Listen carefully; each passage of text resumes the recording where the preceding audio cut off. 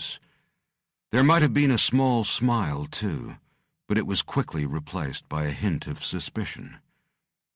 It was hard to tell with the scar on her cheek pulling her face up on one side.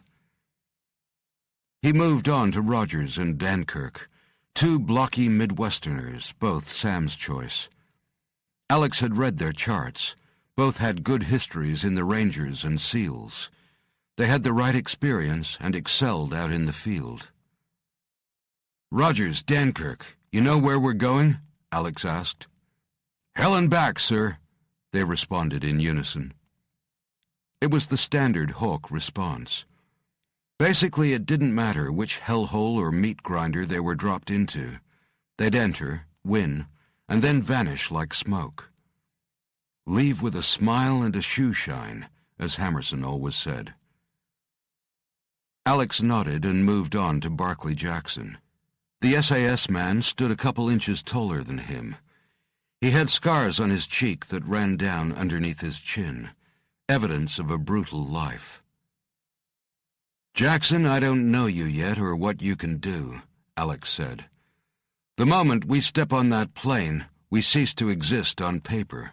We're effectively dead. But if you fuck up in the field, then you might get us all dead, real dead. I'm not gonna let that happen. Understand?" The man's eyes never wavered. "I'll keep up." "Damn right you will." Once again, the technician, Walter Gray, met them as they exited the elevator. He rubbed his hands together when he saw Sam. "Lieutenant Reed, good to see you again." He smiled briefly at the others, and then looked at Alex, who nodded, then continued down the sterile white tunnel. The others fell in behind him. Gray walked fast to keep up. Lieutenant Reed, Sam, how's the combat harness?" Sam didn't slow, but looked down. "Good. Fair bit of weight, but manageable." Gray was walking in a crouch, peering at Sam's lower half. He reached out to touch Sam's leg, but Sam batted his hand away, then grabbed the man's shoulder. "Easy there, Doc. I already had my physical." Barclay Jackson grinned. "I think he was hoping to do a quick prostate check. You're not a young man anymore, Reed." Sam glared at Jackson. "You and me are going to have at it before long." "Don't mind him," Frank said, jerking a thumb at Jackson. "Him and me don't have to worry about getting ours checked. I hear it's really only a problem if you have balls." Jackson threw his head back and laughed. "I'll show you mine if you'll show me yours, Franks." She snorted. "You're not my type. Too girly." Walter Gray cleared his throat. "Very good, everyone." He turned to Sam again. "I have the new power packs if you're interested. Might lighten your load a bit." "What you got?" "You are using the standard Mark V, right?" Gray asked. Sam nodded. "Thought so. Gives 5,000 watts of power for 96 hours, or 24 in a maximum activity burst. But they're heavy cells. With the Mark VI, we're using degraded plutonium sheeting. It's smaller, lighter, and will last a month, even at high activity." Sam nodded, impressed. "Any radiation or heat signature?" Gray smiled. "No more than normal background trace." Sam grunted. "Sign me up."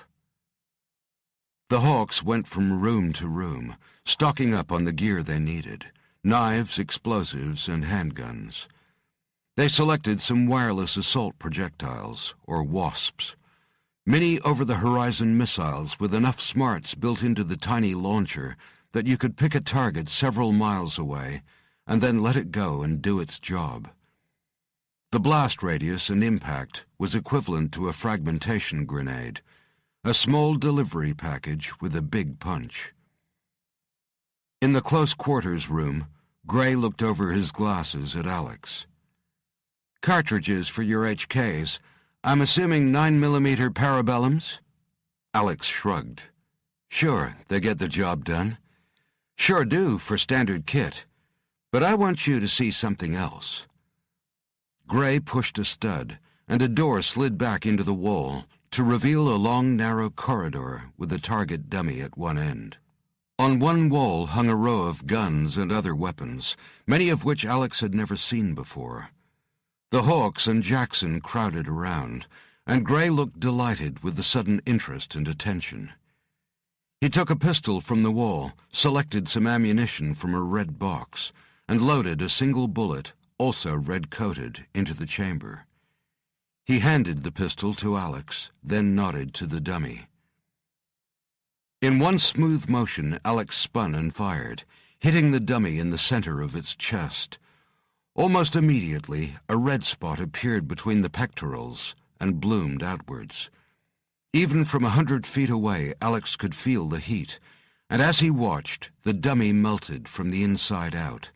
Jets of halon gas whooshed down on the mess, suppressing but not fully dousing the flames. "Bam!" Franks clapped. "I like it." Alex sniffed the barrel, then handed the gun back to Gray. "Thermite?" Gray nodded. "Aluminum oxide thermite packed into a standard shell. Safe and stable until the projectile's impact friction delivers enough heat to start the exothermic reaction. Burns at 4,000 degrees, wet or dry." He grinned. "Makes for some great fun in the dark, and sure to get your adversary's attention." Alex couldn't help smiling at the scientist's boyish enthusiasm for the deadly ammunition. "Pack a box, for each of us." "Yeah!" Casey Franks high-fived Ben Rogers. Next stop was the combat body armor room. "It's like Christmas, isn't it?" Gray chortled, rubbing his hands together. Alex grinned. "Okay, Santa. The biological body armor. I want it for the entire team, and we need it processed now." Gray nodded. "We can do that. I can get the design program started immediately, as soon as we've got the morphology measurements." He motioned the team into the room. "Lady and gentlemen." Alex hung back and stopped Gray, following them in. "The laser prototype." Gray nodded.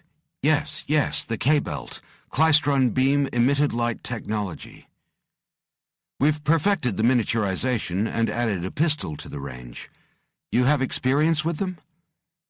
Alex nodded, remembering the rifle he'd used on the Dark Rising mission in Iran. No stock, held like a sawn-off pump action, with a square casing over the trigger. There were two settings for the laser, high and low energy pulse. High energy cut a pencil-sized hole through anything. Low energy gave about the same result as 100 pounds of TNT delivered in a single, focused, explosive punch. "Did you overcome the short battery life?" he asked. Gray nodded and took a step closer to Alex, his voice dropping. "It's still highly classified. Only one man below the rank of general knows about it, Colonel Jack Hammerson. And now, you." He looked up into Alex's face, studying his features. His eyebrows came together. "You sure we've never met?" "Yes." Alex put his hand on Gray's shoulder. "Now show me the K-belt pistol." Hammerson stood with his two teams on the runway. Alex, Sam, and their unit would leave first, with Reese Thompson, Matt Kearns, and Rebecca Watchorn boarding the second aircraft to Crete. The Hawks' suits, with the inbuilt synthetic biological armor plating, made them look like dark, segmented insects. Their rides, Lockheed SR-71 Blackbirds, were supposed to have been retired around 1996. However, the long-range reconnaissance aircraft were far too valuable to mothball, and were still in use for special payloads, spec-op teams that needed to be somewhere fast. Each looked like a missile with its short wings and two huge muscular thrusters in close to the night-dark body, painted with radar-reflecting paint. With a J-58 P-4 engine, that could produce a static thrust of 32,000 pounds, the Blackbirds could cruise at Mach 3.2, fast and near invisible. And if they were detected, at high altitude they could outrun a surface-to-air missile. Both planes had no insignia, and their pilots were also off the books. Once they crossed out of U.S. airspace, they stopped existing. Hammerson knew too well the burden this anonymity placed on the Hawks, and on him. Too many young men and women lay in shallow, unmarked graves around the world, Alex Hunter's father being one of them. Hammerson gazed at Alex. The young man's gray-blue eyes were clear. No hint of anything other than eagerness, intelligence, and explosive energy. He hoped the thing lurking somewhere within his mind remained chained behind whatever barrier Alex had created for it. If not, Hammerson didn't want to think about the other one taking control of his protégé in the field. He looked around the group. No tension, just eagerness to get away. Time for the talk, he thought. "The impossible jobs are ours," he said, and looked hard at his two senior soldiers. "Win or lose, no one knows but us. This is our lot. We are the Hawks, the first line, the strongest line, and the last line. When we go in, others stand aside or they die. Clear?" "Hua!" the Hawks said in unison, their eyes blazing. Hammerson placed his hands on his hips. "Commander Kamel Baykal of the Turkish SF Commandos went down to this thing. 100 Special Forces soldiers, all lost. They threw everything at their target, but Maghera went through them like they weren't there. General Chilton has authorized a small Hawk unit intervention." He stepped in closer to the two big men. "So, goddamn intervene. I want to know what this thing really is. We know line of sight is high risk, and even viewing it remotely can be hazardous. We're working on some tech to get around those limitations, but for now use caution. As a minimum, we want to know if it has a physical form. If it does, we can destroy it. And watch your backs. Borshov is on the ground there somewhere." He stood back and saluted. "Hawks, it's our turn now. Make it count. Good luck and Godspeed." Alex saluted, then turned to his team. "Load 'em up, people." The Hawks and the SAS man piled into the first Blackbird. Alex was last, and he turned and nodded to Hammerson before following his team onto the plane. Hammerson's face was grim. Maghera, Borshov, and the Arcadian, all in the same place at the same time, he thought. Hell on earth. Turgutlu, 24 miles west of Izmir NATO base. Uli Borshov and his 6 Spetsnaz left the truck several miles outside the town. It was still dark, with dawn several hours away. The communication intercepts had informed him of the fate of the Turkish Special Forces team, and he had to guess the Americans were here by now or on their way.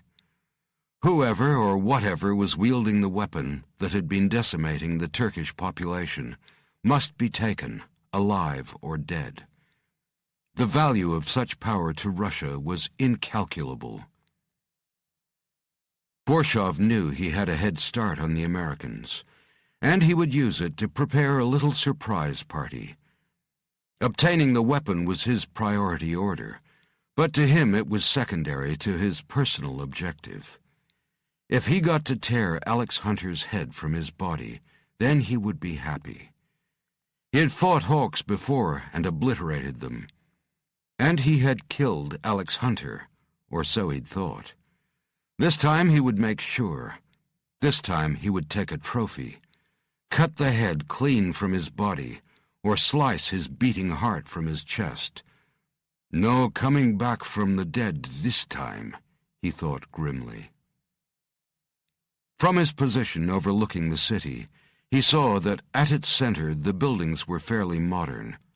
But on the outskirts the dwellings were more modest, single and double-story homes, some looking well over 100 years old, with smoke curling from their chimneys. It was as if the further away from the center of Turgutlu you went, the farther back in time you traveled. Borshov split his team into 3 units, with himself as a 4th. They would find dwellings to hide out in and wait, for either the mysterious weapon to arrive or the hawks. He circled his finger in the air, and the groups split and jogged toward the houses. If there were occupants, they would be subdued or killed.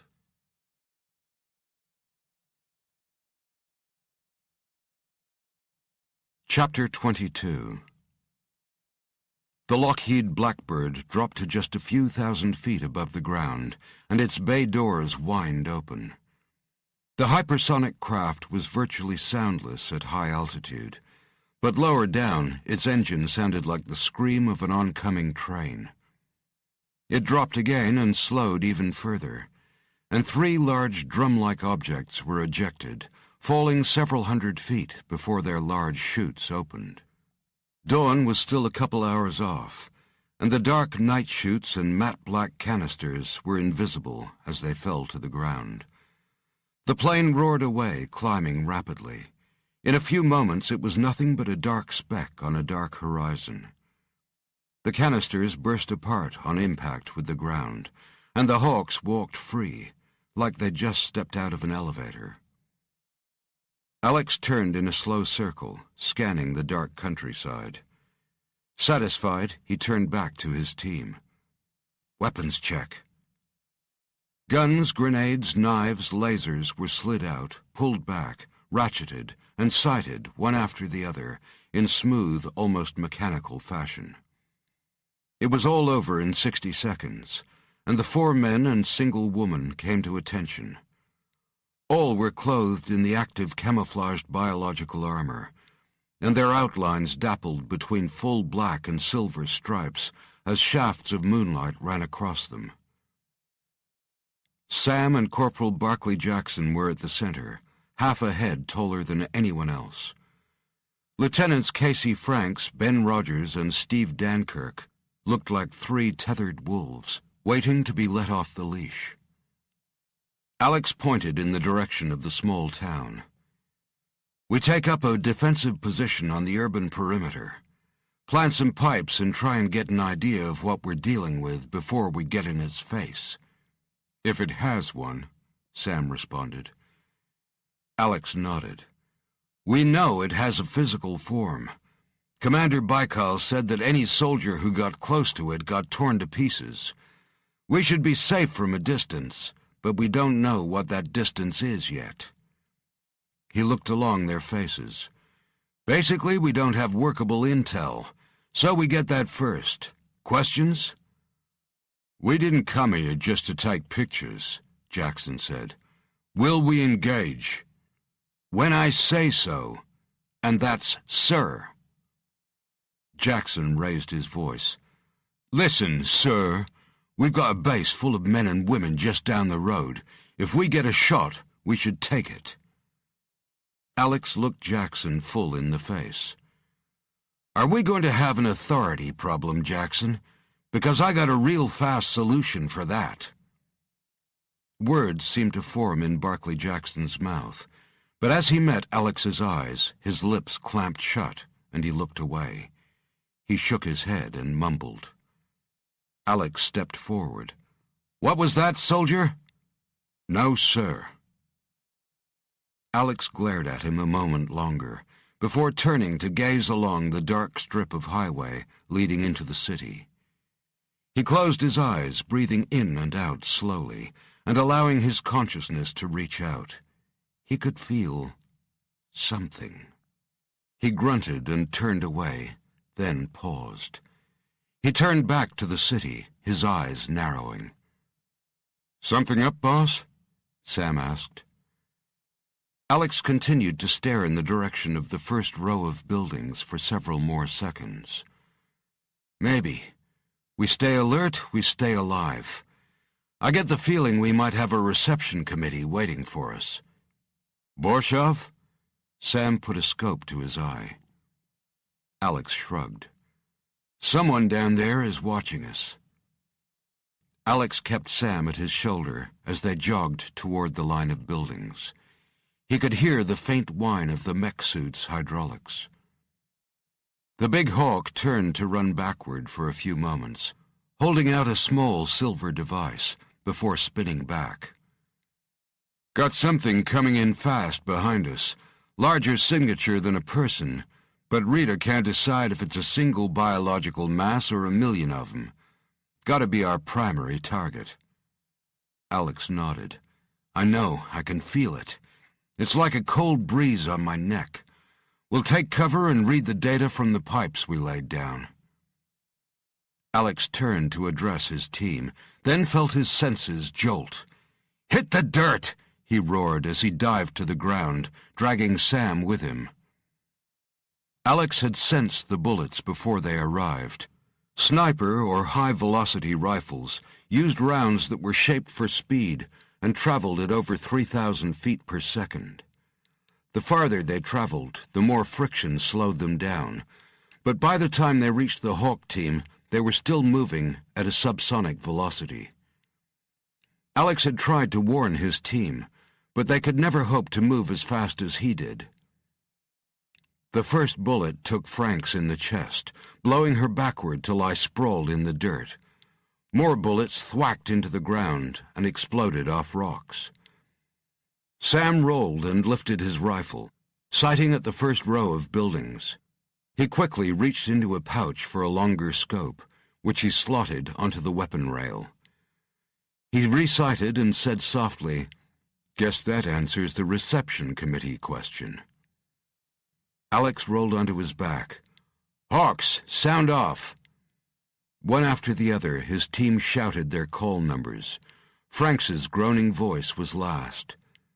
"Franks, you okay?" "Yeah. No holes, boss. But reckon I got one doozy of a hickey on my left tit."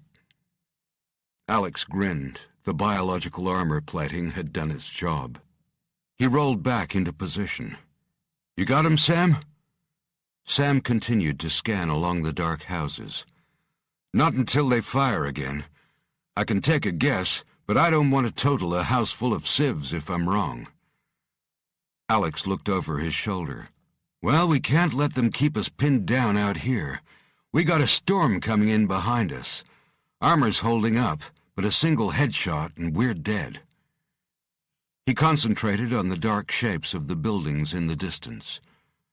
"Got a window open, first house to the left of the small lane."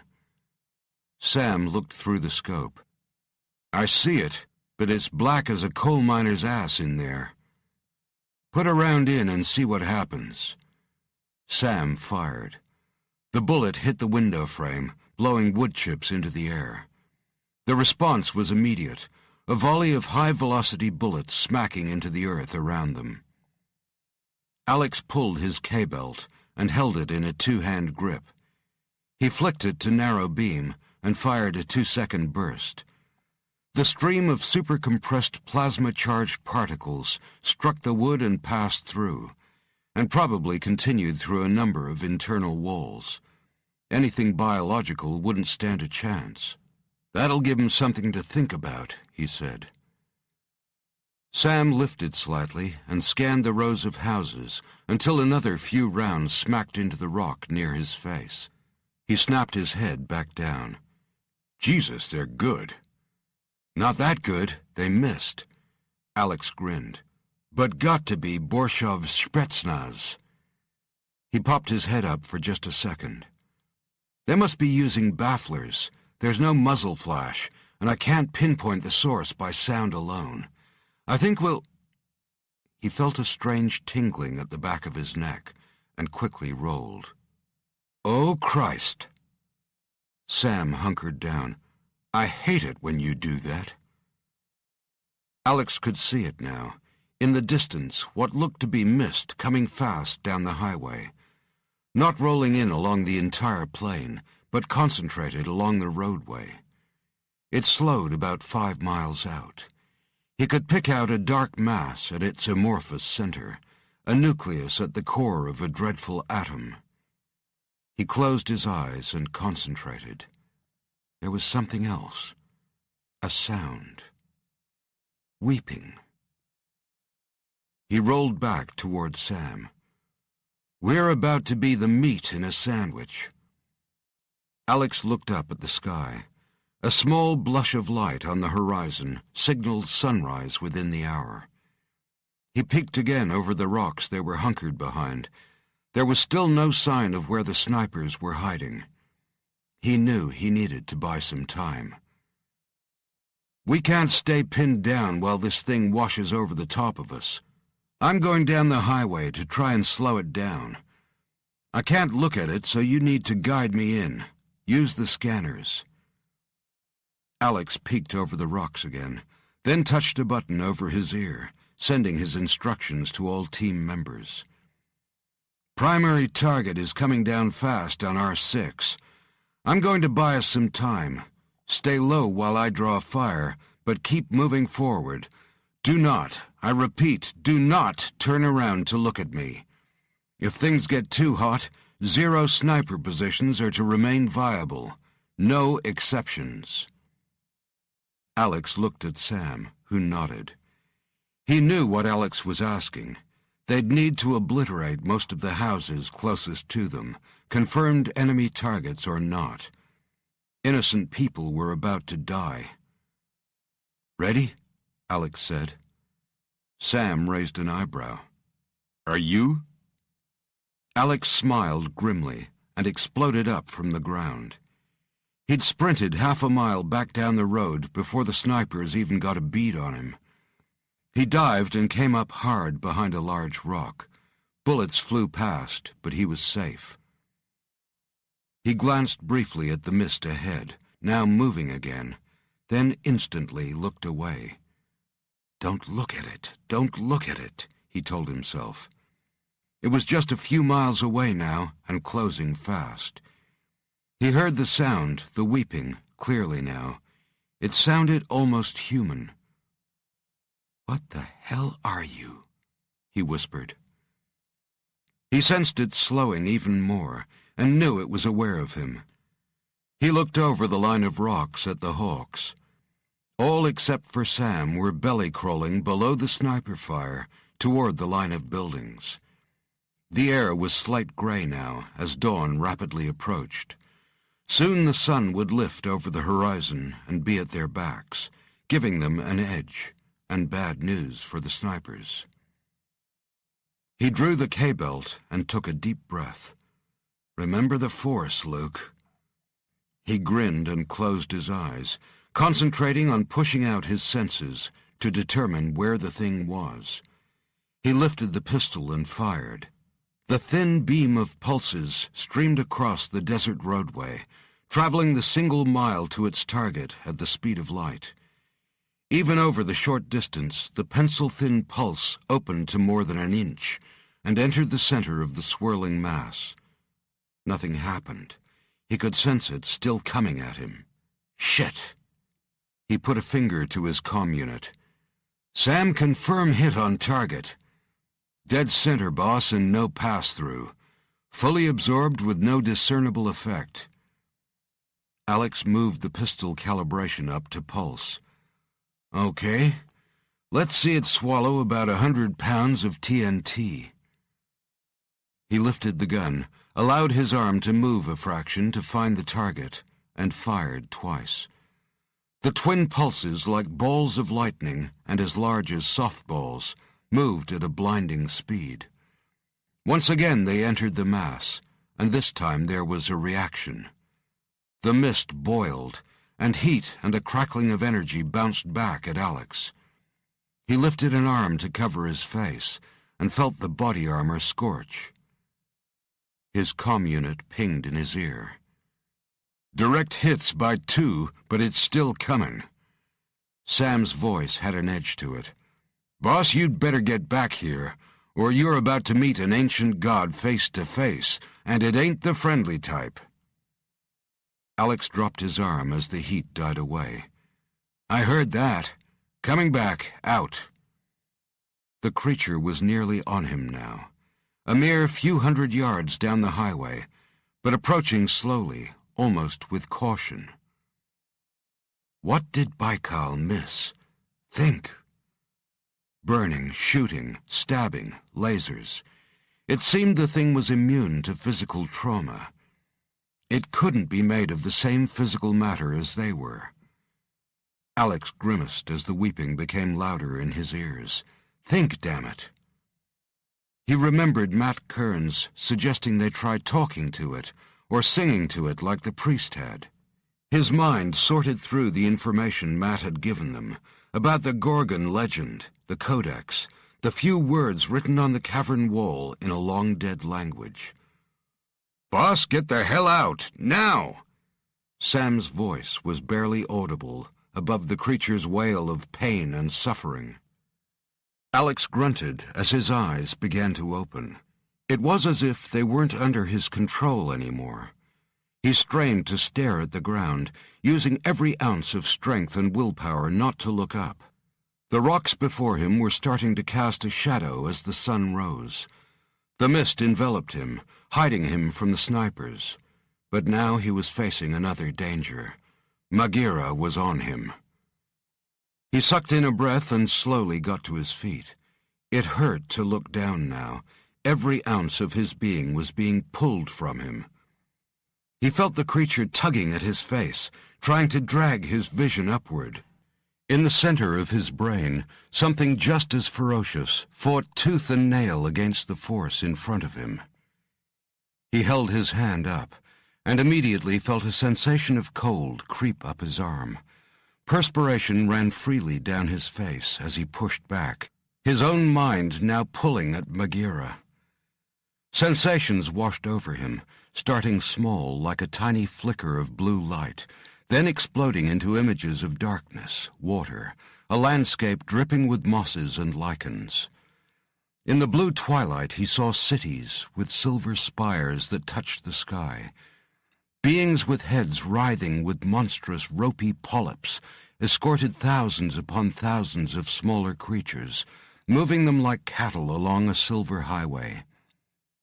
Above them, in the sky, a dim orb that could have been a sun or moon was draped with a blue veil that gave the scene a subaqueous feel. Alex's jaws clenched from the pain he was picking up from the creature. There was an overwhelming feeling of illness, sadness, and something else like a longing for home. But there was also madness there, an insane rage, and it was building. Alex grunted as he struggled with it, as he probed deeper. The thing seemed to become aware of what he was doing and immediately ejected him from its consciousness.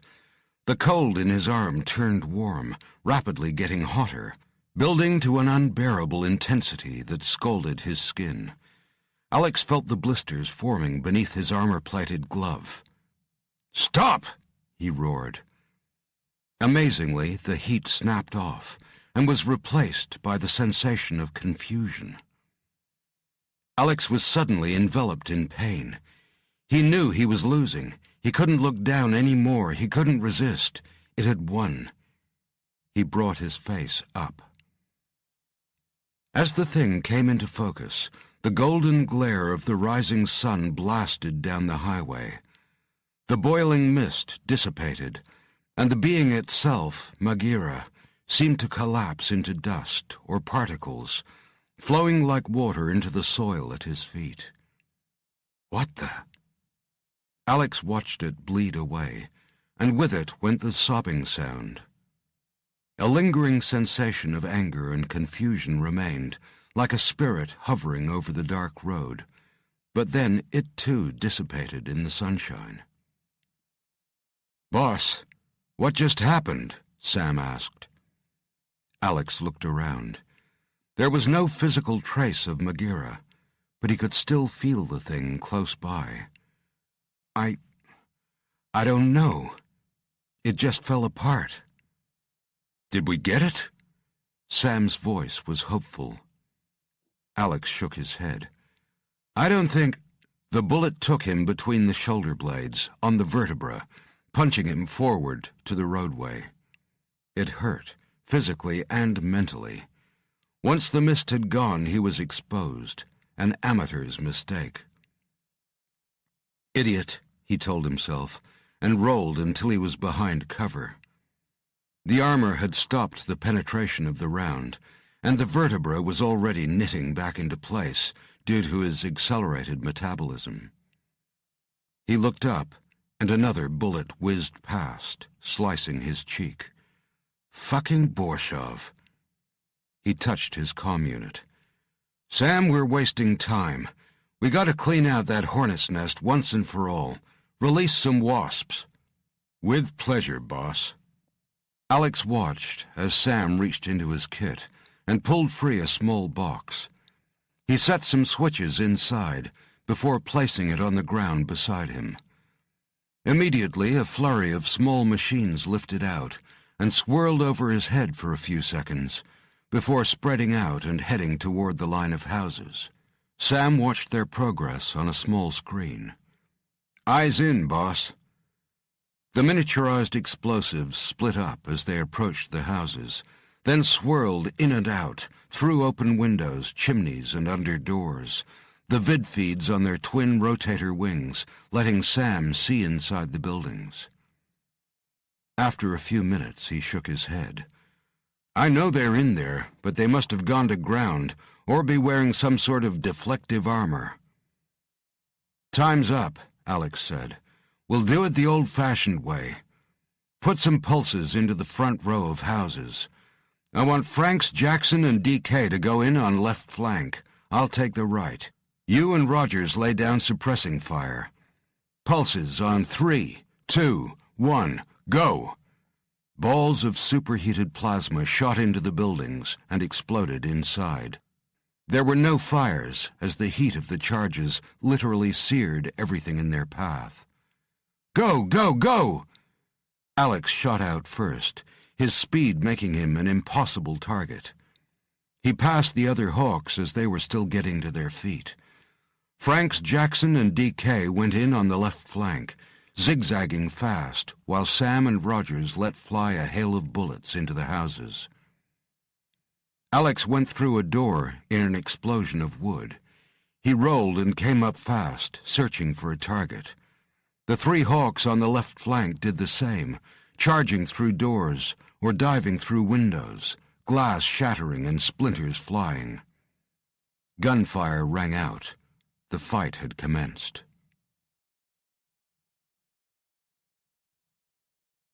Chapter 23. Casey Franks dived in through a window and rolled to her feet.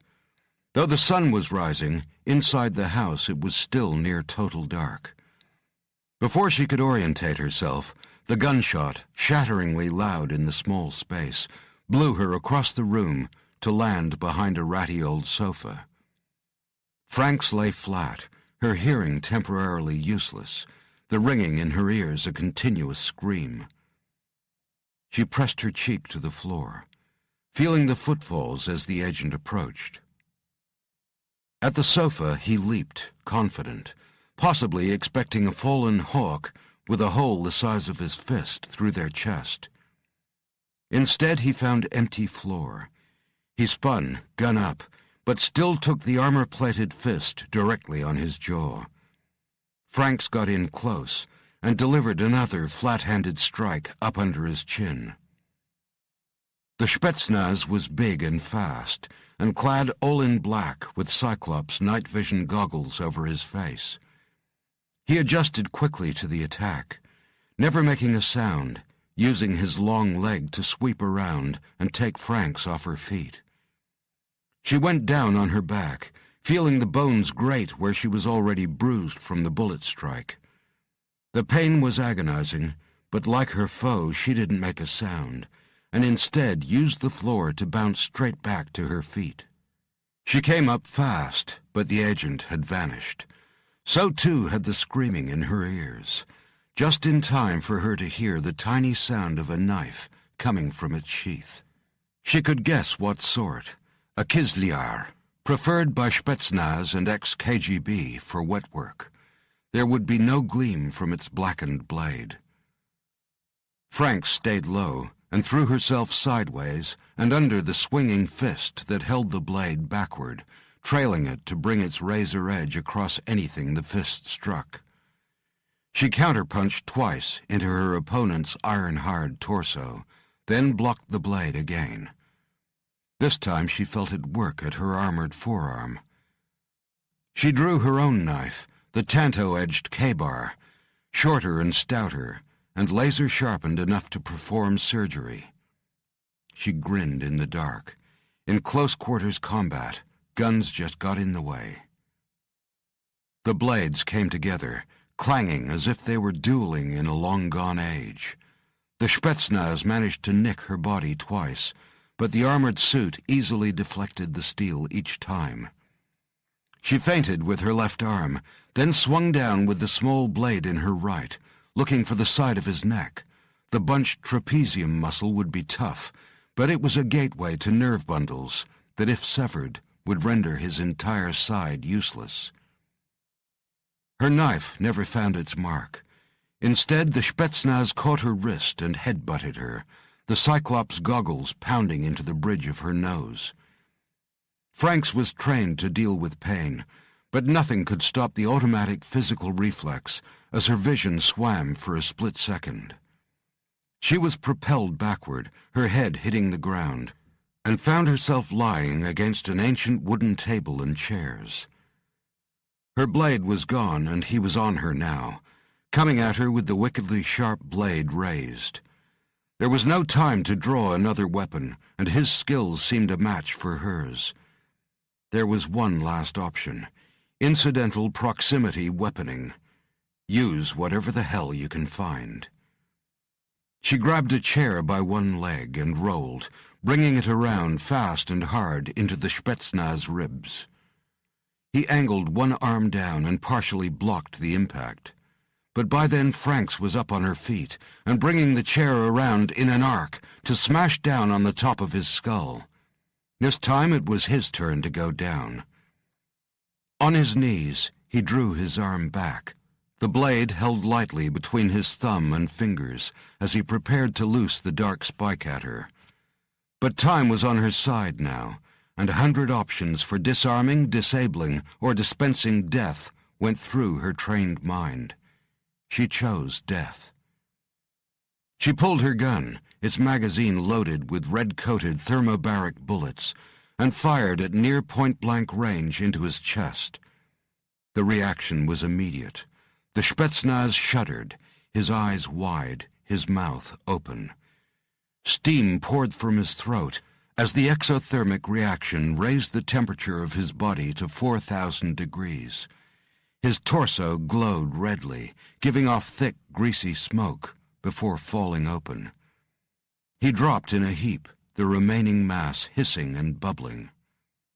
"Damn fucking right," Frank said. She wiped the blood and perspiration from her face and holstered her gun. She touched the button at her ear.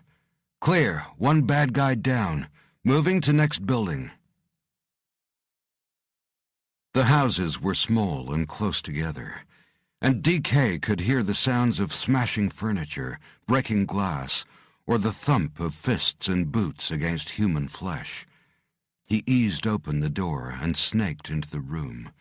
It was dark, just outlines showing, and his senses immediately moved into hyper-alert mode. He crawled to a corner, came to his feet, and then froze, listening and allowing his peripheral vision to search out trigger shapes. In the outer area of the eye, the retina had more cone cells that were better at seeing in the dark, and all hawks were trained to use their peripheral vision to scan for body or weapon-shaped targets, or even a hint of movement. He stayed that way for several minutes, barely breathing. He'd already seen the two bodies on the floor, an old man and woman. By the angle of their heads, their necks were broken. He brought in his other senses. There was no sound, but there was something, a smell, like bad breath and cheap vodka. DK held his rifle loose but ready in his hands. He lifted it and looked along the scope, using the light enhancer to search the darker areas of the room that his peripheral vision couldn't penetrate. He slowly rotated, seeing nothing but phosphorescent green shapes. He switched the scope to thermal and rotated again. The green shapes turned to various shades of blue and green. The bodies were pink, some residual warmth still evident in their core. "Gotta get moving," he thought, and turned another few degrees. A flaring red giant stepped from behind the door. He'd been on DK the whole time. The giant grabbed the barrel of his gun and wrenched it from his hands. DK was 6 foot and weighed 220 pounds, but his attacker outweighed him by at least another 80 pounds. Ogre, he thought, as the man lifted him. Muscle memory overrode shock, and the hawk struck out with his fists, the sharp edges of his elbows and his feet. He connected, but even with the armor plating on his gloves, the figure absorbed the blows as if they were nothing. Then he countered, the piledriver blows coming fast and accurately. DK managed to use the force of the punches to throw himself backward. He landed on the floor, his face wet with blood, rolled and came up smoothly, already gripping a K-bar blade. The big man followed, and a black spike appeared in his own massive fist. The big man slashed back and forth, feinting and lunging. DK parried some, but as he jumped back, he felt a trickle of warm blood run from under his arm. Unbelievably, the giant had managed to get his spike in between the suit's biological plating. The rulebook said to get in close when fighting a bigger adversary and neutralize his longer reach, then use his own body weight against him. However, DK didn't trust this maxim with the grizzly bear in front of him. The man was huge, but in no way lumbering or slow, and he seemed as expertly trained as the hawk. Getting in close would probably only allow the beast to get a grip on him. DK needed space, he needed to even the odds, and he needed a single second to draw a gun. Hand to hand against this opponent would be a one-way street to death. The bearded giant came at him again, feinting to the left, and then coming back at him not with the blade, but with the back of his fist. DK saw stars as the blow connected with his cheekbone. He went down, and before he could spring back to his feet, the slim black blade pounded down into the meat of his palm, pinning his hand to the wooden floor. DK grunted from the pain. Before he could ward him off, the bearded giant was kneeling on his chest, swinging sledgehammer-like blows across his face, a left, then a right, sweeping back and forth, over and over, until blood and broken teeth filled his mouth. His head swam, and reality dropped away. The brutality seemed to be happening to someone else, and he was in a pit, watching it, then falling into the bottomless dark. Borshov saw that the hawk was losing consciousness, but he continued to rain blows down on the unprotected face. It was hard to stop. The sensation of hot brutality was one of his few joys. He just wished it was Alex Hunter's face he was pounding. The hawk's muscles relaxed, and he lay still, a wet, ragged breathing coming from his smashed nose and bloody mouth. Borshov grabbed a tablecloth and used it to roughly wipe the young man's face and then his own hands. He drew a small box from his belt and pulled from it a long black needle, close to 8 inches long and attached to the box by wires. He carefully inserted the spike into the hawk's nostril, wiggled it once or twice, and pushed again.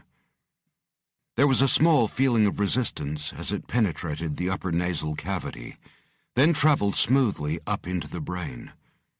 Clear cranial fluid momentarily flushed onto the hawk's upper lip. Borshov ignored it as he continued to probe, slowly now. He needed to plant the spike in a specific area of the brain, between the hippocampus and the amygdala, associated with memory and emotion. Borshov watched the small box he had set on the ground.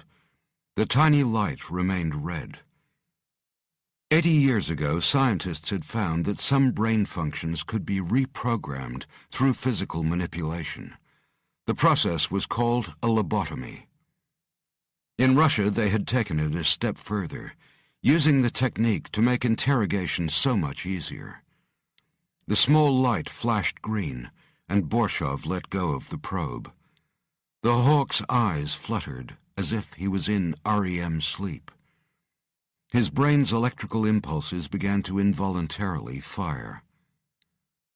Borshov leaned forward, his lips close to the man's ear. "What do they call you?" "DK, Lieutenant Steve Dankirk," he responded dreamily. Borshov smiled. "DK, you are safe now. It is me, Alex Hunter. What is your operational status?" "Boss?" DK frowned. "Yes, I am Arcadian." "Did we get him?" "Yes, all of them." Borshov smirked. "We need to move. What are our next steps?" "You know, boss." Borshov exhaled impatiently, ignoring the temptation to pound the man's face some more. "I know, but you are hurt, and I need to check if you are still optimal." "Can't feel my legs. Can't feel anything." "You are good. Safe now. Now answer the question. That's an order, soldier." "We need to protect the NATO base at Izmir, and then hope that egghead Kearns finds something in Crete we can use to put Magira to sleep." DK coughed blood onto his chin. "Magira?" Borshov frowned. "They go to Crete?" "Yeah, to some cave. He and the English woman—" The window behind Borshov exploded inward as a figure came through it like a missile, then readjusted its trajectory to hurtle toward the big Russian. Even though Borshov outweighed his new assailant by at least 50 pounds, he was thrown backward like he was a child. He was quickly on his feet, however, standing like a colossus in the center of the room. He drew another of his thin black blades, but didn't get a chance to lift it. He suddenly found himself in the air, lifted above the newcomer's head, then slammed down to the ground, splintering a chair as he landed.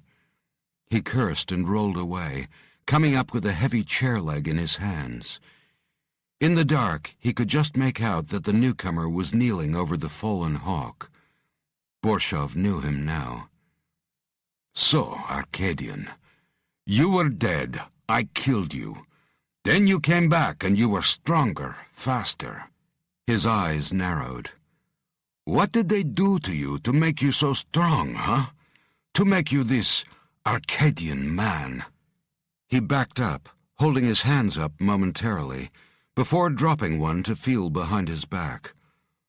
"One day we will peel you open and find out." Alex Hunter turned toward him, his eyes shining silver, and slowly got to his feet, his fists balled. "You're the dead man here." "Perhaps, but not today." Borshov tossed the incendiary grenade at Hunter's feet, knowing he couldn't get to him and save his soldier at the same time. The Russian spun and dived through the smashed window, taking most of the frame with him. He rolled and was immediately up and running. The explosion blew the roof off the small building.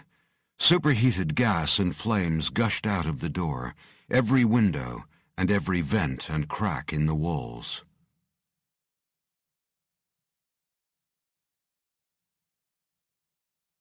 Chapter 24. Sam sprinted into the burning house, scrabbling through rubble and lifting burning beams to search for his comrades. He found DK first. The man was a shredded mess, eyes open, the spike still embedded in his nasal cavity. "Oh, fuck no." Sam called over his shoulder, "Jackson, get him out!" The SAS soldier appeared behind Sam and kneeled next to the body. "Goodbye, brother," he said, then shut DK's eyes, lifted his ragged remains, and carried him out. Sam continued his search. He lifted the burning couch to find another body, smoke curling up from it. Alex was intact. The armored suit had held him together mostly, but the unprotected areas had paid the biggest price. His face was a mess, burned and ripped where debris or shrapnel had torn the flesh.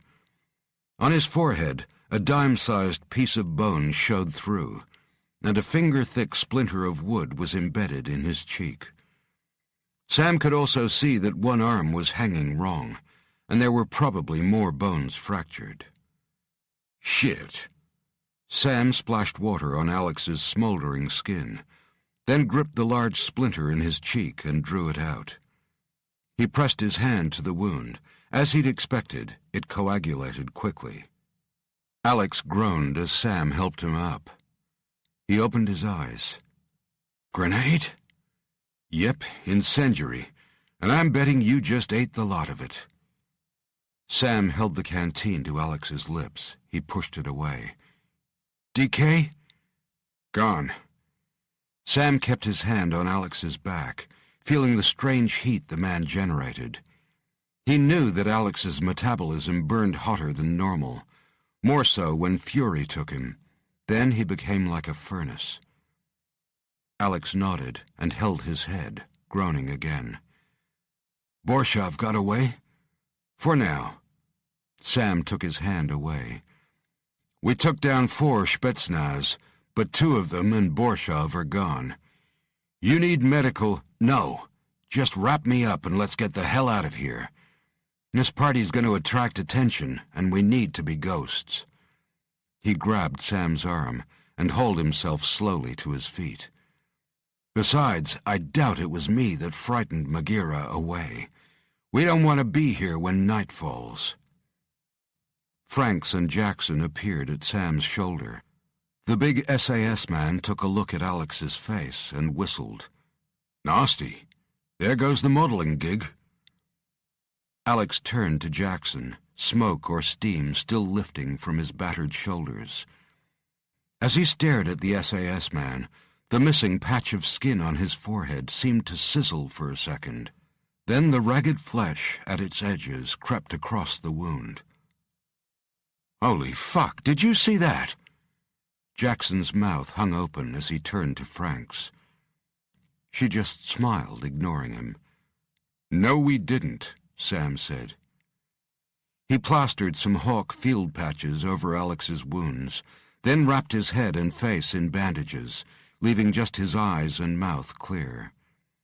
The arm break was clean across the ulna and radius. Sam splinted it and wrapped it as well. "But his head just started to—" Jackson's eyes were wide. "It was still fucking burning." "Leave it, soldier," Sam said, and put his arm under Alex's shoulder. Alex gritted his teeth and sucked in a deep breath. "Let's move." Jackson snorted and shook his head. "You are a freak, and now you look like a fucking mummy." Alex turned his bloodshot gaze on the big man. "And you look like a pack mule, so you get to carry DK until we find a place to bury him." "More like a jackass," Frank said. Then she turned to Alex, her face grim. "We're winning." Alex nodded. "We always do. Now let's go. We need to call this in. Borshov engaged, we're 1 down, and Magira has disappeared. And I get the feeling, not for good." The Hawks jogged into morning sunshine. The temperature was already close to 90 degrees and rising steadily, but was still bearable because of the near-total lack of humidity. However, Jackson, carrying DK's body, was struggling. About 15 miles from Izmir, Alex called a halt. He pointed to a patch of ground. "I want that man at least 3 feet down, and the area above raked so smooth not even Sherlock Holmes could find him." "Oh, fuck!" Alex rounded on Jackson and brought his face in close. "I am not in a good mood, soldier." Jackson nodded quickly. "I get it, boss." Alex turned away and looked down at his splinted arm, flexing his fingers. He unwrapped the bandage, made a fist, then grunted. "Sam with me. The rest of you take some rest." He glared at Jackson. "Not you. Start digging." Jackson's jaw clenched in anger, but he kept his lips clamped shut. Alex and Sam walked a few dozen paces away and sat on some exposed boulders. Sam swigged from his canteen. "Borshov used a cranial probe on DK." Alex nodded. "Don't know how much time he had, but we proceed on the assumption that Borshov knows what we're doing and where we're going next." He drank from his own canteen. "That big bastard killed DK, and I let him get away." Sam blew air, dismissing the statement. "He dropped a grenade on you. You won this round. You lived, he ran. You'll get him next time." Alex stared out into the desert. Next time. He sucked in a breath. Now to give the hammer the good news. He clipped an enhancer over the communication pill already in his ear. It immediately uplinked him to the satellite, signal jumping to confuse anyone trying to intercept the data sent and received. The colonel was waiting. "Go, Arcadian." "We encountered Magira 5 miles outside of Turgutlu. Also Borshov. We lost DK," Alex said slowly. "We took down 4, but Borshov and 2 others got away." "He lost 4, you lost 1. That tell you anything?" Hammerson's voice had an edge. "This is the business we're in. Now tell me about Magira." "It was weird," Alex said. "I was right in front of it.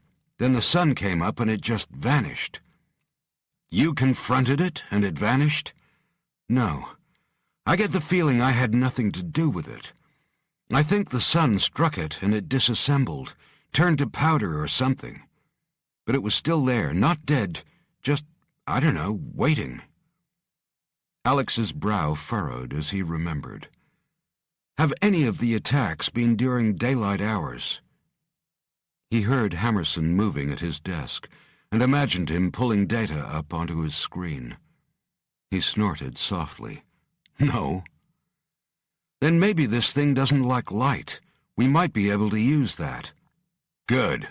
I'll get onto R&D and also see if Kearns or Ms. Watchorn know anything about intolerance to sunlight from the legends." "Okay." Alex's face was itching under the bandages. "There's something else. Borshov probed DK before he died. Give Thompson a heads up in case they get company." "You got it." Hammerson paused for a second or two. "You okay, son?" Alex reached up to scratch his face before violently ripping the bandages away. He tossed the bloody shreds onto the sand. "I'll be better after I tear Borshov's head off." "Works for me," Hammerson said evenly. "Listen, just one thing. Before you grind him into the dirt, ask him about Captain Graham, and make him answer. Graham's a son of a bitch, but he's our son of a bitch, and I want him back." Alex remembered how Graham, head of the military's medical division, had sent 3 automatons after him, wanting to reel Alex in so he could cut him up and see how the Arcadian treatment was a success with him, but a failure with others. "Do I want him back?" he wondered aloud. "No one messes with our people," Hammerson responded. "I'll deal with Graham." Alex shrugged. "Okay, we're heading into Izmir. Let me know if Kearns finds anything we can use. Over. Over and out." Lassithi Plateau, Matt said, as he looked out of the plane window at the mountains rising up around them and forming a massive horseshoe shape around the valley of Selakano. They were thickly forested with pines. "Home of the Caves of Zeus, where we hope the pieces of the puzzle come together." Rebecca grinned. "I've got a good feeling about this place. There might be some clues in the relics taken from the caves during the first excavations. Some were found in areas that are inaccessible today, though." She looked across to Thompson. "We might need to make them accessible." "And that's where I come in," Thompson said evenly. Matt nodded, continuing to look down at the landscape. There was once an underground river in the caves, but it was sealed off. At the very lowest level, several 100 feet down, there are still pools, some quite deep in places, and that's where the relics were located. Cave diving and potential demolition work in a site of national and cultural significance. Thompson grinned. "And I thought you guys were supposed to be the nice ones." He snorted softly and glanced out the window. "We're rising again. More mountains coming up." Matt pointed to a plateau.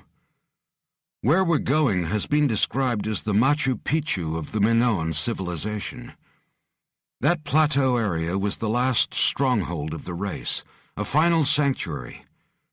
After the fall of Knossos, the Minoans' political and cultural center, a fragment of the Minoan race, survived there for another 400 years. Then they simply vanished," Rebecca added, "and no one really knows why or how. This place is home to a myriad of myths and legends. The caves where Zeus was born, where Perseus fought with the Medusa, where Theseus battled the Minotaur. We need to consider how all these things interrelate and overlap." "The Minotaur? The bull-headed beast? What's that got to do with Megaera?" Thompson asked. "Maybe nothing," Matt said. "But as a kid, did you ever play that game where you sit in a circle and someone writes a phrase down on a piece of paper? The first kid reads it and whispers the phrase into the next kid's ear, then the next kid whispers it into the following kid's ear, and so on and so on. At the end, you compare the final phrase with what was written, and guess what? It's different. Maybe only a word or two, but it's a perfect example of how things can alter over time. Now imagine a myth or legend being told and retold for hundreds or thousands of years. It can end up vastly different from the original telling, or several versions might develop, depending on the district or subculture. The tale of the Minotaur is like that. Something terrible might have lived in those caves once, but what exactly?" "You think it might have been the Megaera?" the SAS man asked. Matt shrugged. "There are no signs that Knossos was ever a military site. For example, it didn't have fortifications or places to store weapons, but it was the local center of power of its time. In Greek mythology, King Minos lived in a palace at Knossos and had a labyrinth built to hold his son, the Minotaur.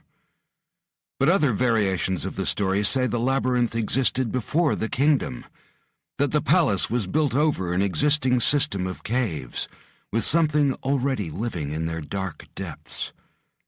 Another variation has the early Minoans finding something down there and then controlling it. Who knows, perhaps it was their secret weapon." Thompson shook his head. "Still don't get how the bull Minotaur has anything to do with the Gorgons." "The Greek myth says that Theseus, a prince from Athens, was forced to fight a terrible creature called the Minotaur," Rebecca said. "But as Matt mentioned, there are other variations of the story, recovered from pottery shards and wall tiles, that are markedly different. They don't refer to a bull-headed beast at all. A Knossos tablet, written partly in Mycenaean Greek, refers to the creature in the caves as the mistress of the labyrinth. People who were sent down into the caves became frozen with fear when they saw what lived there. Thompson exhaled and sat back. A lot of theories, bloody old theories. Matt grinned and opened his computer. Better to have a lot than none. He scrolled through some images and turned his screen to show them. And I'm still going to be including this one until it's proven wrong. What does this look like? Rebecca groaned when she saw the screen. Thompson frowned. Well, what does it remind you of? Matt asked with raised eyebrows. The ancient image showed two tall figures surrounded by smaller bipeds. One figure's head was a mass of coiling tendrils. The other's was encased in a familiar round shape, with a sort of open visor over the face. Thompson snorted. You have got to be kidding me. A freaking space helmet? Rebecca put her hands over her face. Oh, for God's sake. Matt nodded. Remember, the priest in the Codex referred to Celestis and then pointed skyward. He snapped his computer closed. Weird stuff, and I don't know how it helps yet. But in the absence of evidence, all information is useful. Thompson sighed. Sounds like you've got too much information, too many theories. Perish the thought, Matt said, and grinned. We scientists expect historical anomalies, but given what we're seeing in Turkey, they suddenly mean a hell of a lot more. Thompson looked from Matt to Rebecca. There are masses of caves in Crete, right? How do we know we've got the right ones? Good question, Rebecca said. A lot of the caves were blasted open in the 1920s, but heavy rains caused silt to pour into them, and many of the networks were destroyed or closed. Remember the story of the Minotaur. It lived in a labyrinth. The geology here is primarily carbonate. You combine that with heavy rainfall, and you get significant tunnel systems. Maybe it all used to be a single massive network down there, but it's been blocked over time and become a series of individual caves. So they might all be the right cave. We just need to find the right way in. So what are we looking for? Thompson said. First off, I mean. First we need to go to Heraklion on the coast. It's the capital of the island, and where most of the artifacts from the caves ended up. It's also where we'll need to beg, borrow, or steal any supplies we might need. Hammerson can't help us anymore. The ground, sea, and air borders are closed. Thompson nodded. Sounds like a plan. He jerked forward and put a hand to his ear, concentrating, then turned to Matt. Hammerson wants to talk to you. Matt fumbled in his pocket, extracted a small flesh-colored pellet, and jammed it into his ear. Go, Jack. Professor Kearns, Matt. Events are moving quickly, but we have news that I thought you needed to hear. The older soldier paused, and Matt concentrated as he continued. Alex Hunter has engaged with Magira, or whatever the thing is out there. Just like during Baikal's interaction, it seems impervious to any physical assault, but there was something new. Alex said that when the sun came up and touched the creature, it just seemed to melt away or fall apart. Could have been the light or warmth, he wasn't sure. But here's the thing. We checked. All the previous attacks occurred at night or underground. He exhaled.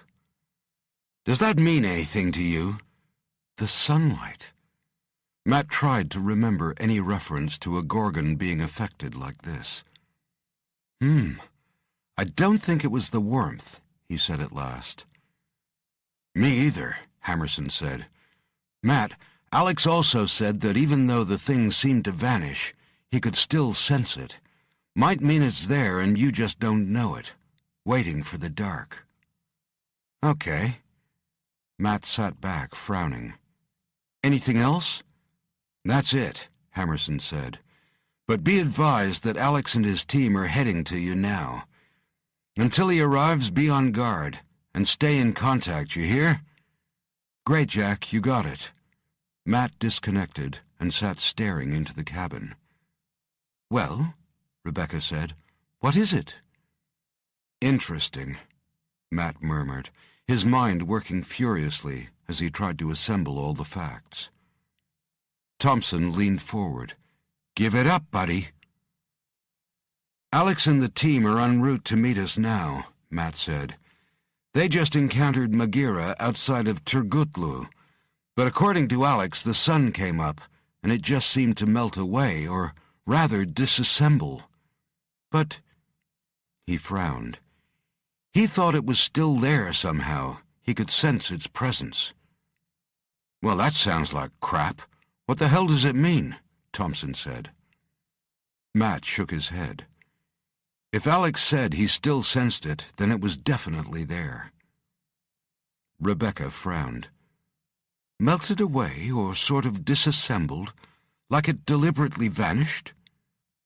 Matt shrugged. Don't know, but I can't see the heat of the sun causing it. The Turkish used thermobarics on Magira, 1,000 degrees, and it walked right through them.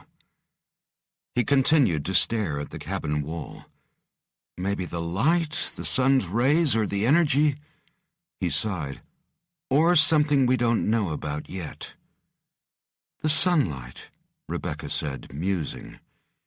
You know, that kind of makes sense. When Perseus killed Medusa, he had to enter her subterranean lair. Perhaps it needs the dark to survive. No, not survive. I don't think the sun killed it. But maybe the sun's rays change it. He looked at her. And you're right, the Gorgons lived underground. Maybe we can use it.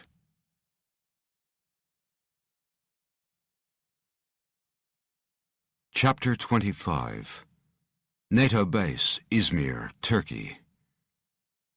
Alex and his team were waved through the checkpoint and escorted directly to the command center.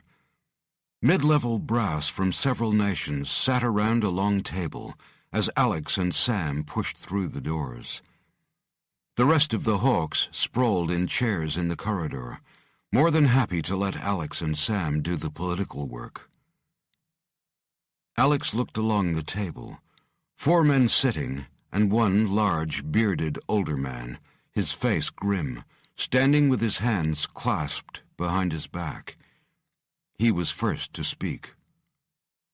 Alex Hunter. It wasn't a question.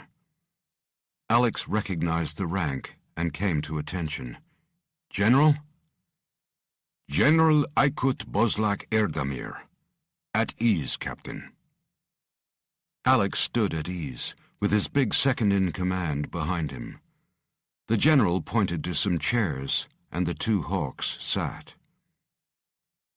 I understand you had the same success as we did at stopping Magira, Erdemir said, and now it has disappeared.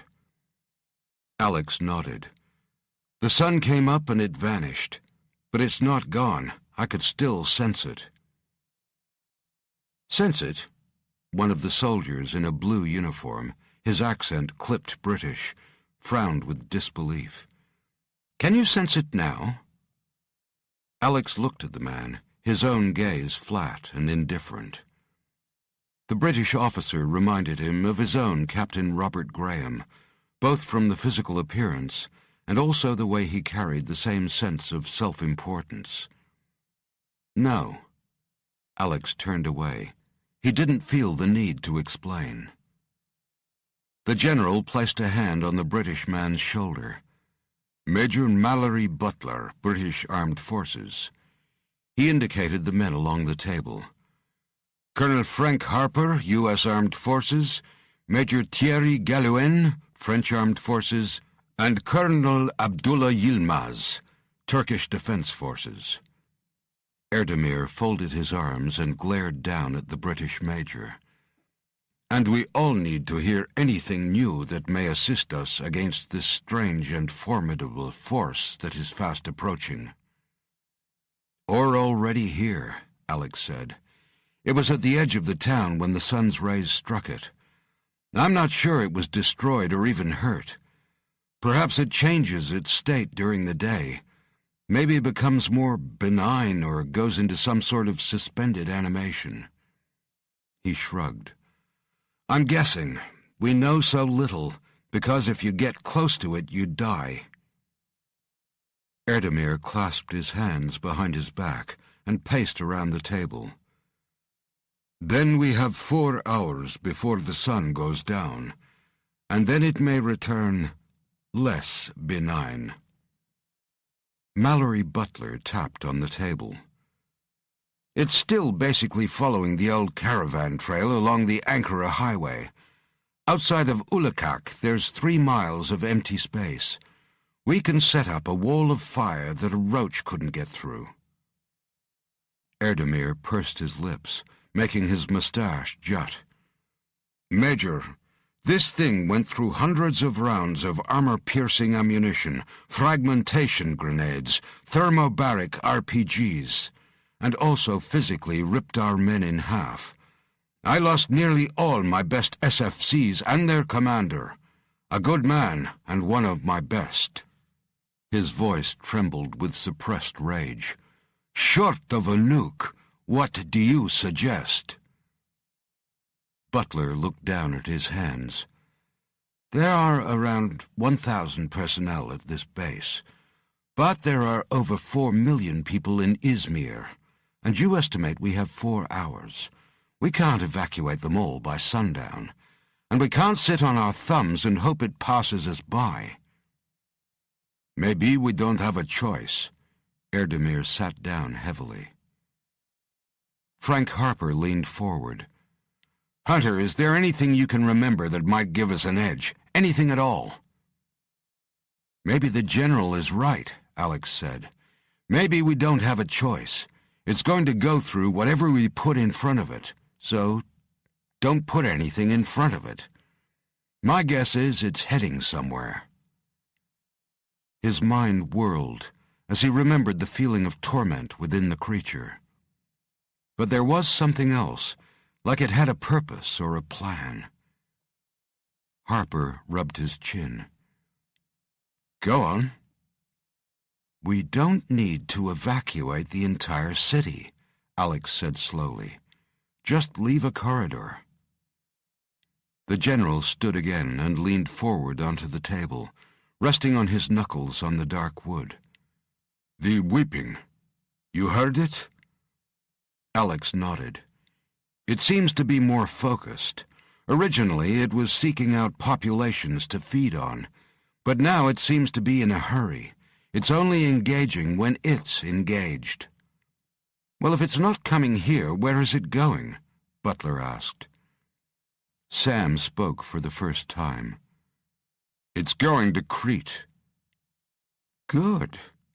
The British major sat back and exhaled. "Very good." Harper got to his feet. "Like hell it is. That's where the goddamn 7th Fleet is right now. Gentlemen, I've got some calls to make." He saluted and pushed out of the room. Alex rubbed his chin and turned to Sam. "Makes sense. It's trying to get home." Sam nodded. "We better get word to the Colonel and Professor Kearns. And we need to get over there, fast." Alex got to his feet. Erdemir walked over and placed a large hand on Alex's shoulder. "We'll impose a curfew from sundown and evacuate a route to the waterfront. Good news is, once it leaves Turkey, it's not our problem anymore. Bad news is, the problem hasn't gone away. It now belongs to the world." Borshov hunched over a small table in a house in the hills overlooking Izmir. The sea in the distance was an electric blue, and the city's ancient minarets and Greek Orthodox churches rose above a plain of terracotta roofs and modern office blocks.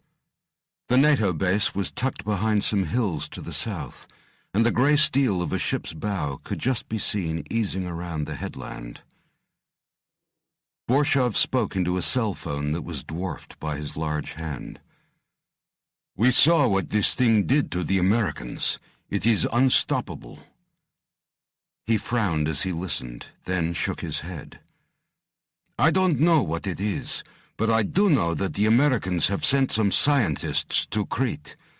They believe there is a way to either control or communicate with it. Maybe they find out in Crete, duh?" He looked out over the miles of houses and grunted. "No, there is no more we can do here. We will go to Crete and stay ahead of the Hawks." He listened for another second or two, and his broad face broke into a grin. "Good. I knew this Graham would be helpful, both with the Arcadian treatment and access codes to their weapon archives. Send the package to Crete. I will collect it there. Now we will see who is the strongest." Borshov hung up, got to his feet, and stepped over the bodies of the house's owners. "We move fast. A boat will meet us at main wharf in Alicante." He and his two remaining Spetsnaz jogged toward the sea. Walter Gray whistled as he used a small and powerful mobile crane to load the crate onto a pallet. He pushed his clipboard under his arm and lifted the lid of the crate. Inside, carefully insulated, lay the top half of a metallic skeleton. Gleaming steel armor plating, pistons, and wires. He checked the power pack, ticked off the items included, then sealed the crate back up. He signed the release form under the twin signatures of General Marcus Chilton and Colonel Jack Hammerson, an urgent priority order. "Someone's in a hurry," he said, then started whistling again as he wheeled the pallet into the silver elevator. Destination, Crete. Mustafa Kamalak spat tobacco from his lip. His small wooden cottage was so close to the sea, he could hear the ripples as the waves washed the pebbled shore. He was a fisherman, the same as his father, and his father's father before that. He hoped one day his sons might also be fishermen. But he had his doubts, given they were more interested in listening to music on those little boxes they had permanently plugged into their ears than spending 6 mornings a week hauling nets. He sucked in a deep breath. He envied his boys their worlds of sound this night. Izmir hadn't been so quiet after sundown since the end of the Greco-Turkish War in 1923. All the buildings along the central roadway to the coast had been evacuated. Those who remained in their homes were huddled inside, lights out. Mustafa kept his small radio playing, its volume down low, as he listened to the news updates. Something was crossing the country, devastating towns. A poisonous cloud of gas, a deadly germ, a devil, a jinn. No one knew, but everyone whispered. The army quarantined whole areas after it had passed through, and no one from within the affected zones was ever heard of again.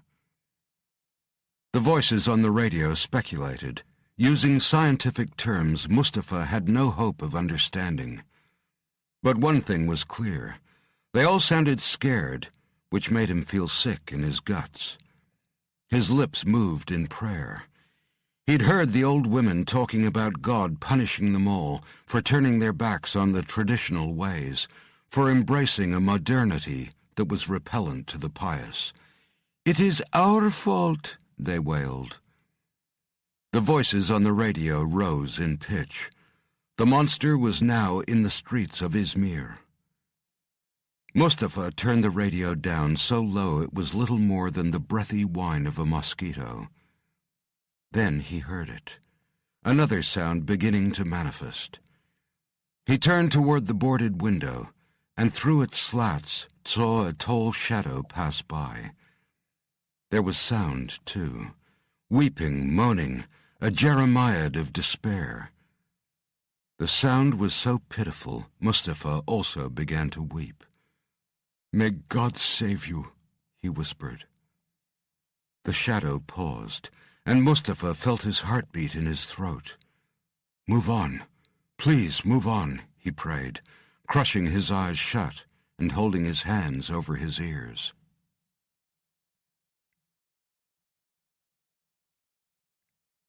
Chapter 26. "I think I got it, Jack." Jerry Harris fed the images through to Hammerson's office. Hammerson's screen flickered, and then he saw the dark mass moving along the Izmir street. It was like a fog bank with a solid center. He noted its size in relation to objects it passed. It was big, over 7 feet tall, and broad. "Still not clear, Jerry. Can you give me any more clarity?" "Sorry, Jack, that's as good as it gets. The computers dismantle the original images, then reproduce them as a simulated best guess, building them up pixel by pixel. Takes a hell of a lot of processing power to make it real time. You're seeing it without really seeing it. Also, the thing is literally giving off that gas that surrounds it." There was a pause. "Let me try something." The screen darkened, then flared, as Harris swapped between infrared and thermal. In thermal view, there was nothing but a cold outline. "Giving off very little heat," he said. Hammerson grunted. "Like a reptile." He narrowed his eyes as the images changed again. Harris moved to light enhancement, shadow management, and then contrast adjustment without any improvement.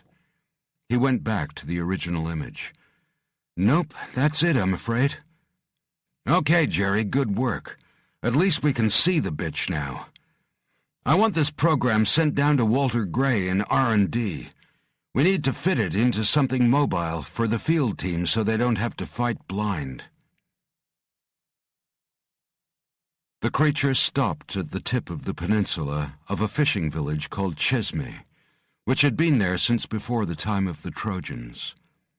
A cloud swirled around the dark figure, but its central core never wavered as it stood at the water's edge. Around it, plants wilted, moths fell from the air, and small lizards shuddered, froze, and then turned milky white. In its mind, it saw a land that had ceased to exist many millennia before.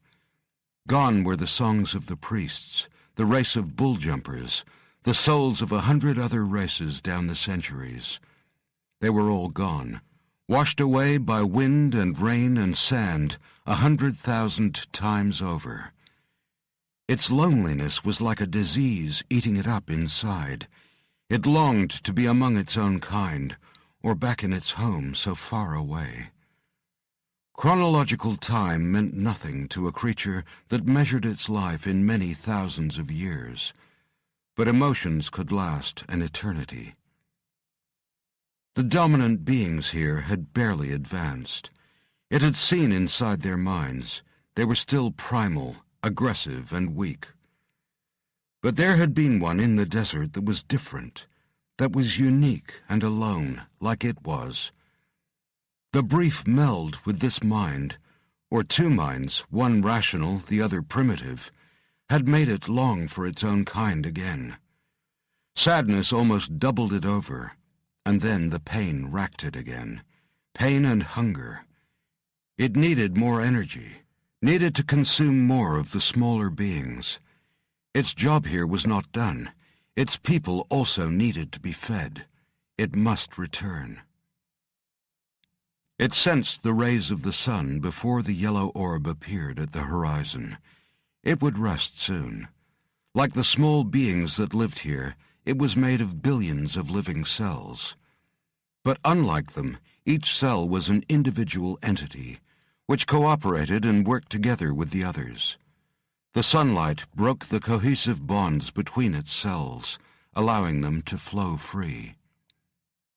The dawn's light bathed it, and almost immediately it seemed to fragment and then collapse, its elements drifting away, like dust, or a swarm.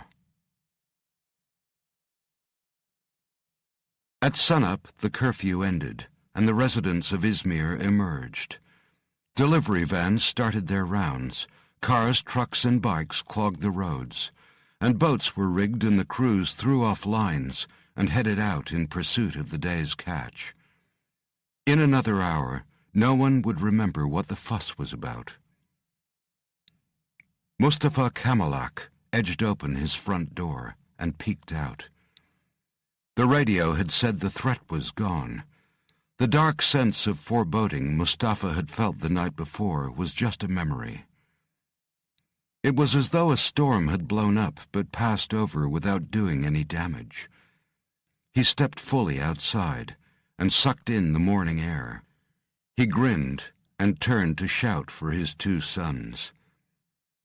In no time, he was gripping the boat's wooden wheel, one eye closed against the stinging smoke from the thick cigarette of reeking tobacco in his mouth. His face showed 1,000 lines, each one carved by wind, weather, and adversity.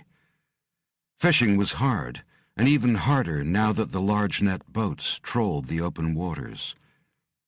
Today he would go far out, past the islands of Mykonos and Ios. If the big Greek boats wanted to scoop up all the fish from his home waters, then he would travel to theirs. Kamalak grinned and shook his head. His two sons were below deck, playing music so loud it hurt his ears. Though he scolded them daily, they were his pride and joy. Their laziness, girl-chasing, and bad language reminded him of himself when he was a boy, and made him love them all the more. He peered through the greasy window to look up at the sky. A few heavy clouds, dark and thick, maybe rain later. He caught sight of the mast and frowned. There was a large mass clumped on the pole about 10 feet up, like a swarm of bees. He cursed. He'd heard that bee swarms and even wasp colonies could take up residence in boats for years. People had been stung to death. He tied a rope over the wheel to keep it steady and left the cabin, walking with the wide-legged gait of all men moving about on a small boat at sea. He approached the mast, keeping his eyes fixed on the dark clump, then bent to lift a boat hook that was lashed to the rail. The mass wasn't moving like bees. It looked solid but jelly-like. It was certainly something strange. He spat his cigarette over the side and concentrated. He couldn't hear buzzing, but there was definitely a sound, soft like sobbing. A knot of foreboding balled in his gut. He lifted the boat hook and got on his toes, drew his arm back. It was hard to concentrate on the mass as it seemed to move and shift, staying where it was but never remaining still. He grunted as he plunged the brass hook into its center. The tip sank in easily, as if the strange blob was something glutinous. He went to draw the boat hook out, but it stuck. The pole vibrated in his hands, and he gripped it harder, bracing himself to give it a good yank. The sky darkened as a huge cloud covered the sun. Almost immediately, the mass flowed down the pole like a torrent of sparkling ants. Before Mustafa could take his hands away, his arms were covered to the elbows. The mass surrounded him, light like dust, but prickling as it seemed to work its way into his very pores. His hands were now welded to the pole. As the stinging substance grew up over his face, he saw it flowing toward the hold, toward his boys. A seagull squawked its outrage as Mustafa Kamalak's boat crashed into the shore west of Heraklion, and just a few miles short of Panormos. The coastline was rugged, and even though the sea was calm, the vessel struck hard, partly beaching itself. The sharp rocks and the motion of the waves, even though they were small, would soon ensure the old wooden boat was broken down completely. The bird kept a beady eye on the craft, always on the lookout for a meal. The mast, with its strange growth, floated for a while, before wedging itself among the oyster-covered rocks. The tide would soon expose it. Of Kamalak and his sons there was no trace, no sign that anyone had been on board. The life jackets and buoyant rings were some of the first items to wash ashore, all unused. Above the hiss of the waves and the creak of timbers, there was another noise, sobbing. Unsettled by the strange sound, the seagull took off, circling the boat once and then leaving it far behind. Some instinct told it to be far away when the sun went down, in just a few hours' time.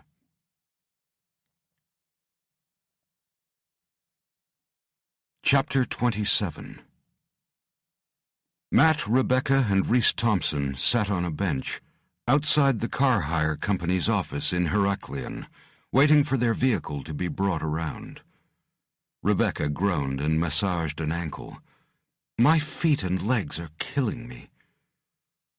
"Pilot got us as close as he could without being spotted," Thompson said. "We're not exactly clearing customs, are we? It was only a couple of miles. Come on, toughen up." Rebecca blew a raspberry at him and continued to rub. "Got it." Matt had his computer open on his lap. He turned it around to show them the screen. Thompson winced. "Good Christ, it's fucking huge. How are we able to see it when it nearly killed that technician?" "Major Jerry Harris, Hammerson's go-to guy for technology, put an application together for us," Matt said. "And in answer to your question, we're not seeing it. The computer is. The program washes down the images, deconstructs them, then rebuilds them pixel by pixel as a mirror image of the real thing."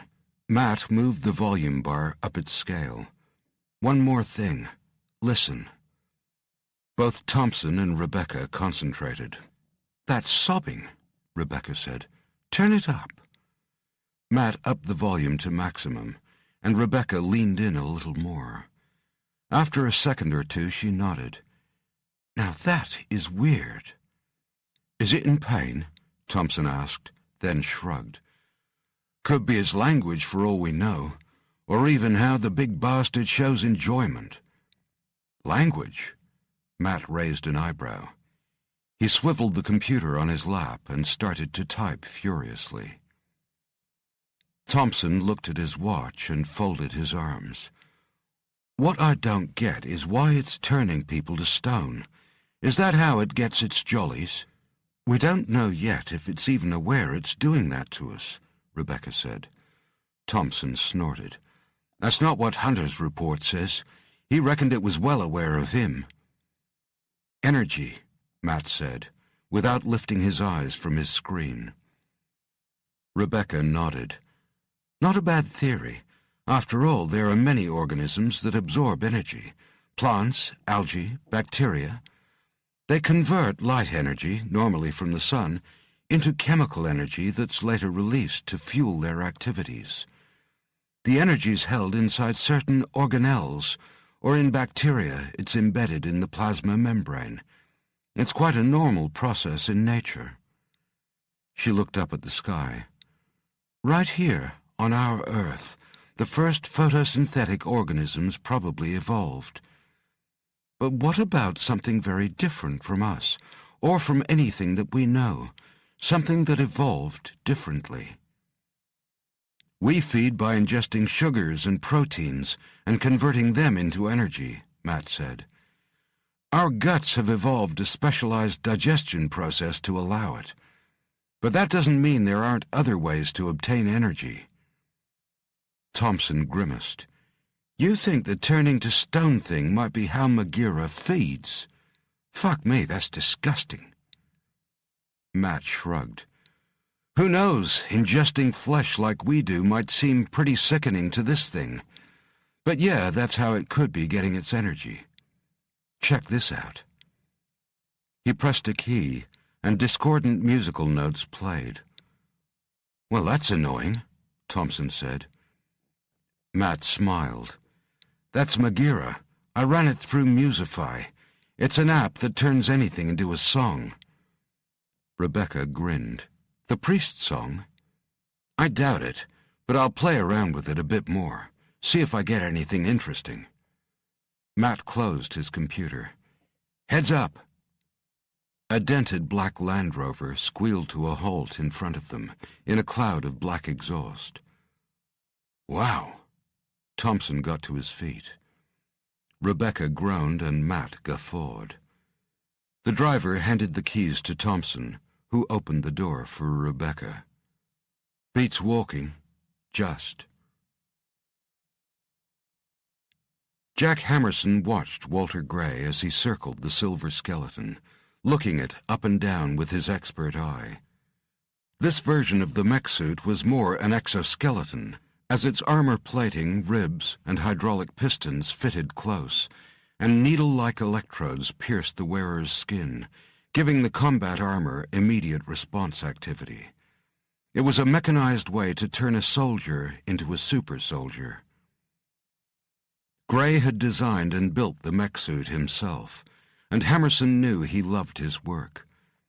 The scientist hit some buttons on a keypad he was holding, and the suit's arm lifted and its hand opened. He drew a foot-long steel baton from his pocket and placed it within the skeletal fingers. The hand closed around the baton. Gray typed some more, and the hand squeezed the toughened steel like it was dough. "That's my bad boy," Gray said, and typed again. "Now please let it go." The hand remained closed. He tried some different instructions with no result. He tried again, and eventually the hand opened, and the crushed bar fell to the ground. "Shit, shit, shit!" Gray scowled at the immobile suit. "You're supposed to hand it to me." "Good work anyway, Gray," said Hammerson. "Can't wait to get it into the field." "I've been wanting to talk to you about the field test, Colonel," Gray said. "How did—" Jack Hammerson waved him to silence. "Walter, I need Jerry Harris's software uploaded into full-face shielding units for my field team. And I need them fast, all on a jet in an hour."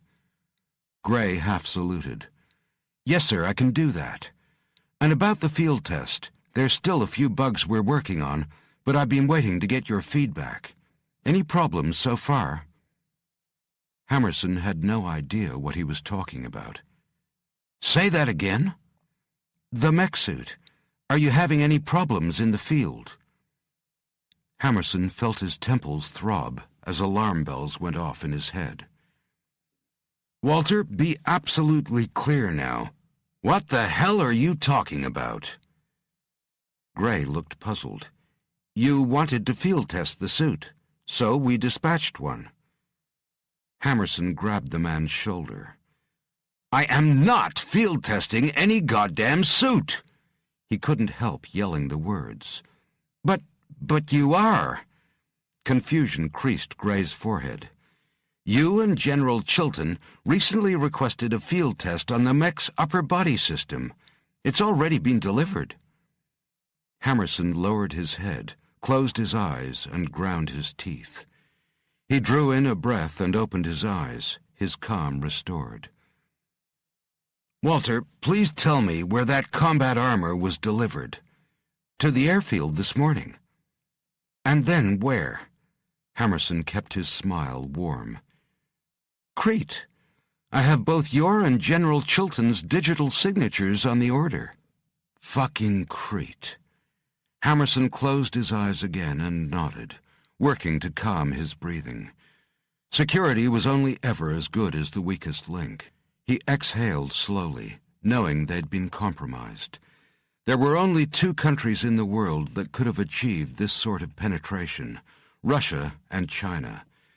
China was expert at industrial espionage, but Russia had the stronger motive, and they had Borshov. "Is everything okay?"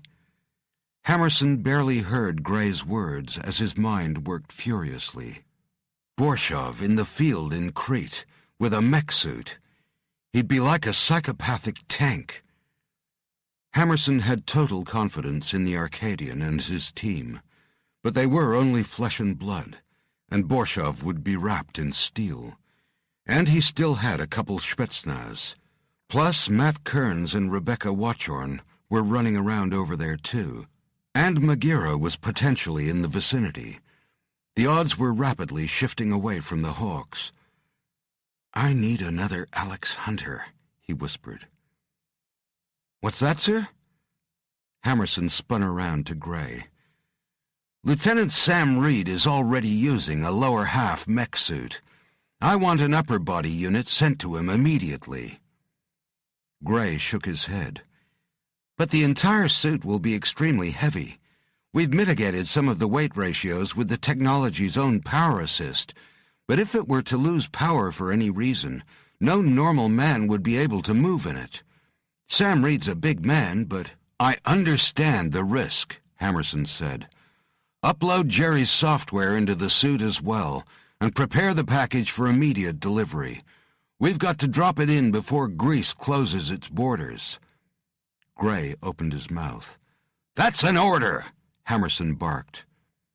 Gray flew into action, and Hammerson headed for the elevator.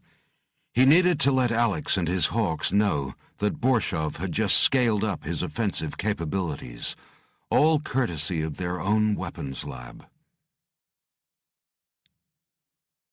Alex tossed the rolled-up parachute to Sam, who squeezed it into a tiny bowl and buried it, dropping a flat stone over the top. Alex edged down into the ditch and dragged a coffin-sized crate out of the scrub, then used his fingers to pry the nailed lid open. Inside was what looked like half a metal skeleton with a molded helmet. "Compliments of the hammer," Alex said, and dug deeper.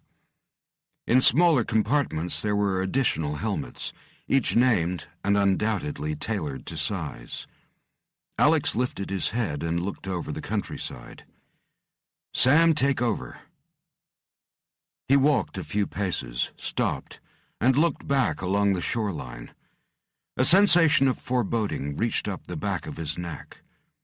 He concentrated, staring for miles along the rocky coast, then slowly scanning the scrub of olive trees and the roadway in both directions. There was nothing in sight, but Alex knew there soon would be. The same desolation and loneliness he'd felt out in the Turkish desert had returned. He recognized the emotions because they mirrored his own, but magnified 1,000-fold. Alex stood frozen as his mind turned inward. He saw Amy holding the boy, Joshua, the kid turning in her arms to smile and wave at him, the pair of them getting smaller and smaller as they walked into the distance. "Boss?" Sam tossed him a helmet, and Alex spun to catch it. Sam handed out the rest of the kit. "Franks, Rogers." He smiled. "Even a gift for my big English friend." He tossed Jackson a helmet. "My lucky day," Jackson said, turning the full-face gear over in his hands. "It'll never go over that big ugly melon," Sam said with a grin, and Jackson gave him the finger. Alex examined the helmet, then walked back over to look inside the crate. All that was left was the skeleton, labeled for Sam. Hammerson had told Alex why he'd sent it. To even the playing field, he'd said. "Uncle, you get first prize," Alex said. "The rest is all yours." Sam grunted as he tried to lift out the suit, even though he was a huge man and one of the strongest Hawks ever. The machine-tooled super-alloy frame weighed in at over 200 pounds. "Need a hand?" Alex asked. "I got this, boss," Sam wheezed, his face beet red. "Damn, it's stuck." "Probably lashed down. Turn around, I'll put it on you." Sam turned, and Alex pulled one side of the crate away. The suit looked like a large backpack, with a network of rods, pipes, and tubes running over and around the shoulders and chest, giving it the look of metallic footballer's body armor. Alex picked it up, barely straining. Guess it's going to work in tandem with the technology you're already wearing. Sam nodded. That's the plan. He took off his shirt to reveal huge bull-like muscles bunched beneath scarred and tattooed flesh. He planted his legs and braced himself as Alex placed the suit over his shoulders, then worked his arms into the metal framework sleeves and his fingers into the metallic gloves. He attached it to the lower suit and powered it up. The skeletal framework gripped and tightened along his torso and arms. Sam rolled his shoulders. Still experimental. I guess I'm its first real field test. He looked over his shoulder at Alex. If it explodes, make sure you pass on my less than positive feedback to Walter Gray. You got it, Alex said. But I'll give him 1 star for at least making it look cool. Sam snorted and began to insert the electrode needles into the muscle fibers along his lower spine and arms. They'd tap into the nerves, making the assisting mechanics part of his body's nervous system and immediately responsive. Once the suit was fully in place, it was self-supporting, using its own biometric-assisted power used to sustain the weight of the superalloy frame. It was still heavy, though. Sam could barely move. He looked like a cross between an old-style gladiator and an android. He sucked in a deep breath. Boss, you'll have to give me a hand with this last bit. He motioned to a small plate dangling at his neck, with 8 1-inch pins sticking out from what looked like a microprocessor chip the size of a matchbook. Into the skull at the base of the medulla oblongata, Alex said. You got it. Alex raised his eyebrows. Need something to bite down on? Borshov's throat? Sam guffawed and then shook his head, staring straight forward. Do it. Alex didn't hesitate, knowing the big man wouldn't even blink as he pushed the pins into the skin at the base of his skull. There was a second of resistance, and then Sam exhaled. That's got it. He grinned and nodded. Ha! Light as a feather now. He lifted his arms, now wrapped in a bodywork of armor plating and tubes. The movement was smooth and fast. He turned his hands over, then made fists. Looking good, Alex said, walking around him. Casey Franks grinned. Man, do I want one of those. Alex bent, picked up a fist-sized rock, and tossed it to Sam, who spun and caught it with lightning-quick reflexes.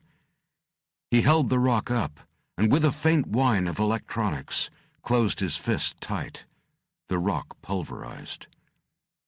Sam winked. Look out, Arcadian, you got competition. About time, big guy. Alex looked at his watch. Let's move. We need to get to Heraklion ASAP, and that's about 100 miles. Sam put his biological suit top back on over the mech framework. The material stretched to fit, but looked lumpy in places. Jackson held up the helmet he'd been given. What do we do with these? They're fucking blacked out. Alex placed his over his head. It covered everything except his mouth. The visor slid down, and he pressed a button to darken it, turning it into a solid mass. He held his hand up in front of it and saw an outline appear, then his entire hand, but a little less detailed than the real thing. Jerry Harris's software was using microprocessors to capture, analyze, and digitally rework the image, then instantly deliver a reproduction. Alex switched off the screen and pushed the visor up. This, my friends, is how we see without actually looking. Thank God for nerds. Now we got something we can use to go toe-to-toe with Magira. Yeah, if we want to get torn in half, Jackson said. The Turkish guys said it made mincemeat out of anyone who got close to it. Sam rolled his shoulders. But they weren't hawks. Got that right, Uncle? Franks bumped knuckles with Rogers, her scarred face pulled up in a half grin. Alex checked a small GPS and then pointed. "All right, let's see what our scientists have been up to. Double time." They started to jog toward the Lasithi Plateau and the caves of Psychro. Matt, Rebecca, and Reese Thompson sat in a small outside cafe, overlooking a sparkling expanse of water that shimmered with 1,000 diamond reflections. Matt watched Thompson's eyes narrow as he read down a page of notes. The SAS soldier shook his head. "The scuba equipment's easy. We can get that anywhere. Same for night diving rigs. But the demolition charges are harder. Hunter and his hawks won't have the explosives we need. They'll be carrying anti-personnel, and we need dynamite, or better still, C4. For that we have 3 options. Buy it legitimately, buy it on the black market, or steal it. We start buying explosives and we'll raise some eyebrows. Got to get them on the quiet," Matt said. He sipped from a tiny cup and winced. This coffee'd strip paint it so freaking strong. He pushed another small sweet cake into his mouth. "That's better. The baklava are great." Rebecca scoffed. "Grow a pair, Kearns. This is real man territory, home to Jason, Achilles, and Hercules." Matt rolled his eyes and turned back to Thompson. "We'll probably need to steal the explosives. Don't know where we'd buy them anyway." "I do," Thompson said. "I've worked out here before. You just have to decide whether you want to deal with the devil." "The devil? Not terrorists," Rebecca said quickly. "Agreed," said Matt, and looked at the SAS man. "How and who?" Thompson shrugged. "Well, I could steal it from a construction site, but that'd be hit and miss. Better if we find someone to help us navigate the black market. Means we can tailor our order." "Okay, how long will it take?" Matt asked. "Quantities, quality, and delivery time all depend on how much you're willing to pay." Rebecca snorted. "Supply and demand, got to love the capitalist system." Thompson stood up. "Give me a minute." He walked away from the table, phone to his ear. He only seemed to speak a few words before he returned and sat down. "And now we wait." "For what?" Rebecca asked. "For a call telling me we have a meeting. Until then, we wait." He grinned at Matt. "Get your credit card ready." Rebecca sighed, sat back, and tilted her head toward the sun. "There are worse things, I suppose." She slid the empty plate back to Matt. "Order some more cakes, seeing you're about to be so liberal with the taxpayers' money."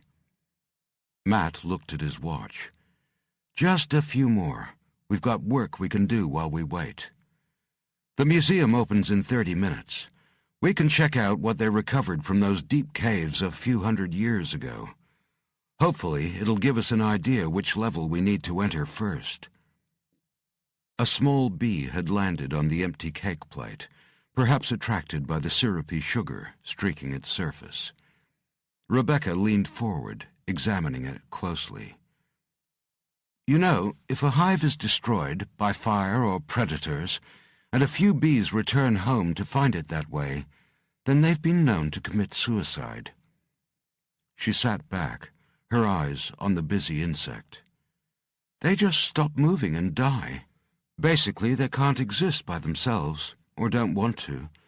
The hive group is the body, and the bees are like cells, really." She narrowed her eyes. "An individual, just like a cell." In the granite forecourt of the museum was a huge list of its rooms, galleries, and collections.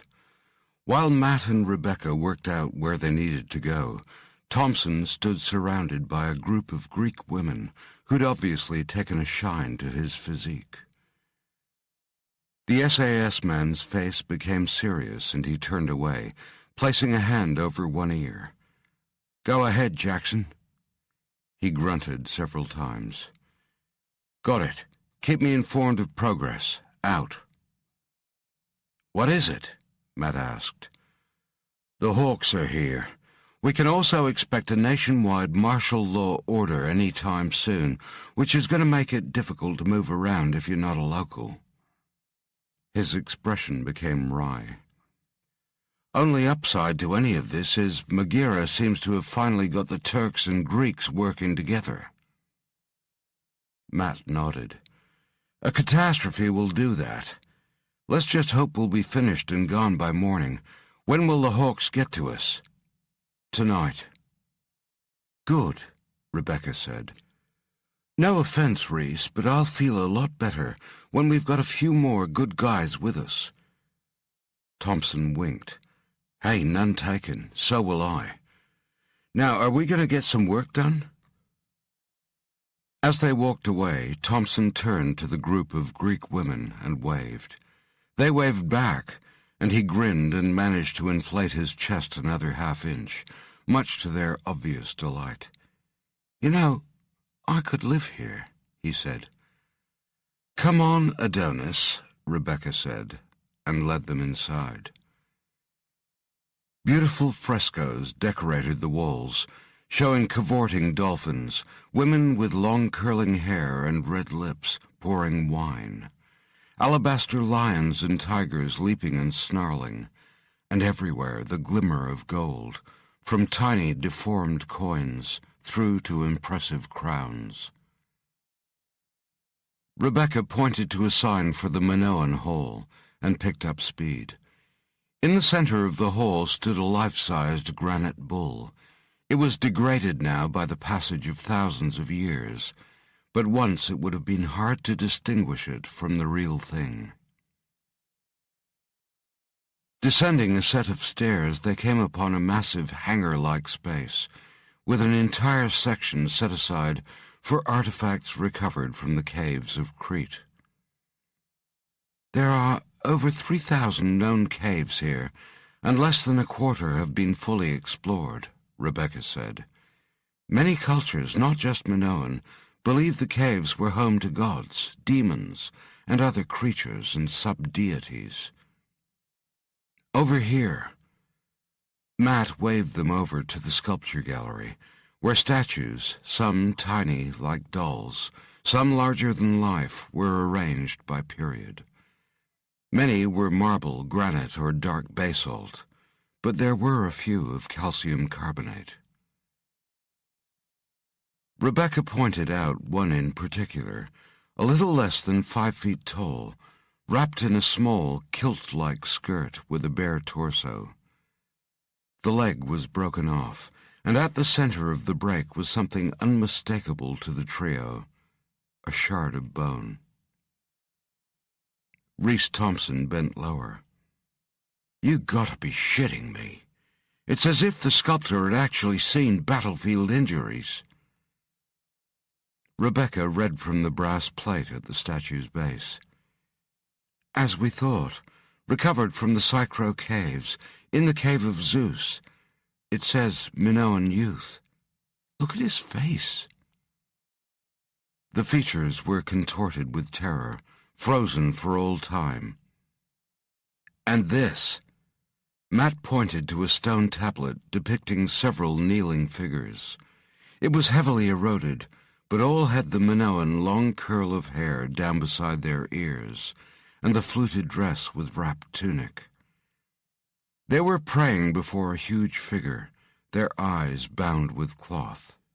The faint scratches underneath the image could easily have been mistaken for chisel marks, but to Matt and Rebecca they were another clue. Minoan writing. Matt turned to Rebecca. I'll do my best, but Margaret would be helpful right about now. He leaned in close. The goddess of night and darkness. Something will always protect us. Let Hades hide her palace. The symbols for 200. Kalamos beneath our feet. Matt frowned. A kalamos was a very ancient unit of measure, equivalent to about 10 feet, I think it might be telling us the depth of where the goddess was living. 2,000 feet, Rebecca said thoughtfully. There are no caves that deep here. The Psychro cave's only about 400 feet deep. Even the pool soundings that were taken are less than that. No caves that we know of, Matt said. You said yourself that rockfalls and flooding could have sealed off some areas. That cave dive's looking more likely all the time, Thompson said quietly. Matt shook his head. I hate caves. I'll be on the surface, eating baklava and keeping a lookout. Rebecca put her arm around his. No way. We need your Minoan expertise. Anything else written there? Matt grimaced and leaned in toward the glass. Yeah, there's more. It says something like, beware, or be in fear of the Guardians. He groaned. Great. I only know of one guardian of the underworld, Rebecca said. Cerberus. The big angry dog? Nice. This is turning out to be a real holiday adventure, isn't it? Thompson said, and grinned. These mythological tales are usually allegorical, Rebecca said. They're designed to teach us about the dangers of greed, lust, violence, and the like. And a big dog does that how? Thompson asked. Matt shrugged. I wish it was only a big dog. Cerberus was actually the offspring of a half-woman, half-serpent. You see, the serpent crops up in ancient Greek and Minoan mythology, time and time again. Rebecca nodded.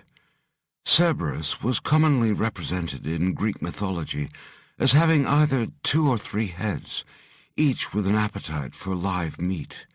His sole job was to guard the gates to the underworld, hell. Thompson shook his head. Jesus, did these guys have any nice gods? Matt grinned. Sure, but fear always works best. Anyway, a guard is a good sign. After all, you don't guard something unless it's valuable, right?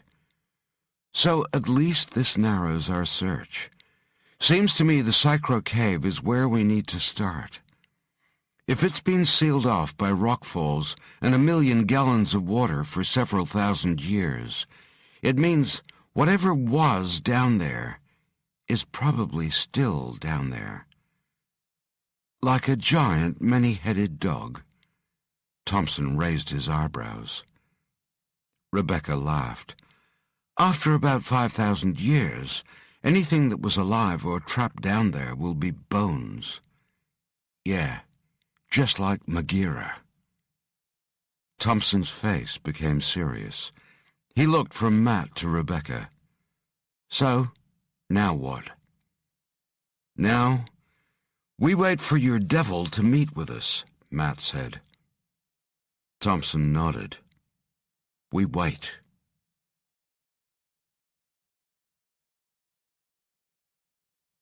Chapter 28. Uli Borshov stepped out into the road, raised a hand and waved the battered truck to a stop.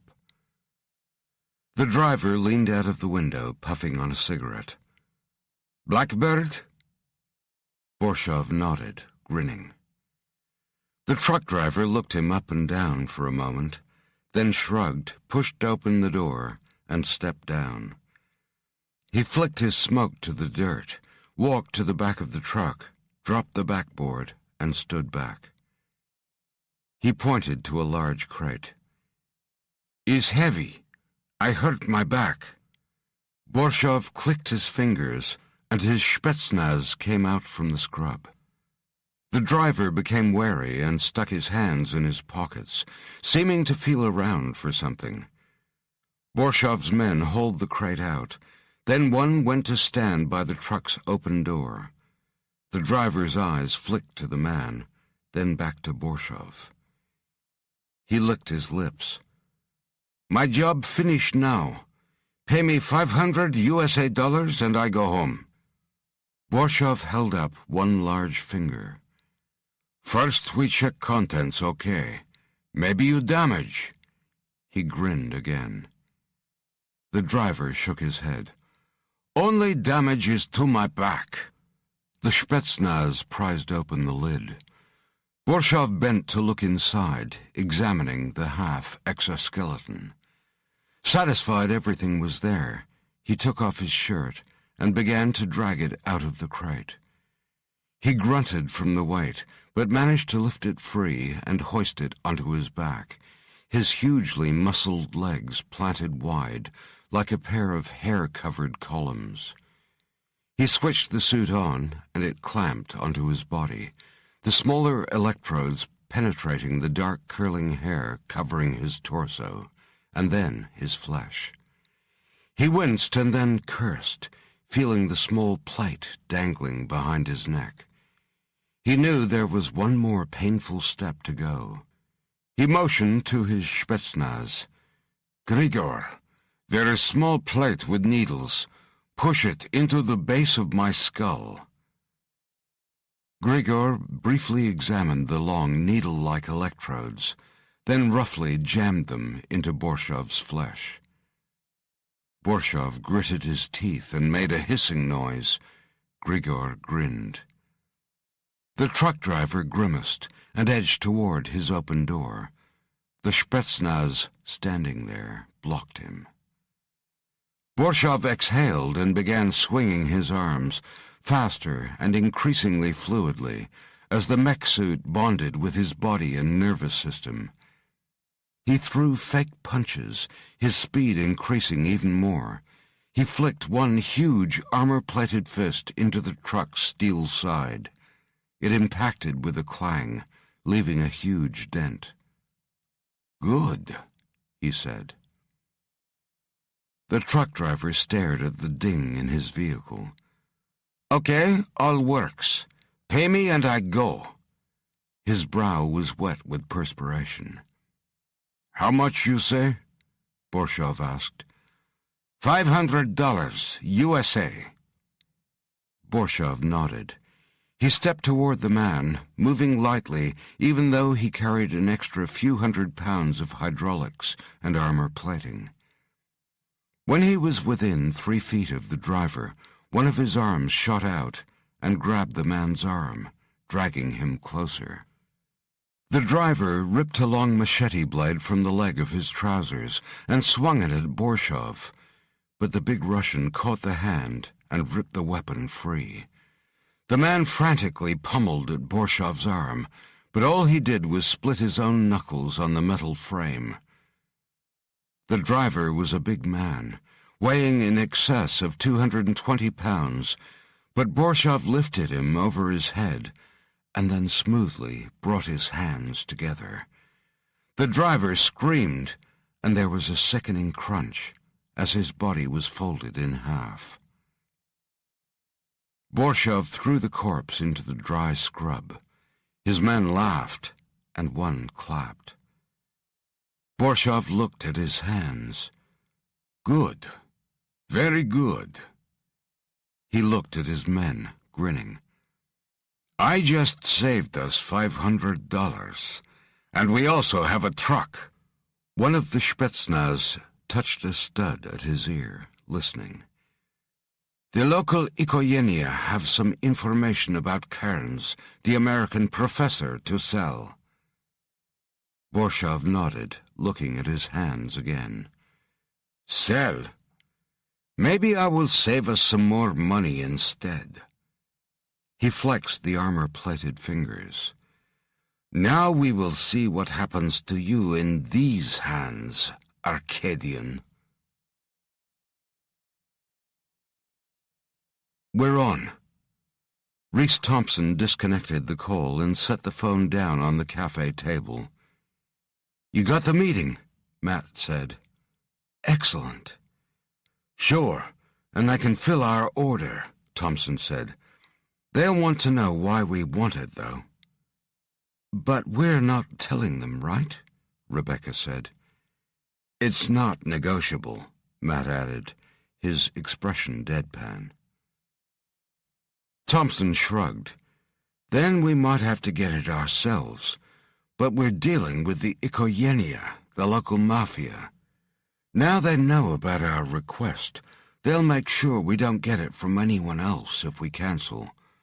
Bottom line is, if they think we're planning a robbery, they know the heat will also come down on them, so they'll want a cut.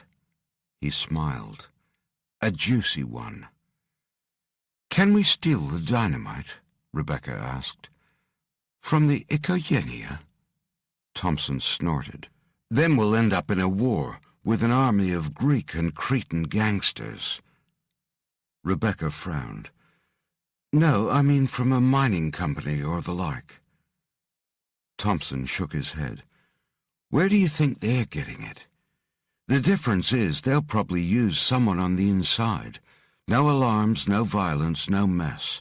No time wasting. Matt exhaled and sat back. And if we tell them? Rebecca started to object, but Matt stopped her. Like I said, they'll want a cut of the action. Thompson waved over a waiter and ordered a coffee. Matt looked across the table at Rebecca. Do we care? Do we have the time to care? He paused. If there are valuables down there, my professional self tells me to make sure they end up in a museum.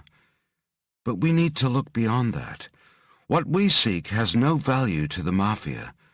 So as far as I'm concerned, they're welcome to whatever else is down there. Fine with me, Thompson said. Rebecca scowled. Anything and everything down there belongs to Crete. Yeah, sure. Except the stuff we might want to take, Matt said. Look, we don't have time to make a moral stand. People are dying. And more will die unless we can stop Magira.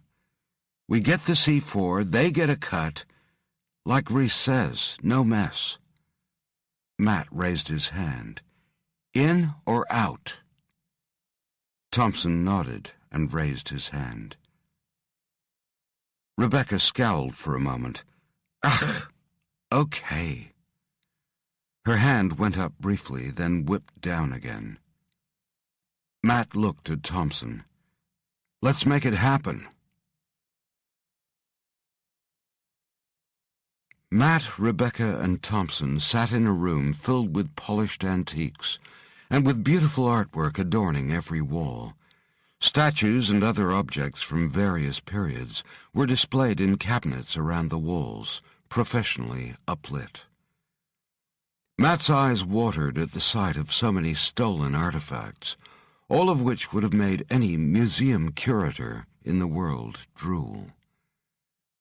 Behind the desk, a gray-haired but robust-looking older man poured tiny cups of coffee for them all. Carlo Vangelis was the head of the local Ikoyenia family, a businessman with fingers in too many pies to mention. He looked like a kindly uncle, Matt thought, until he fixed his green, merciless gaze upon you. Vangelis finished pouring and motioned for them each to take a cup. So, you want to blow something up, he said, watching Matt over the rim of his own cup. Matt decided to be candid. Maybe. We need to get into the Psychro Caves. There might be something down there we need, and it might be buried. We'll probably need to blast the rock. A lot of rock, I think. Vangelis grinned, showing extremely white teeth. What is it? Matt didn't hesitate. Maybe some writing on a wall, maybe an old document. We don't know yet.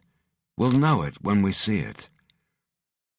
You want to blow up one of Crete's national treasures, and you don't really know if it will be worth the trouble. Not, I think, something I want to be part of. He lifted his cup to his lips again. There could be Minoan treasure, Rebecca blurted out. Vangelis put his cup down slowly. "And now I am listening." Matt talked briefly about what might be found in the lower caves, omitting any reference to the living Maghera. He described the piles of gold, rivers of oil, and encrusted jewels given as tribute over the centuries. All of it, or none of it, could be hidden in the very depths of the Psychro caves. Vangelis sipped slowly, his eyes steady, as he watched Matt for a full minute after he'd finished. His gaze slid to Rebecca, then to Thompson. "So, 2 scientists and 1 SAS soldier on a secret treasure hunt, and prepared to vandalize one of the wonders of Crete. And you want to do this for some words written on something maybe 5,000 years ago?" His eyebrows shot up. "They must be important words." "They are, but only to us," Matt said evenly. "They're of historical importance. In fact, after we've examined them, you can keep them." Vangelis nodded slowly. "I have been inside the Psychro caves.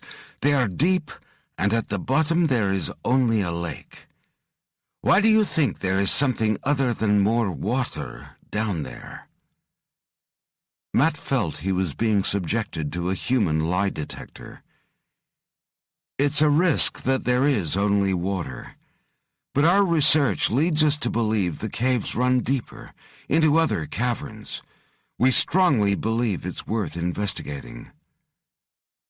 "And that investigation cannot involve the government, because there is something down there that you do not wish to share with them?" Vangelis asked evenly. Matt nodded. "Unfortunately, yes. But we seek only the words, the knowledge. Anything else is yours." Vangelis bobbed his head from side to side. "It seems like a simple and worthwhile investment. But if you are caught—" Matt nodded. "Then we never met." Vangelis grunted, scrutinizing Matt for another few moments. "Dynamite, Semtex, or C4? "C4, Thompson said. "Better quality plasticizer, and better for shaping charges, especially in a liquid environment. We'll take 3 1-kilo packs plus detonators." Vangelis smiled. "Very good." He lifted a phone and spoke rapidly in Greek for a few seconds. Matt followed the conversation, not letting on that he understood every word. Vangelis looked at his watch and hung up. He clasped his hands together on the desk. "When will you be entering the cave?" "Tomorrow morning before dawn," Matt said. "We need diving equipment, cave diving equipment. We've planned to buy it, but—" Vangelis shrugged. "No problem. I assume you'll also need keys to the security gate over the cave.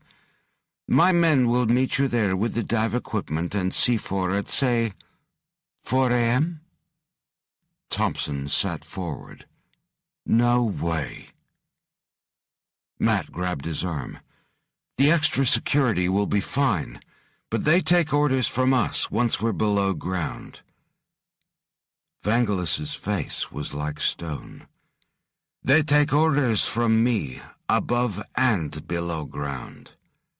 The silence stretched, and his features softened. "But on the descent you are team leader." He opened his arms. "You see, we all work together just fine." As the day faded, a small cloud began to form on the shoreline west of Heraklion, just a few miles shy of Panormos, lifting from the rocks shattered beams, tattered cloth, and broken mast of a fishing boat. The mist solidified at its center, then snaked along the jagged coastline, staying in the shadows. Like a dark tide, it surged along gullies, around rocks, and beneath trees. Insects, rodents, and small lizards scurried from its path, the slower ones shuddering, turning white, and becoming rigid. The mist flowed up into the mountains and toward the ancient caves.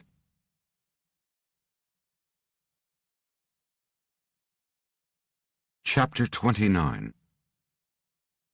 Evening lengthened into night as the hawks jogged to the Psychro caves. Franks ran beside Rogers, with Jackson a dozen paces behind them, and Sam and Alex the same distance out in front. A hawk was trained to run all day and all night, and still be fresh enough to enter a hand-to-hand combat scenario on arrival in a conflict zone. But they were all feeling the heat. Though the biological armored suits were lightweight and the sun had gone down, the ground still gave off residual warmth. The pace was hard, and Rogers blew air and wiped his brow. "Hot." "Sure is." Franks looked across at him. "Looking a little flushed there, Junior." Rogers grinned. "I'm the same age as you." "Yeah, but I've been a hawk for 4 years. You've been in for 1. To me, that makes you just 1 year old, Junior." The group pushed on, keeping in formation. They still had miles to go. The plan had been to commandeer a vehicle, but seeing they needed to keep a near-invisible profile, they had to skirt towns and stay off major roads. The back roads were overgrown, dusty, and about as inhabited as Mars. Rogers lowered his voice. "What do you think about this Magira thing? The boss said he heard it weeping." Frank snorted. "I'll fucking make it weep, all right." Rogers laughed. "I bet you will.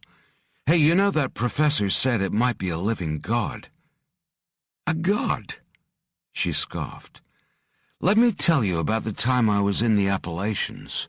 I went up against something the Native Americans used to refer to as the god of the mountains."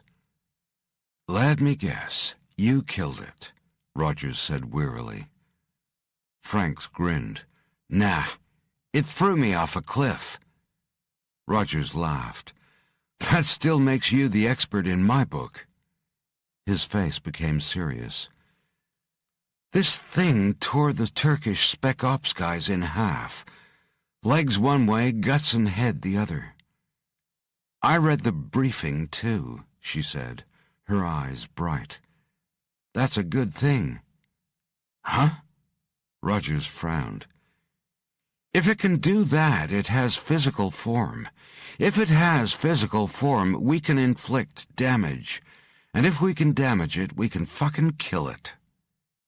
"Yeah." He reached up a forearm to wipe his brow. "How much further?" Franks looked at a small box strapped to the inside of her wrist. "Just 18 to go." She saw that Sam and Alex in front were chatting as they ran, at a speed that was almost a sprint for her shorter stride. As far as she was concerned, the boss was back. She still thought that inside him there lurked something unspeakably violent, but she guessed there were demons running loose in all of them. He'd kept it together and under control in Italy, and he'd been ice cool ever since. But she doubted that cool would be maintained if he got in front of Uli Borshov. Good, she thought. Frank smiled. She rated herself highly skilled in combat and warfare, even among the Hawks. With the Arcadian back and Sam in a full mech suit, the super soldiers bolstered their team. Look out, world, she thought. Alex and Sam kicked up the pace another notch. They aren't even sweating, Rogers said. Go and complain. Franks winked and lifted her stride. He snorted and increased his pace. "I'd rather die." Matt lay on the bed in the hotel room, arms behind his head, staring up at the ceiling. They'd given themselves a few hours off while they waited to meet up with Vangelis's men at the cave. The room was cool, the sheets clean and pressed, and fatigue dragged on his frame. But still he couldn't drift off. His mind kept whispering warnings, refusing to let him slip away. Truth was, he was dreading going into the deep caves. The thought of swimming in inky water beneath megatons of rock made him want to throw up. His mind was dredging up memories of previous encounters with things from his worst nightmares, things that really existed. He'd accompanied a team of scientists and hawks to the Antarctic, where they'd gone down into the darkness beneath the ice. Of all the 50 on that mission, only 3 had returned. Matt, scientist Amy Weir, and Alex Hunter. There were things down in that subterranean darkness that had torn at his sanity. He'd spent years working hard to push them into a secure part of his brain, imprisoned under a mental lock and key. He was rarely successful at keeping them there. The doorbell buzzed, and he nearly leaped a foot into the air. "Matt!" It was Reese Thompson. "Downstairs in 10. Matt tried to calm his rapid heartbeat and swung his legs over the side of the bed. "Got it, Reese." He stood and rubbed his face hard. In and out in a few hours. No problem, he told himself. No problem at all. 15 minutes later, he exited the elevator and crossed the empty foyer, to see Thompson standing outside in the humid night air. There was an enormous moon rising. Thompson nodded, and Matt returned the gesture. "Nice night for a swim. Or to blow some shit up," Thompson replied. "Let's hope our friends get us the right explosives." Matt raised his eyebrows. "And they're the real thing." Thompson grunted. "I'll know if they're real or not. Don't worry." Rebecca pushed through the doors and stretched. Her eyes were slightly puffy. "Couldn't manage a catnap. Overtired or overexcited, I guess." "Tell me about it." Matt half smiled. "Don't worry, this'll be fun." She looked at him like he'd just grown another head. "Fun? For who?" His smile fell away, and he couldn't meet her eyes. "Well, if we find something that gives us a clue how to control Magira, and perhaps save lives, it'll be worth it. Agreed?" Rebecca bobbed her head once and turned away. "Let 'em up, people," Thompson said. "It's about an hour's drive up to the plateau." The road soon gave way to a dirt track, and the Land Rover rocked and bounced along it, heading up the mountain. Vapor rose from the ground, like ghosts between the pine trees. The moonlight showed 3 big men standing beside a truck near the entrance to the main cave. The truck looked in worse condition than their Land Rover, Matt thought. Thompson eased the Land Rover to a stop. "Welcoming committee's already here." "The birthplace of Zeus," Rebecca said, and stepped down. Matt and Thompson followed, but Matt noticed the soldier kept the car door open between himself and Vangelis's men, and his hand hovered near his gun.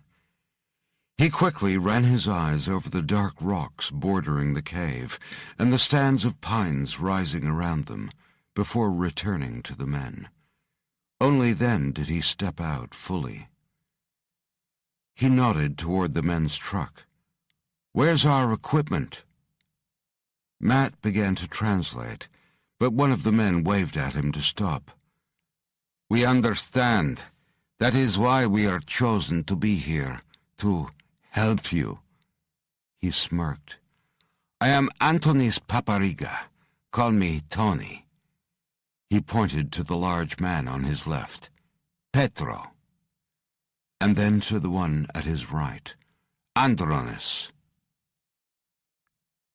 Tony walked to the truck and dropped the backboard to reveal wetsuits, air tanks, goggles, and flippers, knives, numerous lights, hammers and spike bars like long crowbars, shovels, and even some spear guns. There was also a heavy metal box with a yellow warning symbol on the front. Tony flipped it open. "This was not easy to get so quickly." Thompson walked over and peered inside. Matt could see there were 6 packages the size of a large block of butter, twice as many as they'd requested, each wrapped in brown paper with Greek writing and more warning symbols. Thompson lifted a block, squeezed it slightly, and held it to his nose. He nodded, replaced it, and then lifted what looked like a capped silver pen. He turned to Matt. "All good." Tony grinned and held his arms wide. "Mr. Vangelis hopes for a good return on his investment." He unbuttoned the front of his shirt, opening it slightly to show a wetsuit underneath. "Now you pay for equipment. 10,000 euros. There were urgent words from behind him, and Tony nodded, then turned back to Matt. "For each of us." "What?" Matt spluttered. Rebecca crossed her arms and rolled her eyes. "Why don't we see what Mr. Vangelis says about this, She held up a slim phone and started to press numbers. Tony's face went red. Then he grinned and waved his hand. No, do not call. I was only having big joke with you. We are ready when you are, Professor." Matt nodded. While the men unloaded the truck, he whispered to Rebecca, "You don't really have his number, do you?" She raised an eyebrow. "Nope, but they don't know that." She leaned closer to him. "Should we wait for the Hawks?" Matt thought for a second or two, then shook his head. The search could take hours, and they might be still miles away. He sucked in a deep breath. "Let's make a start." Matt's heart was racing. The night air surrounding them was warm, humid, and pine-scented, but he felt a depressing cold radiating from the blackness of the Psychro cave. He detected a faint movement of air, and with it a whiff of rocks and moss and dampness. He shivered, even though he wore a rubberized wetsuit. Like Rebecca and Thompson, he had a backpack over his shoulders, containing excavation equipment, climbing gear, and extra flashlight batteries. Thompson got to carry the explosives. Matt looked at their 3 Greek minders. All wore wetsuits over their sizable frames, and 2 had shoulder holsters. Matt wondered what they'd do with the guns when it came time to enter the water. He pointed to Tony's holster. "You know, a gun goes off down there. We could all be buried alive." Tony shrugged. "Then we hope we don't need them." He nodded toward Thompson. "I think these pea-shooters are not as loud as your friend's gun, huh?" He winked, but Thompson ignored him. "They're dangerous," Matt persisted. "And the fucking explosives, are they for redecorating?" Tony said with a grin. He nodded toward the dark cave opening. "Do we go in or what?" Rebecca narrowed her eyes. "I've got a bad feeling about these guys," she whispered to Matt. "Once we get down there and show them anything of value, we may not get out again." "Yeah, well," Matt gave her a crooked smile. "It's not really them I'm worried about. There are far worse things in caves than thugs with guns." Thompson gave them the go-ahead, and Matt sighed. He switched on his headlamp and aimed his big flashlight into the Stygian darkness. Behind a heavy metal gate, concrete steps with a railing led down into the dark. "Abandon hope, all ye who enter here," he whispered. Rebecca finished the quote.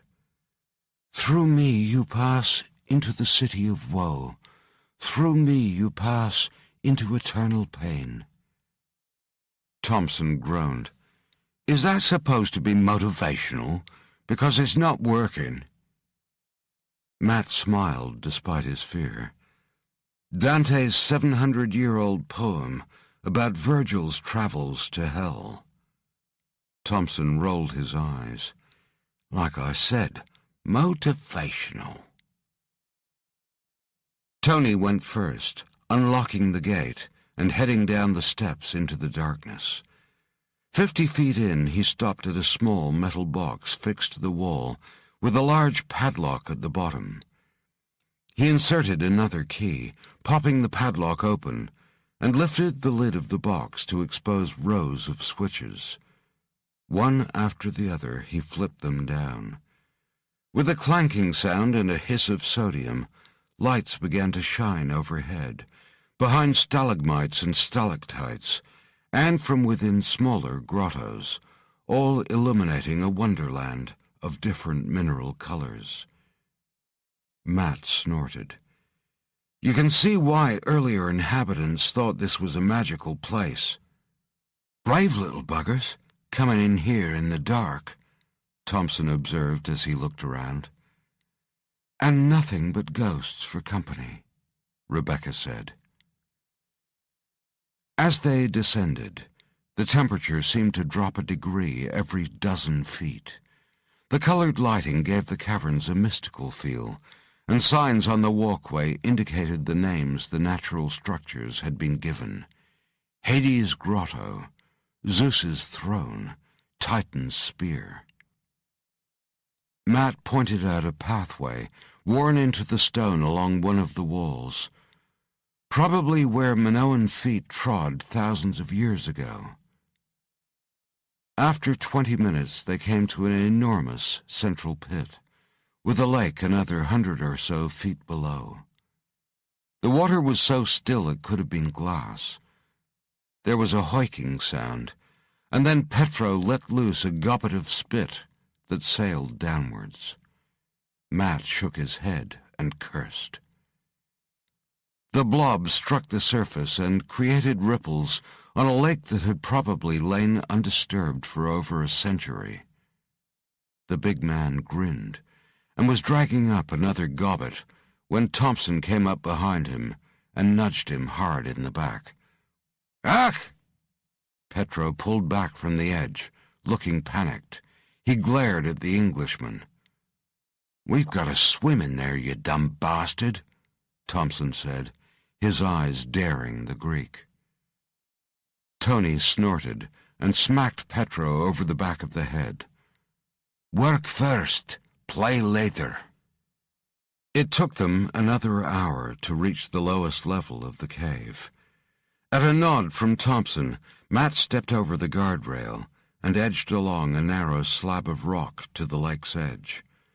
Lights had been placed just at its surface to illuminate the shallows. The water was so clear that unless you concentrated, it was hard to see where it started and the air stopped. He looked up and saw an alcove across the pool, with a portion of wall and a few fragments of paving tiles still embedded in the ground. Marble covered a flat rock that would have been a magnificent polished surface thousands of years before. "Hercules' table," Matt said. This is where Professor Myers found many of the artifacts back in 1896. Axe heads, darts, and knives. Matt looked at Tony.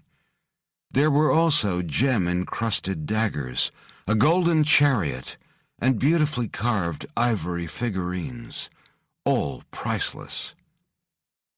Tony grinned and nodded. Matt adjusted the angle of his headlamp, shining it into the darker recesses of the cave. The ancient Greeks, Minoans, and even the early Neolithic tribes held festivals deep in these caves, usually heralding the change of the seasons, and when they wanted to bring fertility back to the earth. Gifts of gold, weaponry, and in many cases virgins, were thrown into cave pools and volcanoes. Dozens of skeletons of young women were pulled from the silt of this pool alone. He pointed to the deeper center of the pool. One story has it that the cave god of Crete was a mother goddess who rested upon hills of gold and gave birth each season to a son who was made of stone. Tony lit a cigarette. "Hills of gold, you say?" "Put that out," Rebecca said. "There's a chance we could open a cave filled with methane. One spark and you'll kill us all." Tony dragged hard on the cigarette, unmoved. Rebecca sighed and went and added her torch beam to Matt's. "This is a good place to start," she said. "This cave flooded in the early 1800s after some dynamiting on the surface. It collapsed some of the deeper caves and also allowed rainwater to pour in during ensuing rainy seasons. The artifacts that Professor Myers found were believed to have washed out from smaller caves. We need to find out which ones." "So, what are we looking for?" Thompson was moving his light over the surface of the lake. "The Earth leaves us clues," Matt said. "The rock formations down here grow incredibly slowly, about 1/3 of an inch in 10 years. He shone his light on an enormous column reaching from floor to ceiling. That started out as a single drip of water loaded with calcium carbonate and other minerals. A stalactite forms on the ceiling, a stalagmite on the floor, and over hundreds of thousands of years they grow toward each other, touch, and then combine. So we're looking for new growths or scars on the rock, above and below water, anything indicating fresh action that began in the last few hundred years." He turned to Thompson and pointed with his thumb at the lake. "And that means pool time, I'm afraid." He stood with Thompson, looking down into the water. It looked about 2 feet deep, but the clarity was deceptive. It could have been 10. Tumbled boulders were visible below the surface, with occasional snaggletooth islands lifting calcium carbonate and mineral spires toward corresponding stalactites on the cavern roof above. As they watched, a small sprat-type creature wriggled from one shard of stone to another. "There are things living in there," Thompson said. Matt nodded. "Could be blind eels, blind fish, blind shrimp, you name it. Could be all kinds of things, but all blind."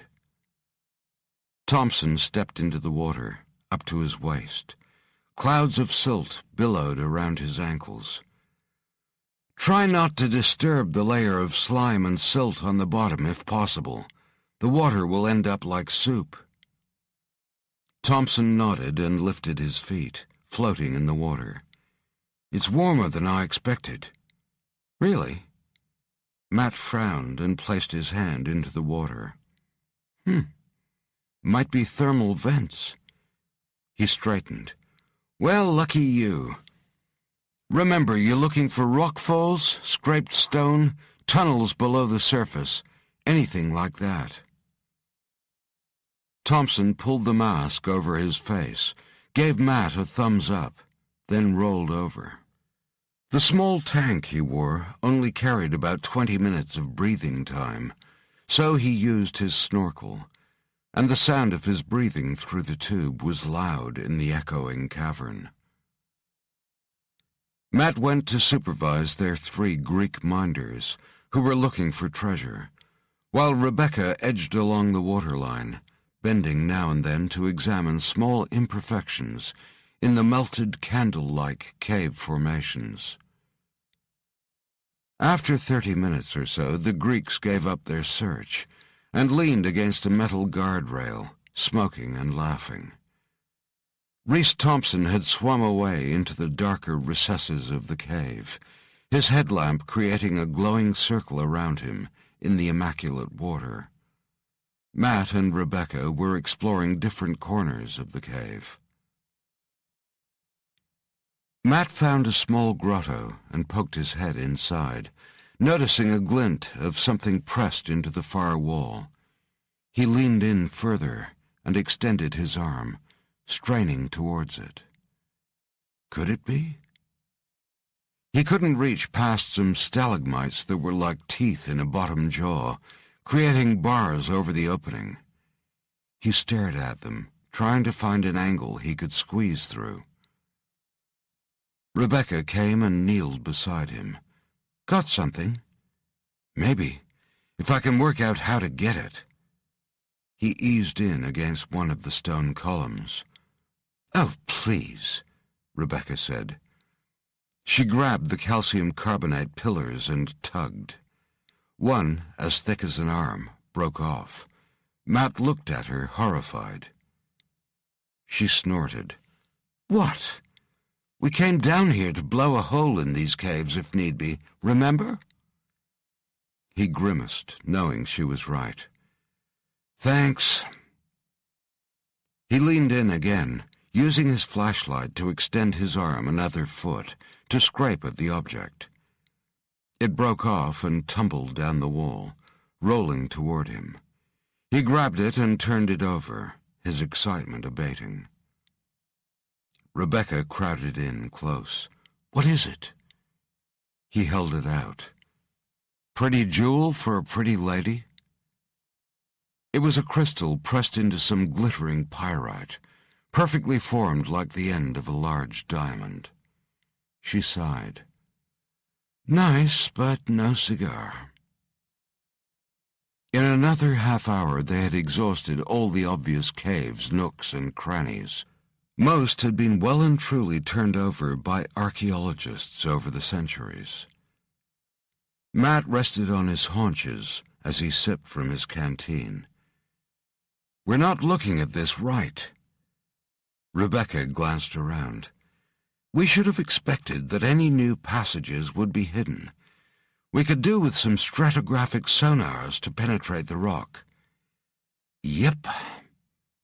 He nodded slowly, staring toward the dark end of the cave where Thompson had disappeared. I'm guessing it's a bit late to ask Vangelis, so let's think laterally. Imagine we're here a few thousand years ago.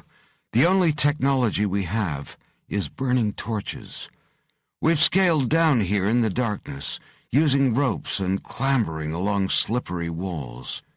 This place would be as scary as hell. In fact, a lot of early cultures thought these passages were a path to hell. She nodded, following his train of thought. Go on. We know there were probably other paths into the cave, which have since collapsed or been flooded. We also know the early inhabitants of the island were good fishermen and not afraid of water. If you wanted to keep something hidden, or stay hidden yourself, the best place would be somewhere that's difficult to get to. Matt shone his light towards Thompson, now 100 feet away in the enormous lake. When Reese entered the pool, he stirred up mud, and I immediately told him not to do that, to keep the water clear. What if the clues we need to find are below the mud? She shrugged. It's possible. It's the only thing left that makes sense. Matt waved their Greek minder over. Tony, we need to search under the mud. Anything that might indicate another cave. Tony didn't look keen. Like what? A door handle or something? He frowned in confusion. Matt shrugged. At this point, just anything that shouldn't be there naturally. We're still looking for fresh gouges or tumbled rocks, but man-made. Tony grunted in understanding and turned, whistling sharply. Petro, Andronas, in the water now. A rapid-fire conversation in Greek took place for a few moments, with Tony raising his voice at his men. Eventually, with a lot of cursing and grumbling, the two Greeks pulled goggles down over their faces and sloshed into the water. There was no need to tell them not to worry about stirring up the mud. In a second, the water was like milky coffee. Matt pointed to the lake, then half-bowed to Rebecca. After you. She pulled her goggles down, put the snorkel in her mouth, switched on her headlamp, and fell forward into the water.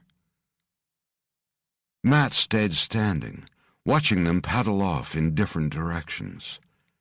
The once pristine pond now resembled a hotel swimming pool in summer. He chose a different direction to others, waded into the water and swam out. All he could hear now was the sound of his breathing. Silt swirled around him, and even though the shallows were only a few feet deep, he had to feel his way along the bottom by hand, stopping from time to time to bring his flashlight in close, to examine a raised surface or indentation.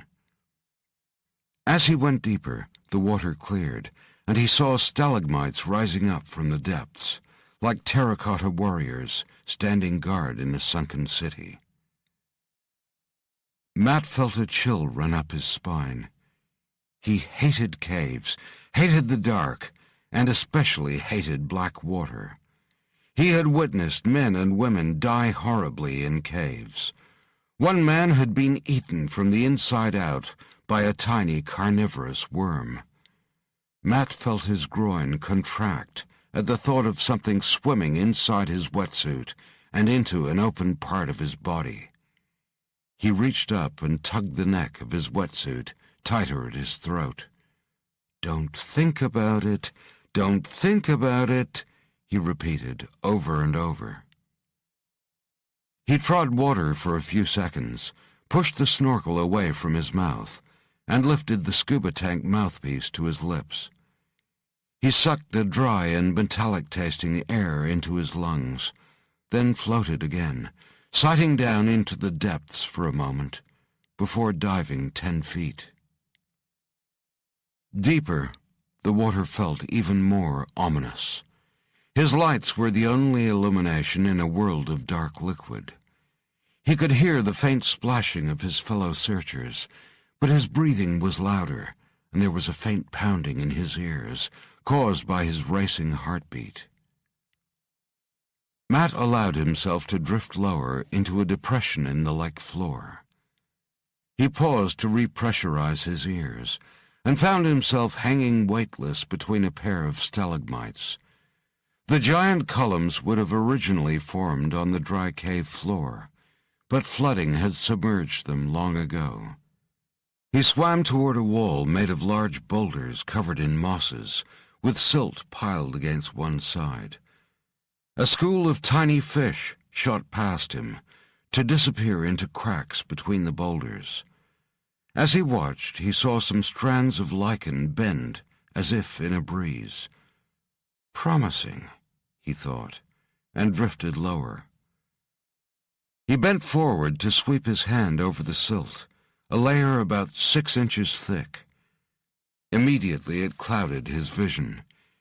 He brought his face closer, ignoring the sliminess of the particles, and ran his hand over the cave floor beneath the silt. It was smooth. It could be flowstone or calcium carbonate that had run like melted wax over the eons. Or it could be something more. He carefully pushed more of the sludge out of the way, wishing he had an industrial underwater vacuum cleaner that could have sucked up a ton of muck in minutes. He brought his flashlight around. A glimpse of something white. He waved his hand in the water, trying to create a current to drag the silt away from where he was working.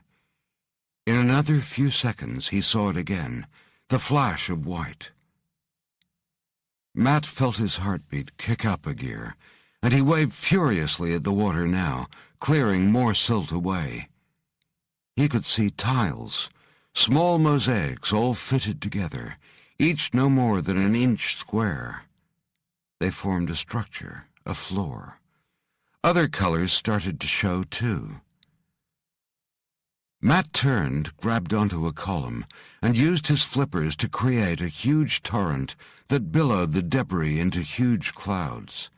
His thighs burned, but he kept at it, eventually displaying a tiled section 6 feet wide and long. He was wrong. It wasn't a floor, but a path. And many of the newly exposed tiles were still vivid, protected by the oxygen-poor silt at the bottom of the deep pool. A face showed at the center of the path. It didn't belong to a dark-haired Minoan beauty, or a bull-jumping athlete with bronzed muscles and aquiline nose. Instead, it was something designed to strike fear, or perhaps awe, into whoever saw it. The screaming face of the Gorgon, with writhing hair and the red-slitted eyes of a snake. "Got you," Matt thought, as he let himself descend to the cave bottom. He used his hands like a snowplow, following the edge of the path until it met the wall. A huge column rose from the floor, blocking his way, but he could see a light current moving around its sides. He guessed the wall had probably collapsed many years before the cave flooded, and the column had grown up over its entrance. He looked upward, following the column to where it breached the water's surface, about 10 feet around. Doing a quick calculation, he estimated the column to be about 5,000 years old, which made the timescale right. Matt let go of the column and drifted to the surface, immediately bumping his head on stone. The roof here was low. It was no wonder this end of the cave hadn't been fully explored. He dragged his mask from his face and spat out the mouthpiece. "Rebecca! Found it!"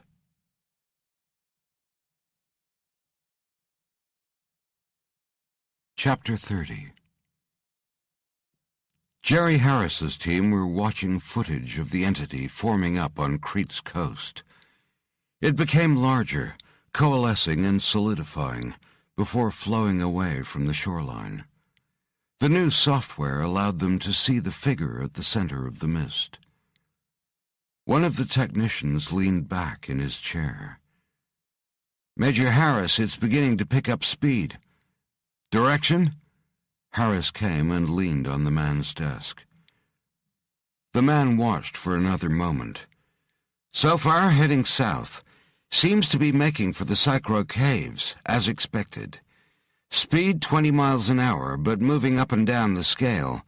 Sometimes stopping, sometimes moving at over 50. Harris pushed away from the desk. "I'd better let Hammerson know his team's about to have company." Alex waved his team into cover and walked alone to the dark cave mouth. The iron gate swung open. He slowly turned to take in the surrounding ridges, rocky outcrops, and stands of trees. He signaled to Franks and pointed to 2 trucks pulled in behind a stand of trees. The Hawk moved fast and low to the vehicles.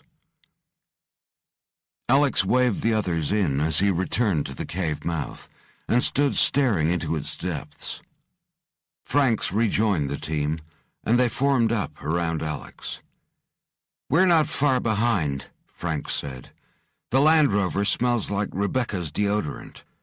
The flatbed has some diving and excavation equipment on the back, but nothing to indicate who drove it here. One thing's for sure, it wasn't Borshov. The guy stinks like a vodka-soaked grizzly." Sam motioned to the cave entrance. "Boss, anything?" Alex nodded. "They're already down there. Matt, Rebecca, and Thompson. Also another group of men. Large but not special forces." He continued to stare into the cave, his eyes narrowing. He could sense hopelessness, fear, and 1,000 captive souls swirling about in the Stygian darkness. He thought about the last time he'd entered a cave, the horrors he'd seen, the people who'd died. "You okay?" Sam asked. "Ghosts," Alex said. "Thousands of them, all trapped down there." Sam snorted, but his face changed when he saw Alex's expression. "Seriously?" Alex nodded. "This is the place Megira came from." He slapped the big hawk on the shoulder, feeling the mechanical frame. "But we don't believe in ghosts, right? So let's join the party." He turned to Jackson and jerked a thumb at the truck. "Grab anything you think we might need." The SAS soldier and the Hawks checked their weapons and secured everything else in close to their bodies, rigging for tight quarters. Alex pointed to a lip of stone over the entrance. "Rogers, give me a peep." Rogers reached into a pocket for a silver dollar-sized black disc with a single lens at its center. He twisted it and stuck it to the stone. The motion sensor lens would activate on movement and send images to Rogers' visor screen. They now had eyes on their front door. "Stay tight, fast and quiet, on me," Alex said, and waved them forward into the darkness. Colonel Jack Hammerson listened to Harris's report, thanked him, and hung up. His eyes narrowed as he thought through the options. He grunted and walked to his own screen to replay the relayed data feeds and view the GPS map. Current estimates gave Alex and the team about an hour before Megira arrived. There was now a no-fly zone over all of the Mediterranean, and communications had become useless the moment the Hawks went deep below ground. There was nothing Hammerson could do except trust his team were up to the task. "Storm coming your way fast, Arcadian. Good luck." Matt sat on the rocks close to the walkway railing, mask pushed up onto his forehead. Rebecca and Reese Thompson squatted beside him as he explained what he'd found. The 3 Greeks stood nearby, listening in. "I don't think we can get to it to plant charges," he said. "We might need to blow the stalagmites and columns first." Thompson shook his head. "Not a great idea to be setting off multiple charges in an area that's structurally compromised. This place has already collapsed once in the last few centuries." Rebecca nodded. "It only flooded 200 years ago. The pool was little more than a pond in Minoan times. There was also reference to a current after heavy rain." "A current?" Matt's eyebrows shot up. "Maybe a river ran through here once, now sealed off." Tony flicked a cigarette butt into the pool. It hissed once before going out. Matt compressed his lips as he watched it bob on the surface, releasing minute amounts of ash into the pristine water. Tony shrugged. "We blow it. That's what we came here for. What else we gonna do? Go home with our fucking dicks in our hands?" He winked at Rebecca. "I so want to marry a man like that one day," she said under her breath to Matt, and pretended to gag. Thompson looked out over the water. "Risky?" Matt nodded. "I agree. We need to think about it." Tony snorted. "Petro is good at demolition work. Cars, buildings, people." He saluted Petro, who returned the gesture with a small bow. Thompson got to his feet. "Fine. We'll wait outside while you bury yourselves alive." Tony laughed and held up his hands, palms up. Sorry. I mean, you blow it." He grinned. "Happy now, fucking Prince Charlie?" Thompson squared his stance. "Ain't gonna happen unless the professor says so. And if he says it's too dangerous, then we work another option." Matt saw that Andronos and Petro suddenly had guns hanging loosely in their hands. They didn't look directly at Thompson, but stood side-on. Matt knew what they were doing, presenting a small target just in case things went bad. "What? The professor is a demolition expert now," Tony sneered. "I suggest you get down there and have a look, Mr. Soldier. You are here for one reason, to fucking blow things up. Why don't you stick with Plan A until it's been proved wrong?" Thompson half turned to Matt and said quietly, "Get ready to jump. I can take one or two, but if they're quick, they might get lucky." Matt knew what that meant. If they got lucky, it meant Matt, Rebecca, and Thompson would get unlucky and take a hit. Matt felt light-headed at how fast things were spinning out of control. He got slowly to his feet and held up his hands, calming things down. He knew they didn't have time for a standoff. "Let's just everyone take a breath? Maybe Tony's right. I'm no demolition expert. So maybe we should have another look." Tony scoffed.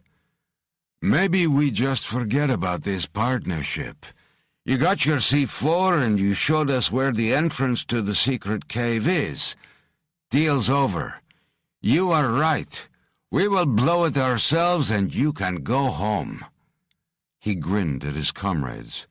"Go home, go to hell, we don't care." "You're dead first." Thompson's expression was dark as he stared at Tony. Then he paused, as if listening, and began to smile. Tony's gun barrel was suddenly pointing at Rebecca's chest. "One gun against 3. Not good odds for you. Put down your weapon, or the girl is dead. First." Matt wondered why Thompson was smiling, then saw that several figures had appeared high on the steps behind the 3 Greeks, as silent as ghosts. One shape broke away, moving so fast it seemed to disappear momentarily, then reappear right behind the 3 gunmen. Matt's spirits soared. There would be no standoff, after all. "Put your guns down," Alex told the Greeks. Petro spun, and either reflexively or through shock brought his gun up. Alex's hand shot out, taking the weapon so quickly that Petro was left blinking at his empty hand. Andronos staggered back, his arms pinwheeling, and fell over the railing into the water. Tony cursed, went to aim, then thought better of it. Alex grabbed him, dragging him close so their faces were only a few inches apart. The Greek slowly turned his head to Matt. "Tell him we are friends, okay?" "Friends?" Matt said. "You were about to shoot us." Alex lifted Tony off his feet, one-handed. He screamed, his voice bouncing around in the cave, his legs kicking uselessly in the air. "It's okay. We'll need them," Matt said. Alex lowered him, his eyes burning into the Greeks. Tony looked away. Alex pushed him out of the way and leaped over the rail to join Matt, Thompson, and Rebecca. "Making friends with the locals, I see," he said. Sam and Barclay Jackson came down to stand behind Petro, while Franks pulled Andronos out of the water. The big newcomers dwarfed the Greeks. Thompson saluted, and Alex returned the gesture, followed by a bump of the knuckles. "Took your time," Thompson said with a half-smile. "Heard you ran into some nasty shit in Turkey." Alex nodded. "Lost a good man. And now that nasty shit is on its way to Crete. We need to stop it, pronto." He motioned to the water. "Find anything?" "Yes, but we've got a problem," Matt said. "I think we've found Megaera's lair, but we can't get close enough to it. And we're worried too many underwater explosions will weaken the cave structure." He looked up at the ceiling. "We might be able to get away with one, but—" He shrugged. Alex squatted at the water's edge, peering into its depths. He dipped a hand in and ran it up the pool's edge. "This used to be shallower. Is it filling?" "It was probably 10 feet lower 200 years ago," Rebecca said. "It's filled from rain seepage. Back in the early 1800s, they used explosives to open up some areas and cause some fissuring. Rainwater seeps in now but can't get out. Seems they also managed to block up the outflow areas." Alex stood. "And where are they?" "What?" Matt frowned. "The outflow areas." Alex looked up and down the cave. Matt sucked in a breath, thinking. "My guess—" He looked around for a second or two, then pointed. "Probably down there. It's the side where the river comes out from under the ground on the lower slopes." Alex shrugged the equipment off his back, grabbed Matt's goggles off his head, and walked into the water. "I'll take a look. Give me 5 minutes." Alex stroked hard to the end of the cave, and then dived beneath the water. Matt turned to Rebecca, who raised her eyebrows. "We have a new plan?" He grinned. "Maybe." In a few minutes, Alex surfaced and pushed his goggles up. He breaststroked back to the pool's edge. "I think we might have something. Big boulder against the wall, like a cork. If we can move it, we might be able to restart the flow. Maybe even drain this bathtub." "Empty the pool? Is there any other—" Matt stopped and grimaced at the thought of what they were about to do. What they had to do to the Psychro Cave pool. He sighed. "Okay, but how?" "Well, if we can't use explosives—" Alex looked across at Sam. "We use a forklift." He stood up. "Okay, Uncle, you and me are up. We got some rocks to move, and I'm dying to see what that full mech suit can do." Sam snorted and dropped his kit, then took off his shirt. "Oh my God!" Matt's mouth fell open. Sam looked like something from either the future or a torture chamber. There were pipes, pistons, and tubing covering his combat-hardened physique, with spots of blood showing where the needles had penetrated his nervous system. Thompson handed Sam a breathing tank and some goggles, then looked him over. "Bad. Pure bad." Sam grinned. "Time to see if it's waterproof." Alex watched as Sam walked into the water, sinking lower and lower. There was no way he was going to float while carrying several hundred pounds of technology. Alex swam toward the dark area of the lake where Matt had found the mosaic.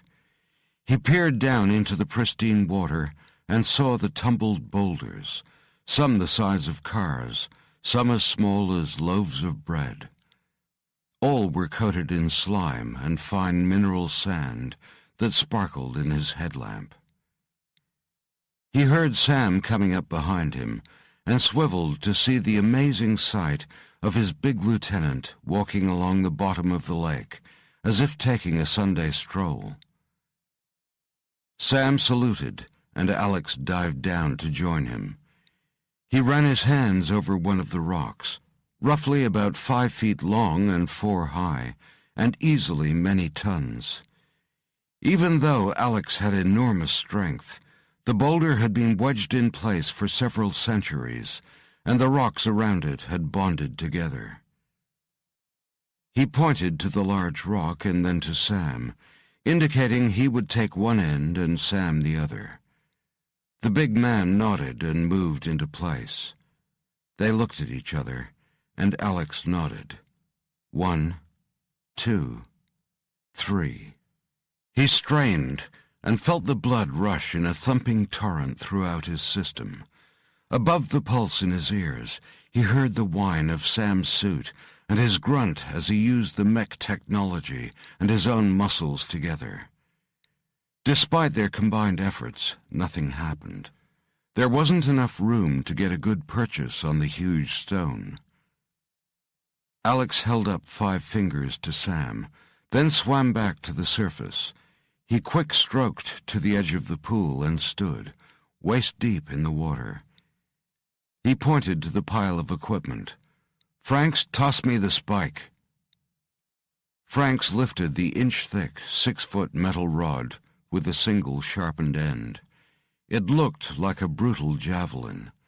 She hefted it to her shoulder, nodding appreciatively. "Heads up!" She threw it like a spear, and Alex caught it out of the air, instantly feeling its weight. Perfect, he thought, and sank once more below the surface. He smiled around his breathing tube as he saw Sam sitting casually on the huge rock 10 feet down. Sam gave Alex the thumbs up, and once again took his position on one side of the boulder. He dug his fingers deep into the crack between the boulders, and Alex lifted the spike, and with all his strength stabbed down, wedging the sharpened end between the stones.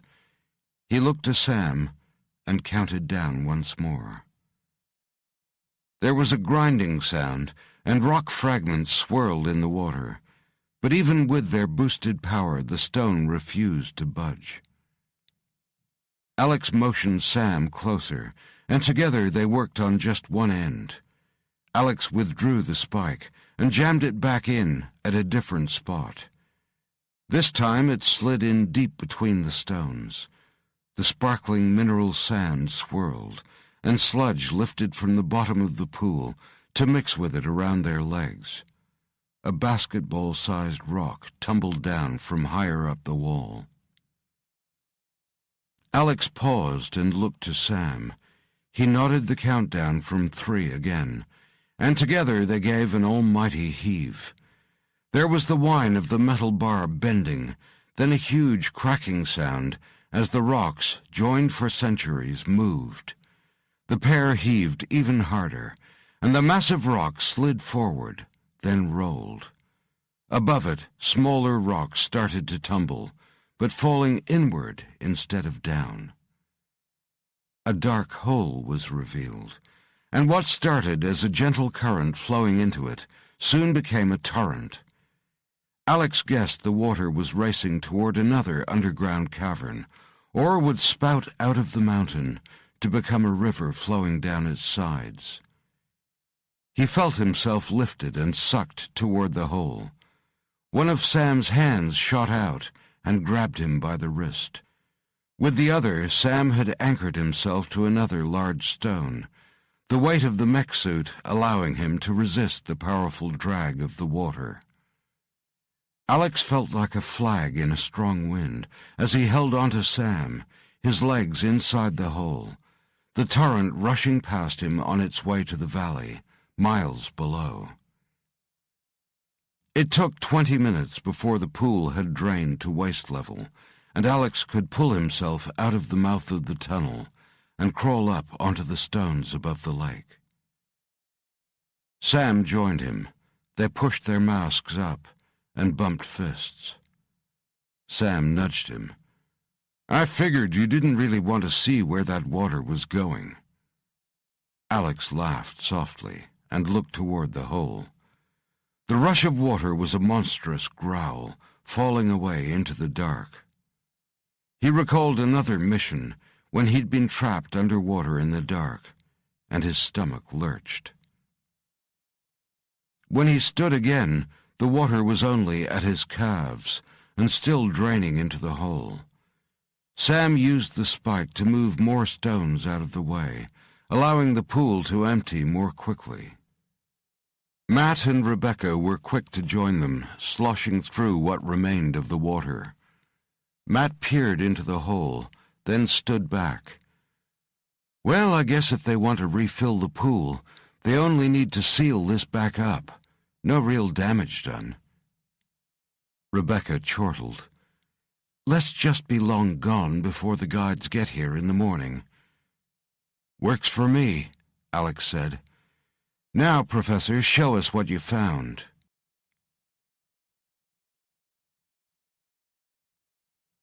Chapter 31.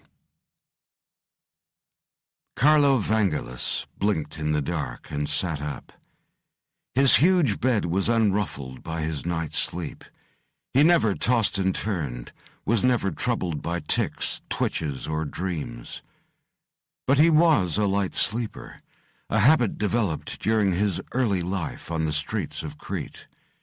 If you didn't want to die while sleeping rough or in a doss house, you had to remain on guard.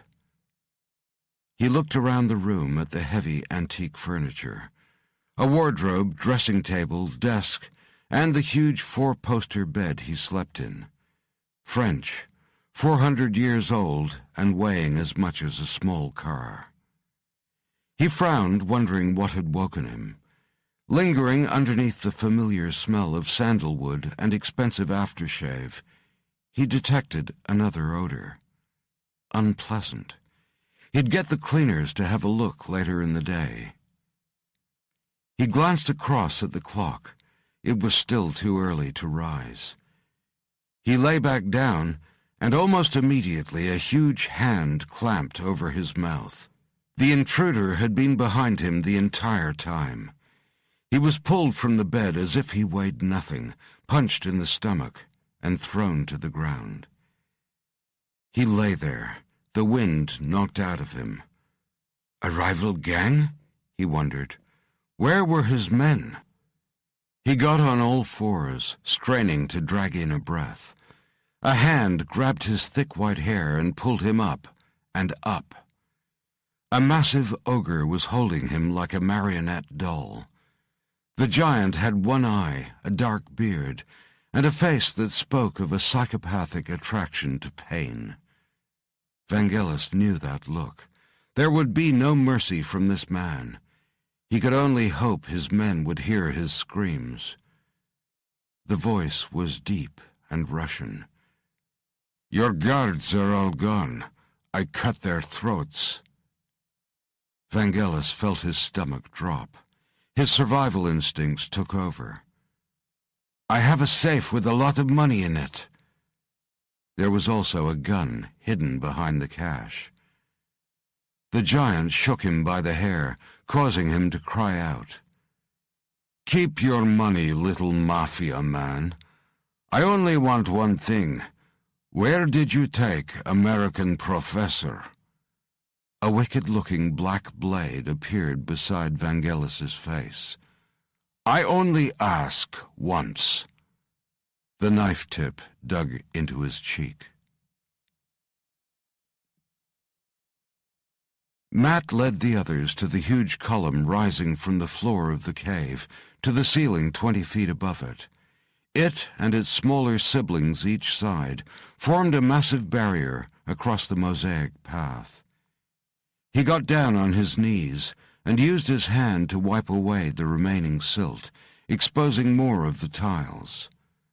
The face appeared in all its horror.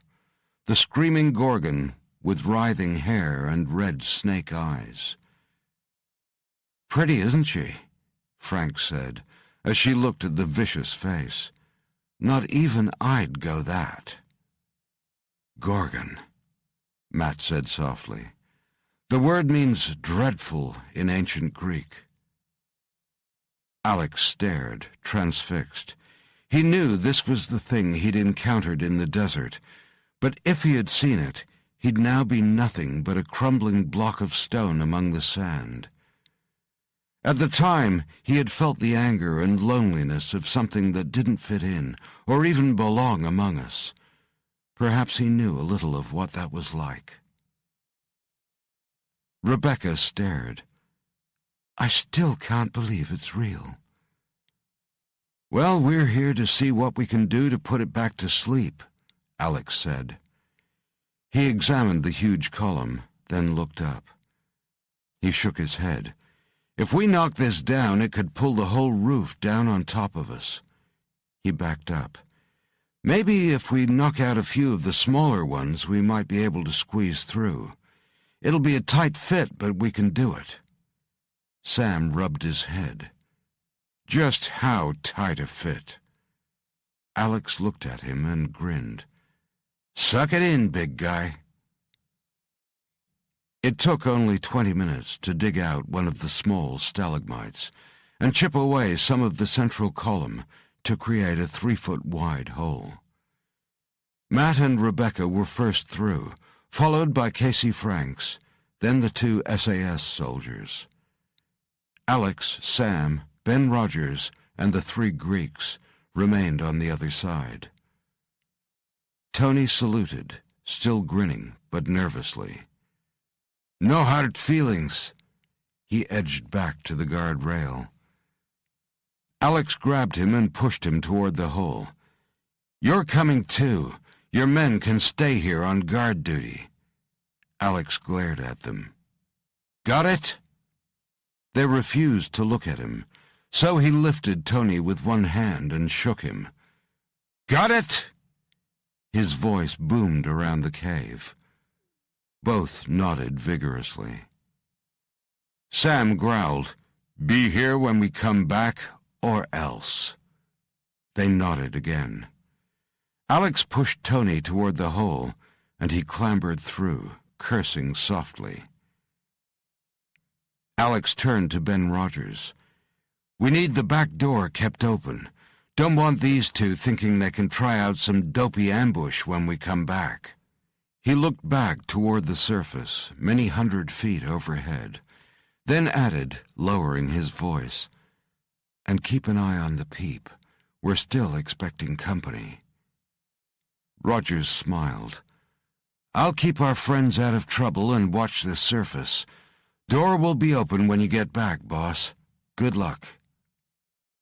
Sam pulled his huge body and the mech suit's steel framework through the hole, scraping away a lot more of the stone. Alex turned to give Rogers a thumbs up and followed Sam through. At the cave entrance, Borshov's Spetsnaz took up positions either side of the gate, staying well back. Borshov crouched, a single lens to his eye. "Camera, on top of cave," he said. One of his men lifted his AK-12 to his eye. The black assault rifle was a significantly enhanced Kalashnikov series weapon, and in the agent's hands deadly accurate. The rifle spat once, and the small camera exploded into shards. "Quick now," Borshov ordered. He knew the speed with which the device had been destroyed would make the operator think it had malfunctioned. But if he came to check, they needed to make first contact. Borshov and his men sprinted into the cave, Borshov's feet pounding heavily under the extra weight of the mech suit.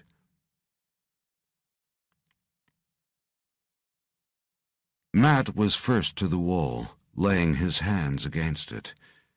This section of the tunnel was roughly 15 feet wide and just as long, stopping at the perfectly smooth wall of flowstone. It glistened, and when Matt held his light up to it, he could just make out more depth beyond the natural barrier. There was something behind it. "Probably created long before the water filled the pool," Rebecca said. "It's a flowing shelf of limestone that's dripped down over the entrance and literally sealed it closed." She walked backward, looking along its top and sides. "Might be a foot thick, but that's not too bad, as calcium carbonate is fairly soft." She turned to Alex and raised her eyebrows. "Can you dig through it?" "Hey!" Casey Franks moved her boots sideways along the floor. "More of those picture tiles on the ground here." The team crowded around her, shining their torches on the small tiled pathway. As they brushed aside the silt, more images were revealed. Flames, huge urns filled with coins, other unidentifiable objects. Matt frowned, wishing he'd brought a camera.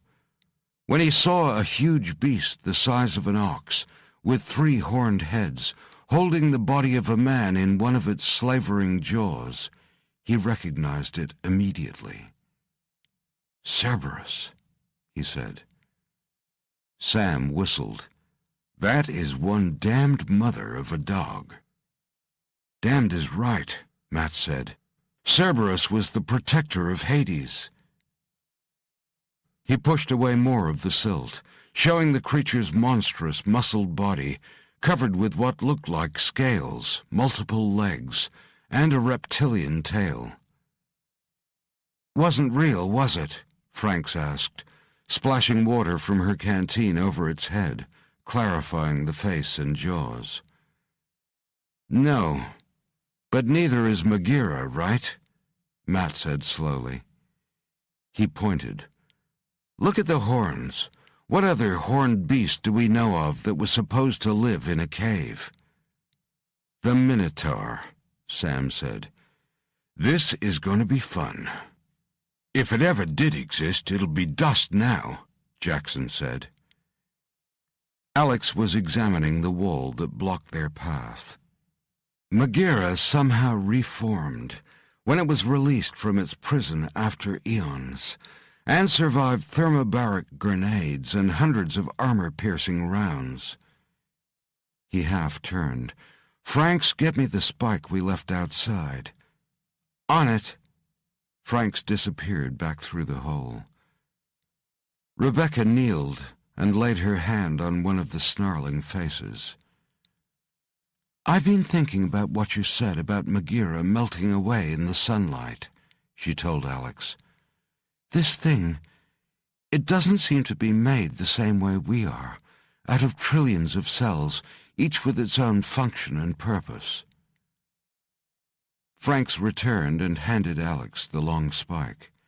He nodded to her, but leaned on the spike, listening to the scientist. Rebecca stood, wiping her hands on her thighs. "New research has shown that some insects follow the same biological rules as individual creatures, which makes their colonies more like a superorganism. Ants, bees, termites, wasps. Their controlled interactions are like cells working together in a single body." She folded her arms, her eyes focused inward as she thought through what she was saying. "So, imagine this Megira thing is made up of cells just like us, but each cell is more than just a self-functioning amino acid factory, and more like this superorganism entity. What if Megira's cells are capable of taking care of themselves individually, but work together as a whole when it suits?" Alex shook his head. "I got the impression of a single entity, and it was solid, powerful." Rebecca nodded. "Maybe the single entity shape is its usual formation. Each of our cells contains all the information needed to create another one of us. But Magira's cells might go a step further, in that they're a multi-celled organism acting as a collective. Sam exhaled loudly. So is it one creature or an army of millions? Rebecca shrugged. I'm just guessing here, but we might know soon if we can get through there. She pointed to the wall. Alex grunted. Right about now, everything helps, even good guesses. He lifted the spike. Make room, people. Time to see where Magira came from. He jammed the spike into the wall, once, twice, and then again, before punching through. Gas escaped through the hole, making everyone back away. Rebecca gagged. Don't breathe it in, Matt said behind his hand. It was airtight. He put his entire arm across his face and backed up further, pulling the still coughing Rebecca with him. Alex held his breath and stepped in close, shining a light into the 3-inch hole he had made. Clear, he said, turning his head away and sucking in a deep breath. The stone must have flowed over it completely, like a wax seal on a bottle. Upside is it'll be dry inside, and anything in there should be preserved. That's an upside? Sam said, and snorted. Alex turned back and sniffed. It's stale, not toxic. Can't detect any explosive gases, but it smells strange. He sniffed some more. Kind of primordial. Tony's nose wrinkled. Smells like a freaking zoo. He shone his flashlight into the small hole. Nobody home, that's a good thing. Let's go take a look, Alex said. He motioned Tony away, then jammed the spike into the hole again and again, working it in a circle to make it man-sized. He turned to Matt. After you. Matt lifted his flashlight to the hole. His hand shook slightly, making the beam wobble. Part of him, the curious, adventurous, and scientific part, wanted to dive through and hurtle like a bloodhound into the mysterious cave, seeking answers to age-old questions of myth, religion, and strange creatures. But the other part, the experienced part, wanted to flee back to the surface, back to the safety of sunlight and fresh air. That was the part that had been in caves before, and that was the part that had seen what can exist below the Earth's fragile outer skin. He sucked in a deep breath. The farther backward you can look, the farther forward you can see. Thanks, Winston, he thought, as he steadied himself. Matt stepped through.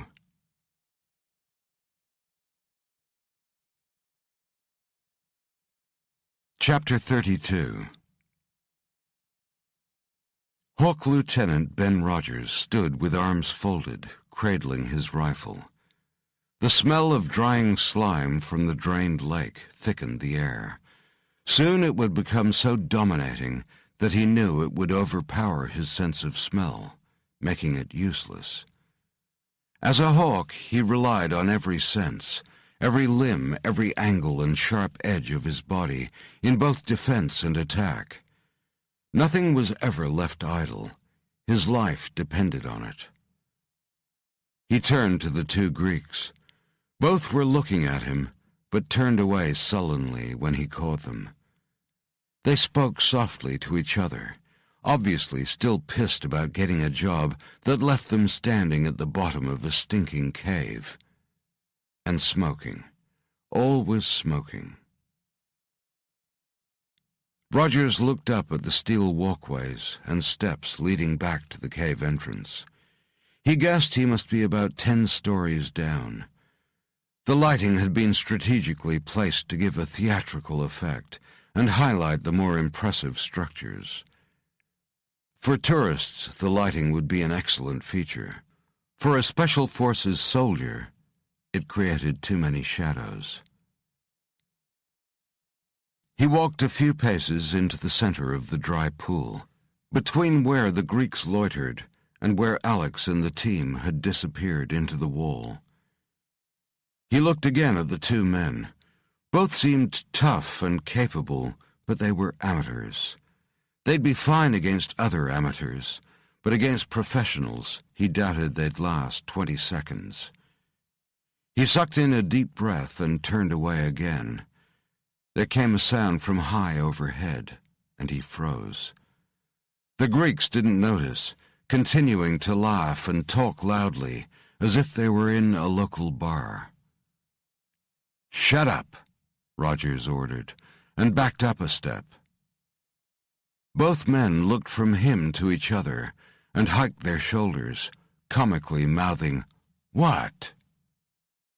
Rogers held up a finger close to his lips. The Greeks, sensing his unease, drew weapons. The sound came again, still high overhead, and then one of the lights went out. In quick succession, the sound came again, and more lights winked out, the darkness marching down toward them. Rogers put a finger to the small comm stud in his ear. "Boss, we got company." He got nothing but a hiss of static, too much rock between them. Gun up, he slowly moved one hand to his helmet, pulled down the visor, and switched on the image reproduction technology. As a hawk, he had faced death dozens of times, and he was still standing. He liked to think he didn't know fear anymore, but now, as he waited to see if Meghera's image came up on his visor screen, something cold and dreadful crept up his spine. He sucked in a breath, calming himself. The final lights went out. The Greeks started to whisper. One lit a cigarette and kept the lighter on, holding up the flame. The other cursed, slapped at it, and turned on a flashlight instead. Roger's visor remained black. He willed the image to appear so he had a target. He heard Andronos grunt, and, out the corner of his eye, saw him disappear. He turned in time to see Petro's head explode in a mass of red and white bone fragments. Rogers quickly pushed up the visor and brought down his night vision scope, but it was too late. Borshov put his foot on the hawk's chest and ripped off his helmet. The man's eyes were open and his face was calm. Both his shoulders and legs had taken bullets, full incapacitation. The American's expression of resignation told Borshov he already knew he was finished.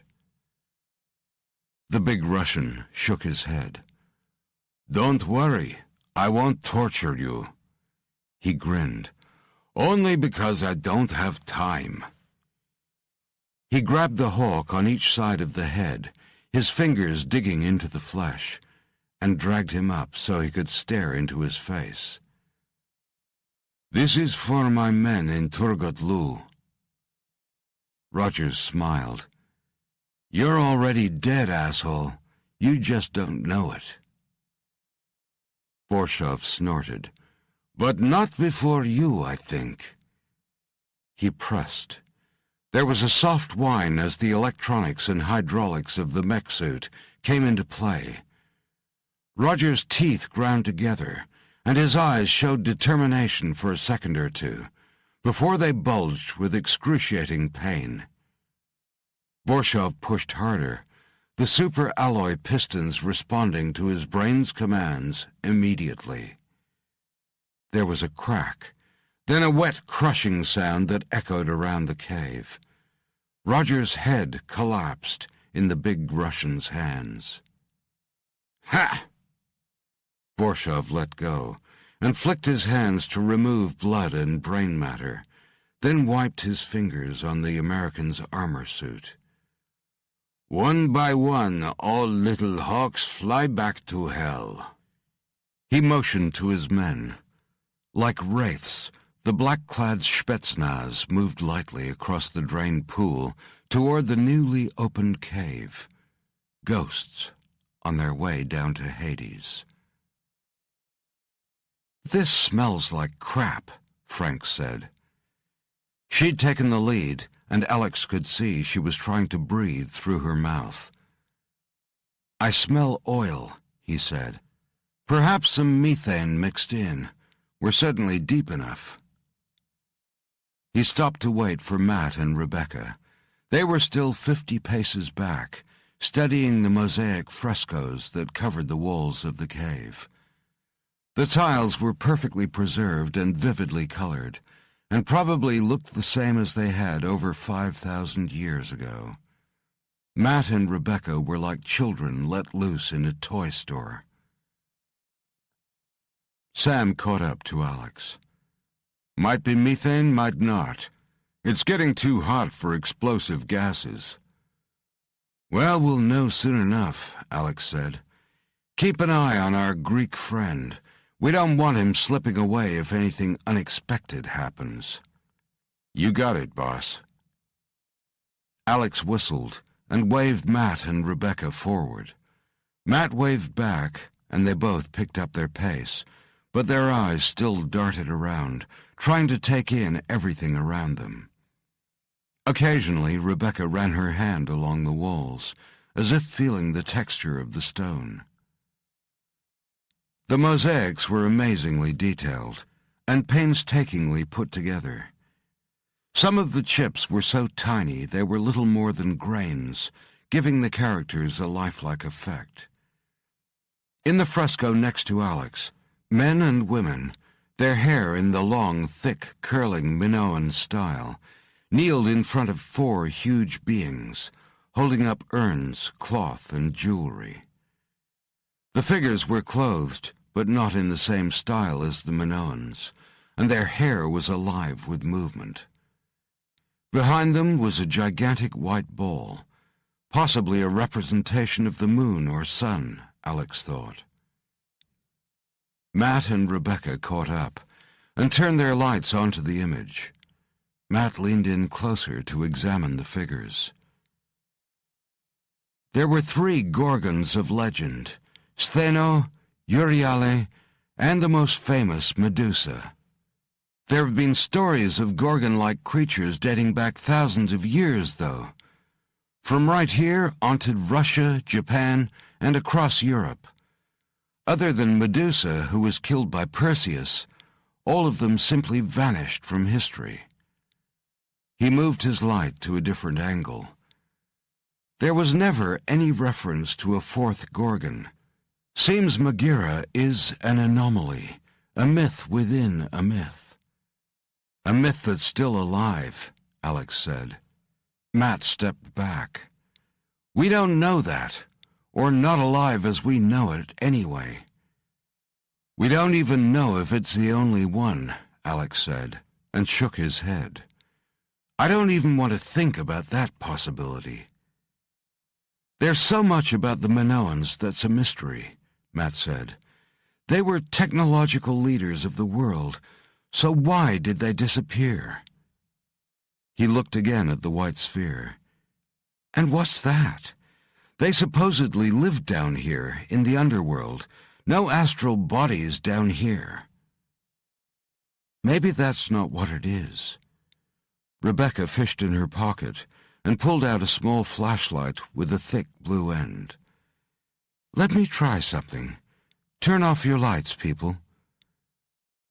Matt looked at Alex and shrugged. Everyone switched off their torches, plunging the cave into total darkness. Rebecca switched on her new flashlight, and the wall glowed blue. "Wow, UV, right?" Matt asked. "Yep." Rebecca moved the beam around. The entire area shone like a neon light. "Is this a common effect?" Alex asked. Rebecca shook her head, her face glowing blue in the reflected light. Not usually. Fluorescence in rocks occurs when there are a number of activators present, impurities within the mineral, crystal structural defects, organic impurities, or what I suspect, the result of significant gamma radiation. Gamma? Alex asked. Down here? She nodded. Occurs all around us, but at insignificant quantities. Of course, there's much more outside the Earth's atmospheric shell.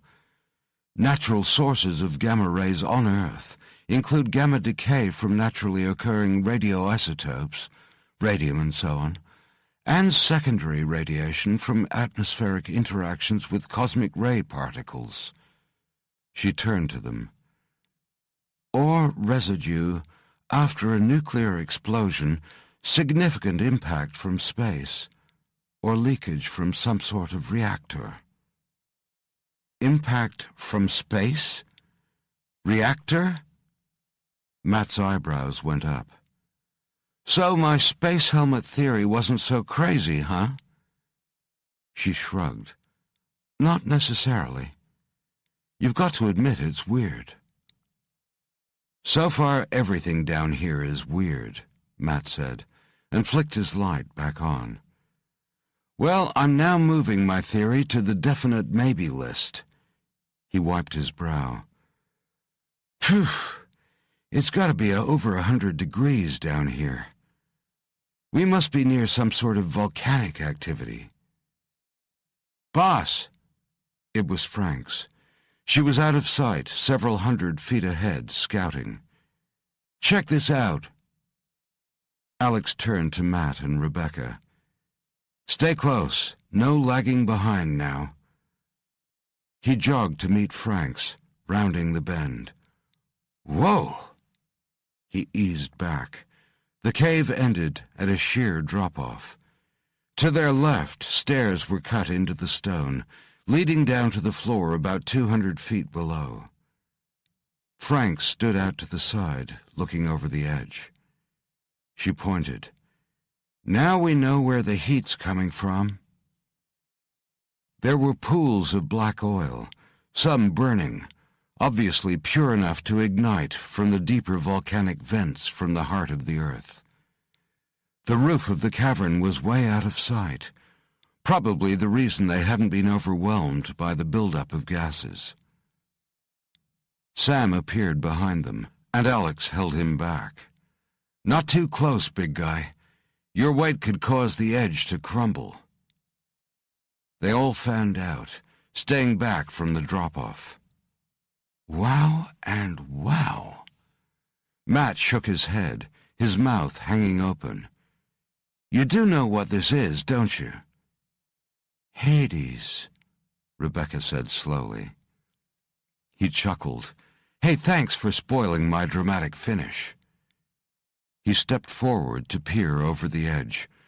Could this be any more perfect? An underground space of fire, heat, and a village.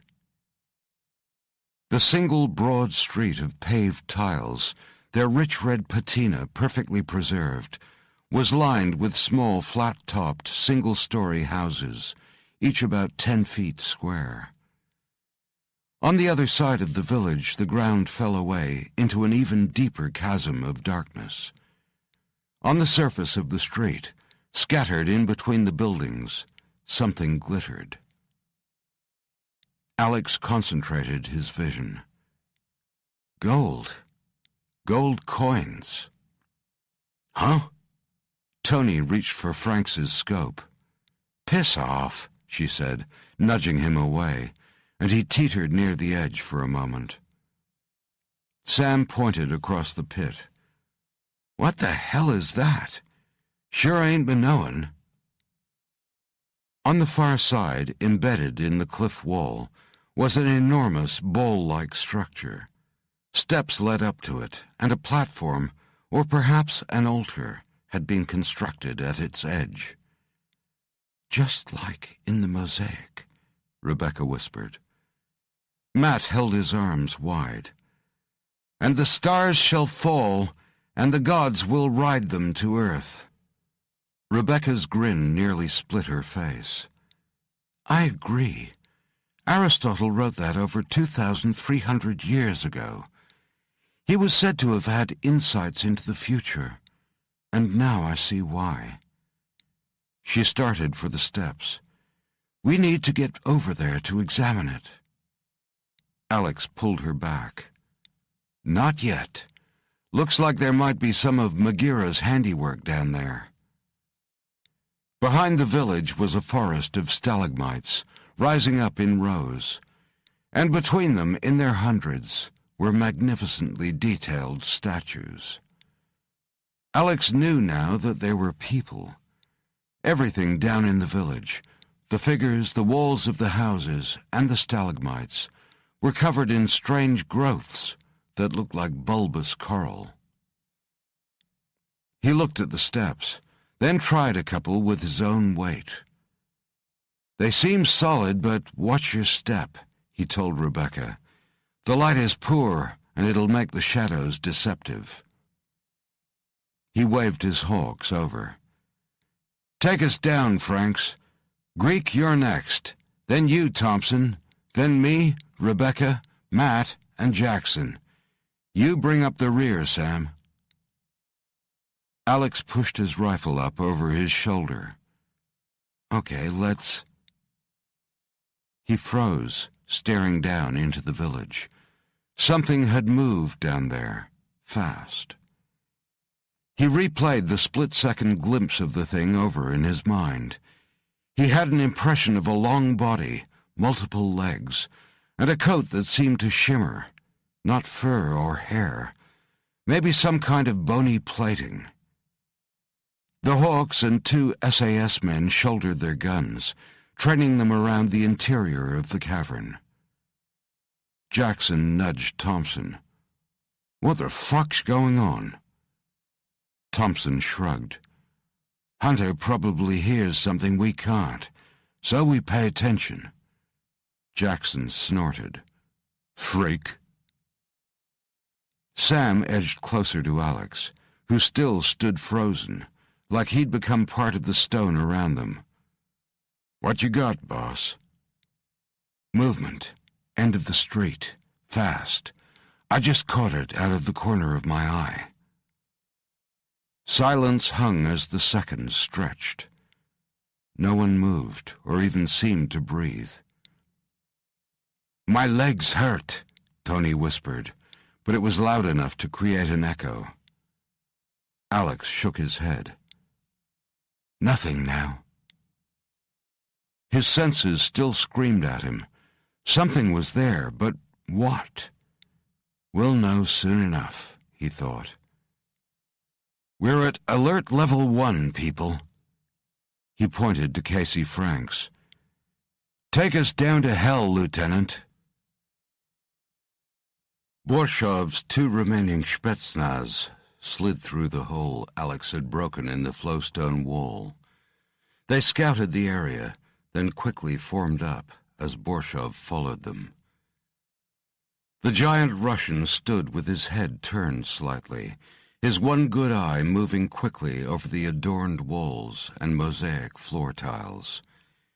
He didn't bother appreciating the aesthetics of the artisan's work, instead focusing on the footprints, their direction and probable speed. One of his Spetsnaz kneeled to examine the tracks. How many? Borshov asked quietly. The man stood. 8. He pointed to some large, deep prints. One big, very big, must be carrying something heavy. Borshov grunted. Like me. He circled his finger, and the 3 moved silently down the tunnel.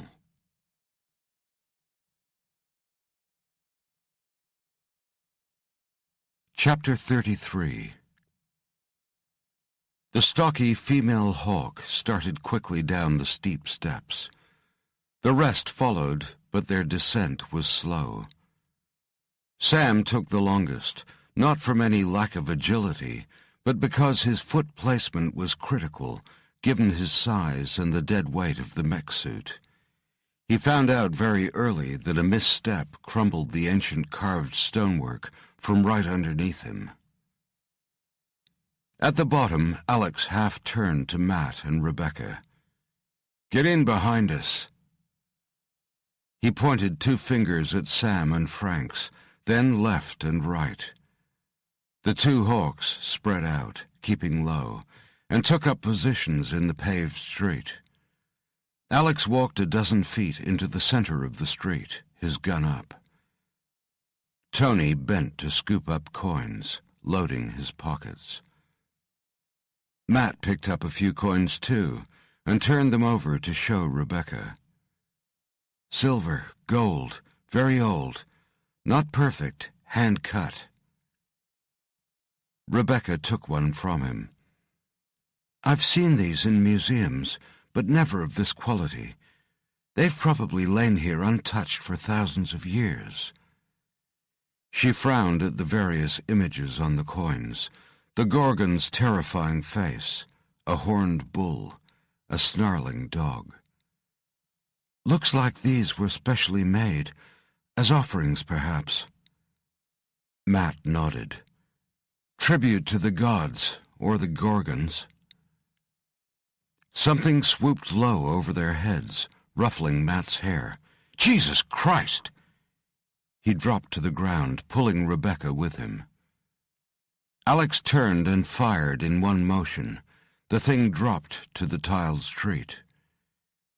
Casey Franks was first over it, nudging it with her toe. "Looks like a giant freaking bat." "Was this what you saw before?" Sam asked Alex. He shook his head. "I think the thing I saw was bigger, much bigger." He used the barrel of his gun to turn the creature's head towards him. "But just as ugly." The thing did look like a bat, with a snub nose, long ribbed ears, and needle-sharp teeth. But instead of a bat's elongated forearms with membrane stretched underneath, it had proper legs. On top of its head were 6 eyes, making it look more like a spider than a mammal. Rebecca dropped to her knees beside it and pulled out a small knife to prod at the carcass. "This thing has lived down here a long time, probably hundreds of thousands of years. It's undergone some kind of evolutionary deformation." She levered open its mouth, showing another row of sharp teeth inside the first. Franks leaned closer. "Look at those teeth. 2 sets. That thing bites you, you'd never get it off." "I'm not sure it's a bat," Rebecca said.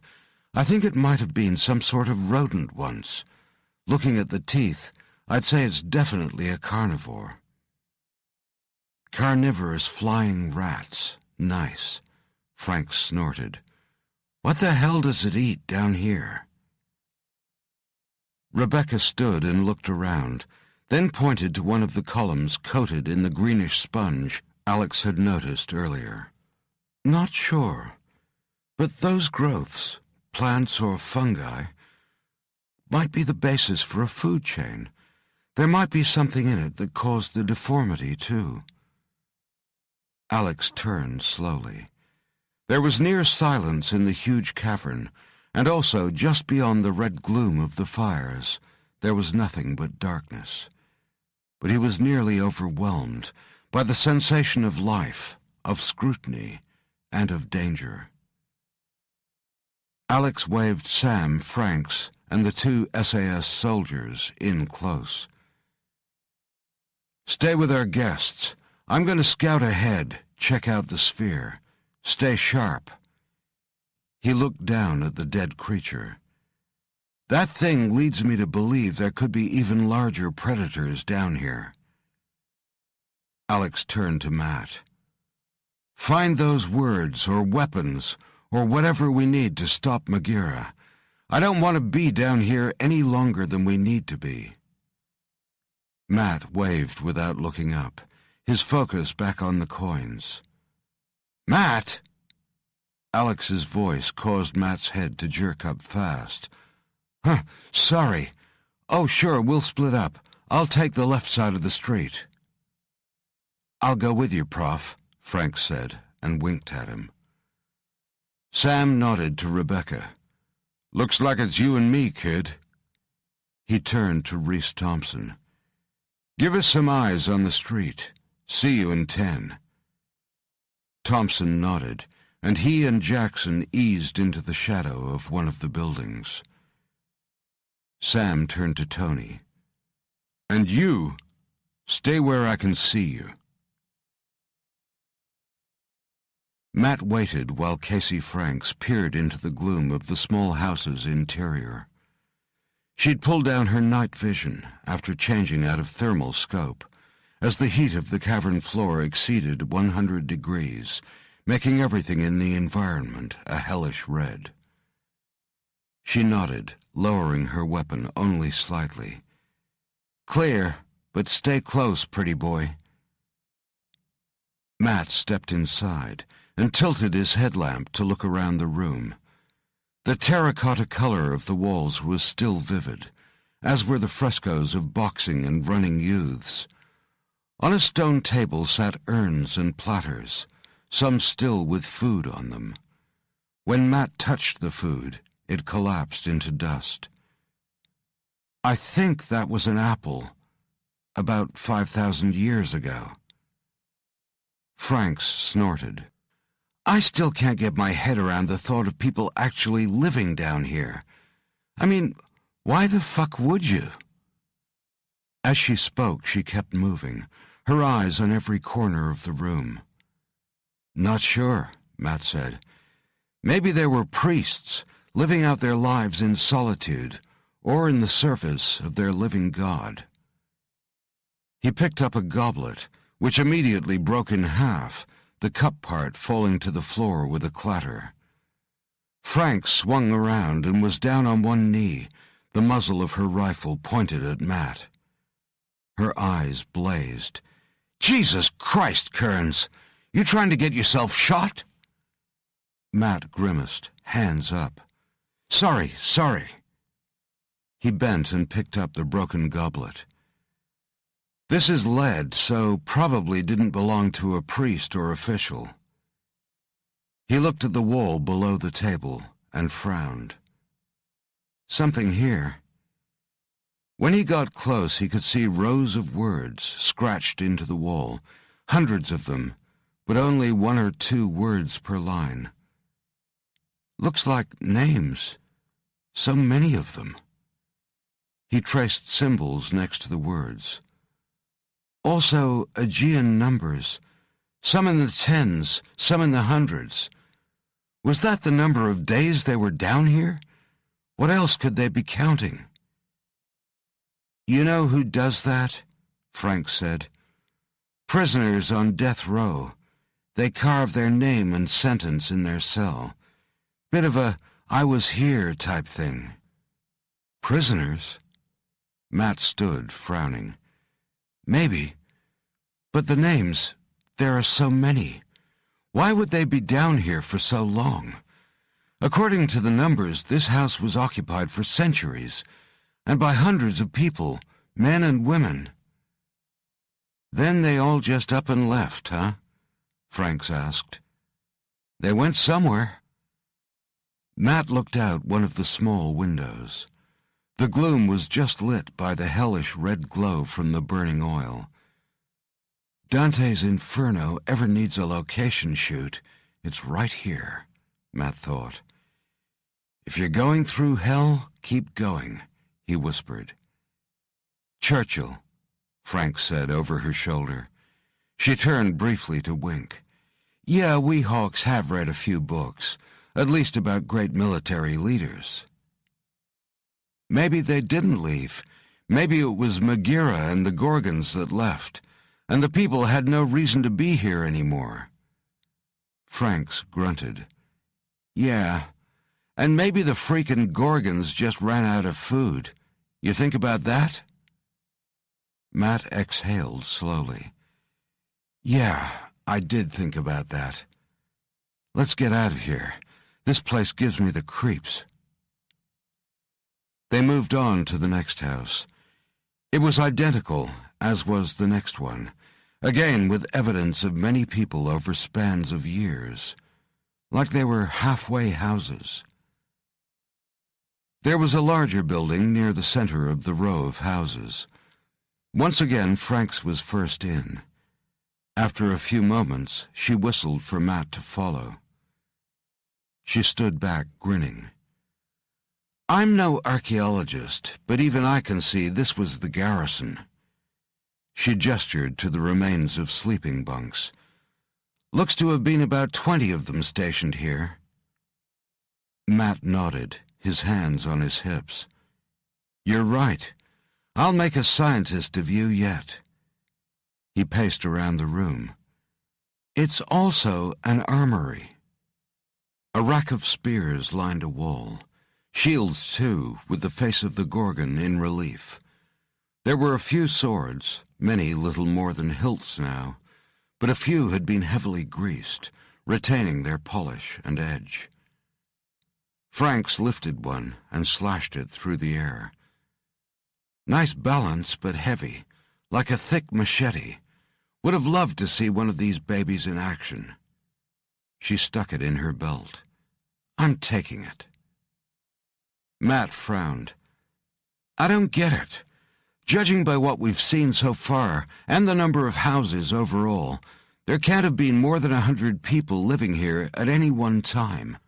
Not exactly the sort of crowd you need 20 guards for. Like I said, prisoners.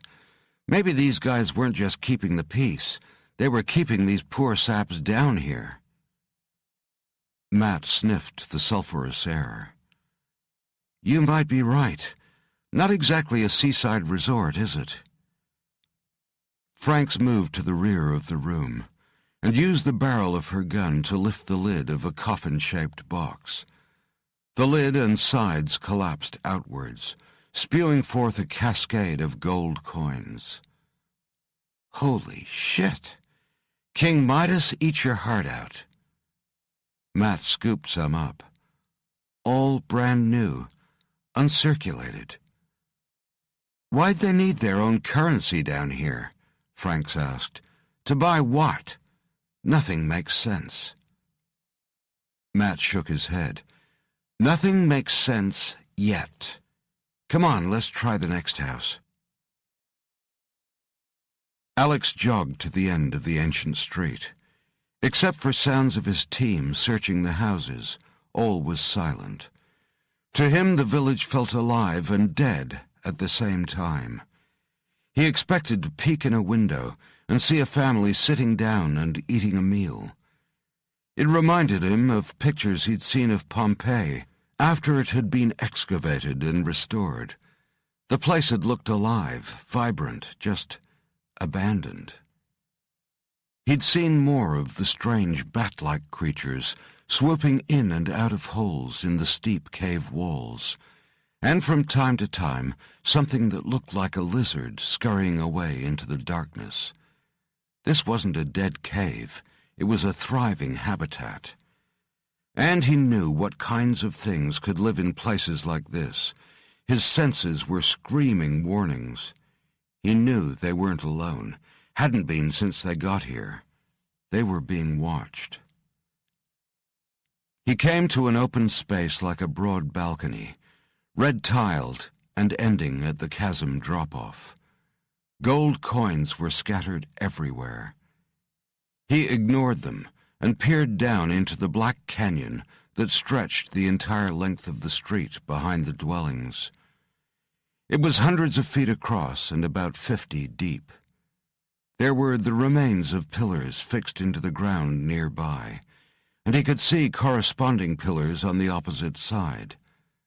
There had been some sort of bridge here once. The sphere was on the other side of the chasm. He looked down into the blackness again, estimating, judging. His instincts told him the white orb held the answers to Maghera. His jaws clenched in disgust as his vision adjusted to the dark and he was able to pick out details at the bottom of the chasm. Twisted limbs and shattered skulls. Most were stone, the results of meeting Magira, he guessed, but there were broken human bones down there too. It looked as if something had fed on the flesh, then splintered the bones to suck at the marrow. Alex thought again of the large shape he'd seen darting through the shadows. He turned away from the canyon and noticed a dark alcove near the balcony. He crossed to it and kneeled. There were the remains of about 20 people, judging by the cracked skulls strewn about, and the leather tunics, metal swords, and helmets, all broken and dented. Some of the swords were bent, as if they were tinfoil against whatever they'd struck. The alcove was a dead end, a trap. A last stand, he thought. He picked up one of the larger leg bones and saw deep scratches in its surface. And not against Magira. What the hell happened here? He dropped the bone and lifted one of the skulls. He calmed his breathing and closed his eyes, trying to draw out some image of the brutality that had taken place here. Alex! He opened his eyes and turned. Matt was jogging toward him, waving. He stopped at the scattered bones and frowned. What the hell? Alex stood. Something ripped them to pieces before they could get turned to stone. He nodded toward the chasm. There are more down there.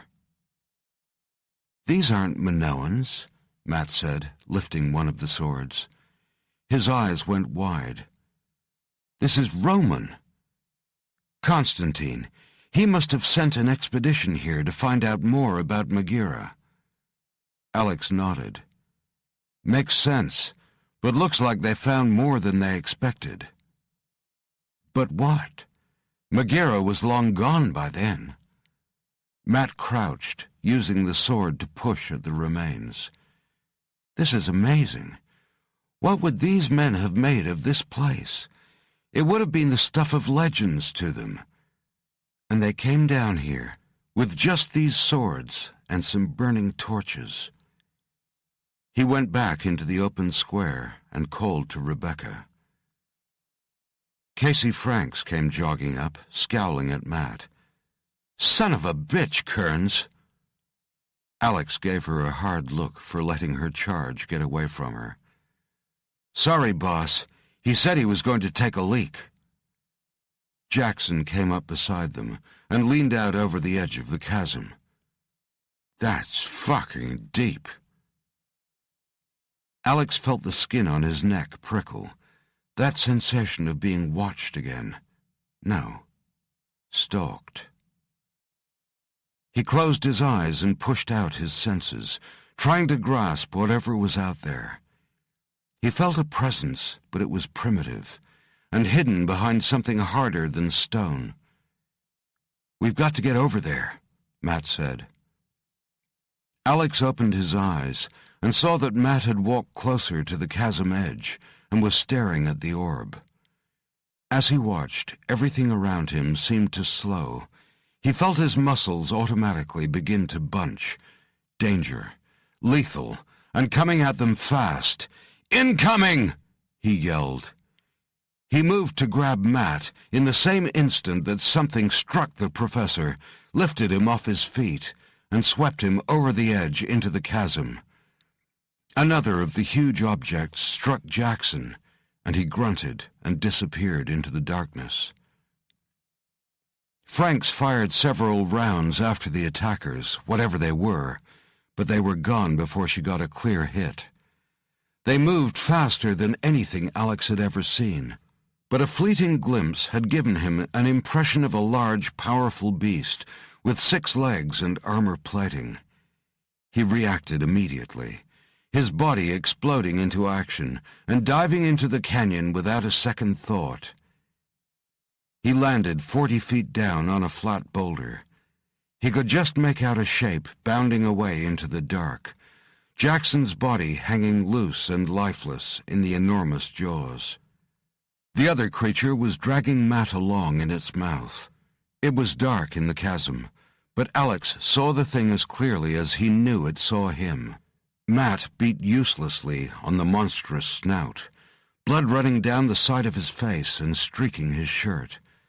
The beast obviously had one goal, finding somewhere quiet to consume its prey. "Not today," Alex said. He pulled the K-bolt handgun and fired a round. The supercondensed pulse of light struck one side of the armored body and just bounced away. The beast turned to face Alex. Seemed the laser burst had got its attention at least. It placed Matt carefully behind it and rested one clawed foot on his body, protecting its prey. It snarled, showing teeth longer than Alex's fingers. Alex edged closer. The creature looked like a cross between an armadillo and a giant dog, and was easily the size of a bull. Huge claws on its 6 powerful legs gouged into the rock they gripped, but the most monstrous thing about it was its 2 heads, both constantly moving. One was large, while the other one was smaller and less formed. Alex thought it might be blind, as there was little coordination in its movement. The larger head watched Alex and gave a deep growl that ended in a reptilian hiss. Its tongue flickered out, purple and forked at the end. "What the fuck are you?" Alex said, and fired again, this time at the larger head.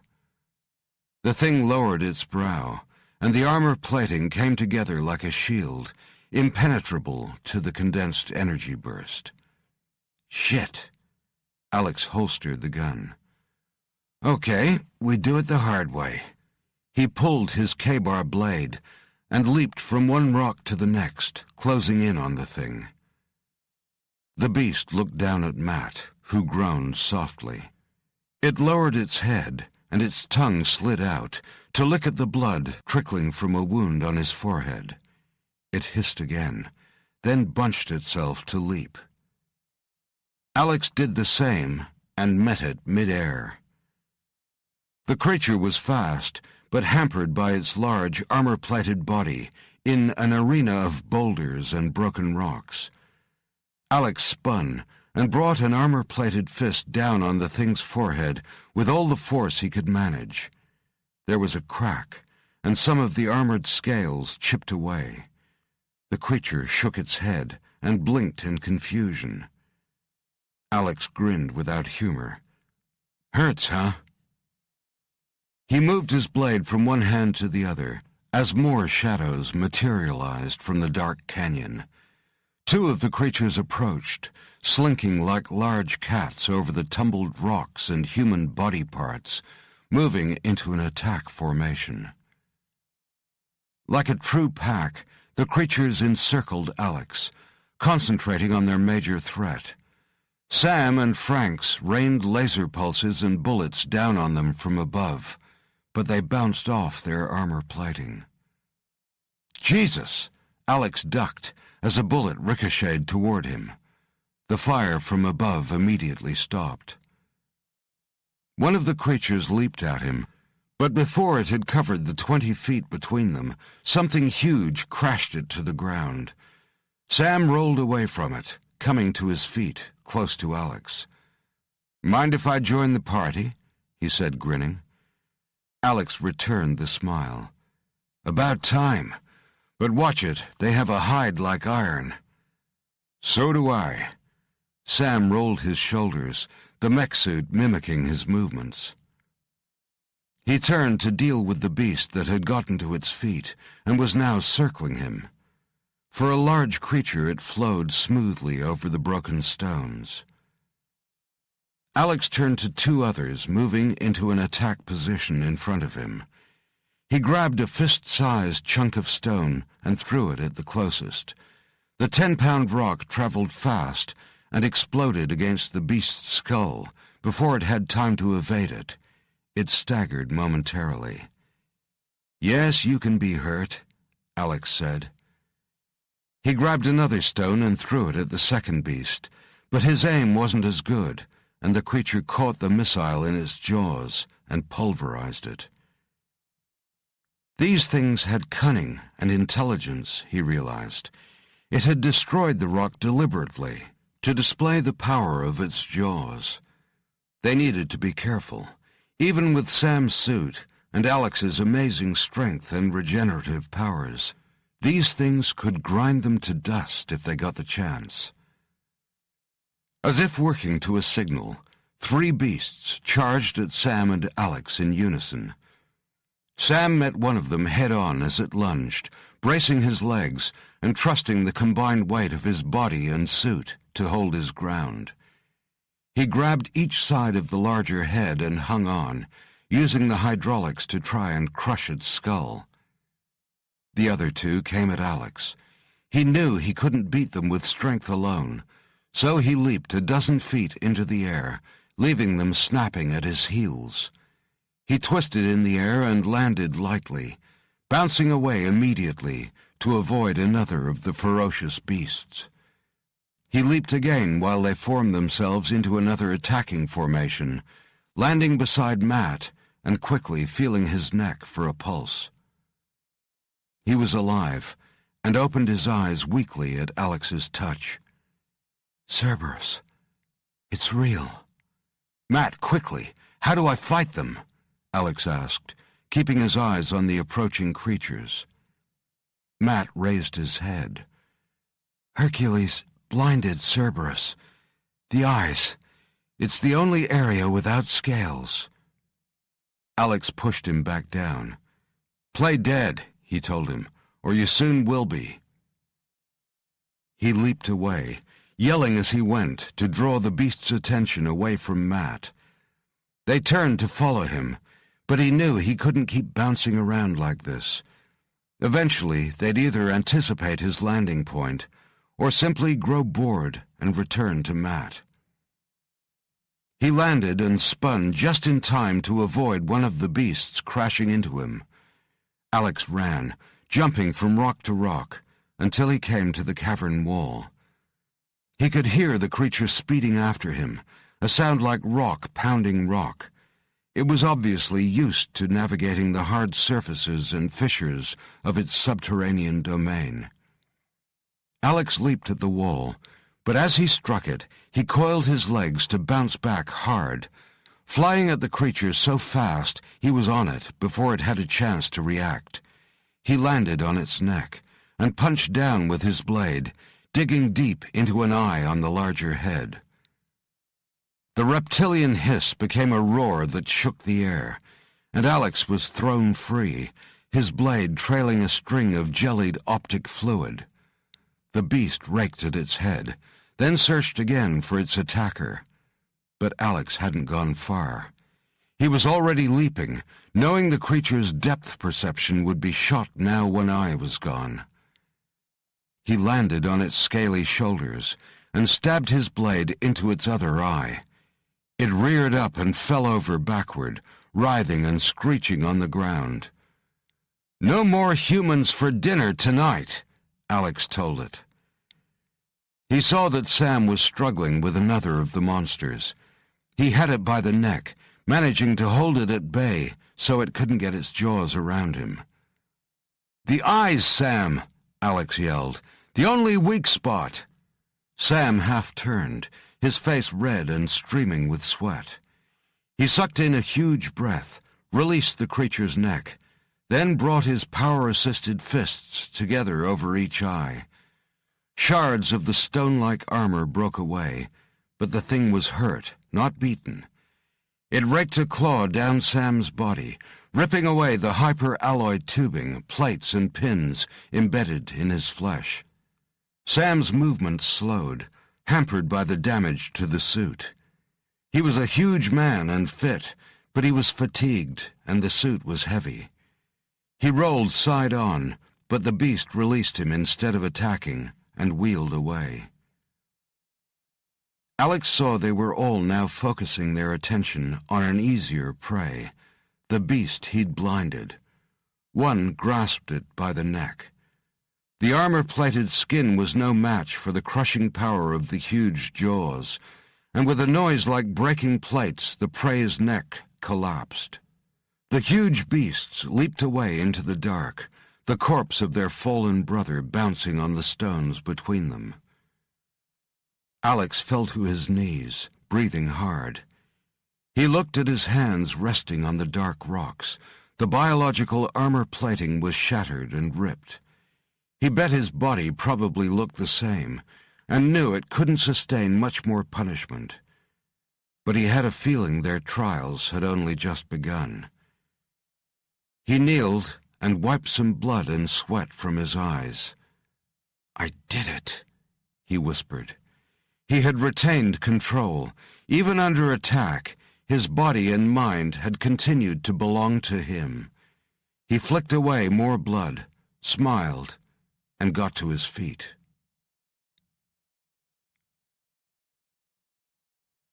Chapter 34.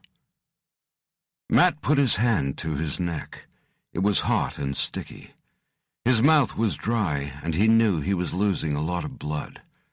Sam and Alex appeared over him. They crouched down, pulled his collar back, and started to probe the wounds.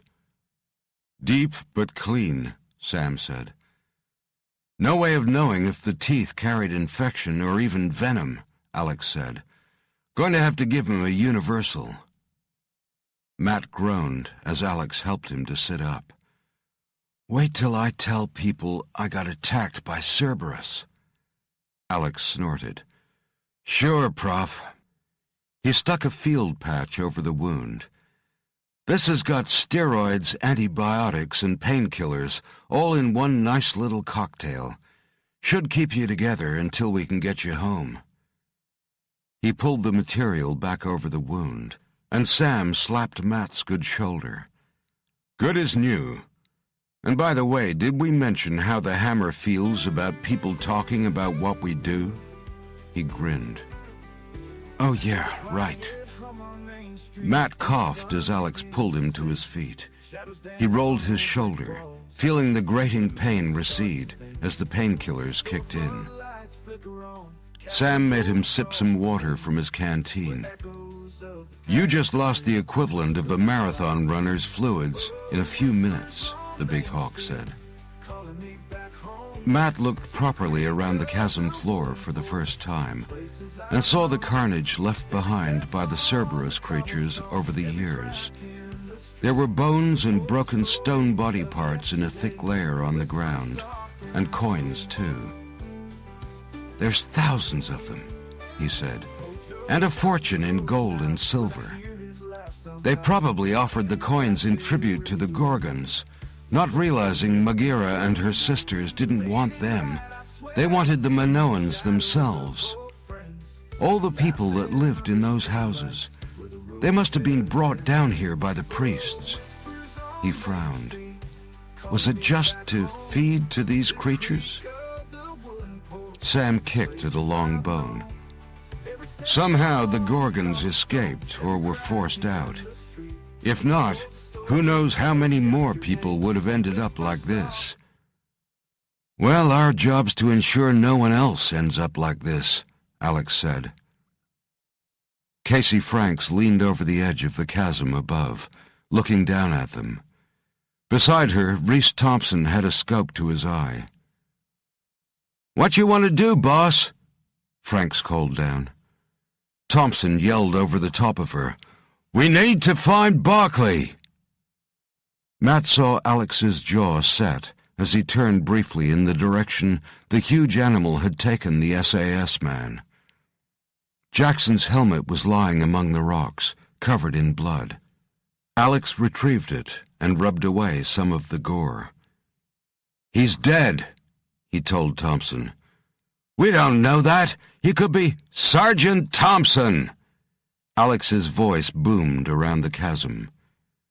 The SAS man fell silent, but glared at the hawk. Alex met his gaze. "If he was alive, I'd know it." The SAS man shook his head. "Fuck! Fuck! Fuck!" He shouldered his rifle and moved away from the edge. "Hey!" Alex yelled. Thompson turned back, and Alex tossed the helmet up to him. "Be prepared to use it." Thompson's jaw clenched as he stared at the helmet. Then he lowered it and walked away. Alex pointed to the large orb on the other side of the chasm. "You wanted to check that out," he said to Matt. "You up to it?" Matt looked up at the wall. The chasm seemed much deeper from down here than it had from up there. He nodded, not trusting his voice to mask his doubt. Alex went over to Sam and looked over the damaged mech suit. Some of the tubes were crushed, and the wiring on one side hung loose, all impossible to repair in the caves. "Not going to be easy getting you up there," Alex said, "but you can't stay down here. Our friendly pups might return." Sam blew air between his lips. "They'll think twice before trying to make dog chow out of either of us again." Rebecca's head was just visible at the edge of the chasm. She looked like she was lying on her belly. "Matt, you okay?" Her face was creased with concern. Matt grinned and waved. "Sure, just a scratch. Payne and me are old friends now." He pointed to the orb. "Can you get across from up there?" Rebecca kneeled up and turned to Casey Franks, who had a scope up to her eye. She said something to Rebecca, who dropped back onto her stomach again. "We think we might be able to get across at the end of the street where it meets the wall," she told Matt. Alex nudged Sam. "Our turn. I can give you a leg up if you need it." Sam's response was to snort derisively. Alex rested a hand on Matt's shoulder. "It's a tough climb, but there's plenty of handholds. How do you feel?" Matt swung his arms, rolled his shoulders, and nodded. "I can do this." He looked back up at the 50 feet of jagged rock and repeated it silently. "I can do this." Alex nodded. "Good man. Okay, you go first. The field patch is numbing the pain, but when it wears off, you're going to be in a world of hurt." "Well, that's something to look forward to," Matt said, looking for a place to start. Borshov and his 2 Spetsnaz lay on the high precipice above the ancient village, watching Hunter and one of his hawks scale out of the chasm. A second group at the far end of the enormous cavern were edging along a rock ledge. Their goal was obviously the strange-looking orb structure at the rear of the gigantic cave. Borshov turned his attention to the cave floor, then the houses and the street. There were plenty of places for concealment and for ambush. He turned to his men. "We'll go down into the town and take up attack positions there. Let them bring the Magira weapon to us." One of his Spetsnaz grabbed Borshov's forearm. "No, we should stay here, up high. We can pick them off from here." Borshov placed one of his huge, mech-suited hands over his agent's hand and brought his fingers together, just enough to bruise the other man's bones. The man gritted his teeth, hissing as he sucked in the pain. "I like your idea," Borshov said. "Thank you for the suggestion. But I don't get to fight Arcadian from up here." He let the man's hand go. "You ready to follow now?" The Spetsnaz withdrew his hand and nodded. They made their way down the stone steps, the 2 Spetsnaz men sometimes sliding on their bellies, and Borshov carefully moving his armored body like a crab on all fours. It took Alex, Sam, and Matt 20 minutes to scale the chasm. Alex grabbed Matt's hand to haul him over the last few feet. The young professor rolled over to lie on his back for a few seconds, puffing hard. Sam was already on his feet, scanning the darker areas of the cave. Alex could see the rest of his team edging across a narrow path cut into the cliff face. He looked across the deep rent in the earth at the village. It was a surreal sight, still colorful and vibrant, but empty and without movement, save for the flames that danced on the surface of the dark pools of oil. Sam joined Alex and Matt, who was looking pale and weak. "Stay with us, Matt," Alex said. "We need you." "I'm fine. Just a little lightheaded." Matt spoke through gritted teeth. "By the way, if you ever have another opening for an ancient languages professor, don't call me." Alex smiled. "I think you already mentioned that last time, and yet here you are again." He peeled back Matt's collar. The wound was sticky wet. "Let me know if you need any help or painkillers." Matt waved him away. "Let's just get through this. I miss the sunshine." "You and me both," Sam said. "Let's do this." The orb stood before them, huge, smooth, and almost luminous. Matt paced in front of the enormous structure. "Well, definitely not built by the Minoans." Alex stood back a few paces to take in the whole thing. "I don't think it was built by anyone from around here. There's no door, not even any cracks or seals. Must have punched in from above. Maybe the limestone grew over it." Matt looked up at the cave ceiling, hundreds of feet above. "Can't see the roof. It's too dark. But I'm guessing this must have made one hell of a hole." Alex stared upward with his enhanced vision. "The roof is intact, and there are no impact fissures around the orb, which you'd expect if it landed here." Franks and the others joined them. Rebecca pointed her flashlight to join Alex's beam.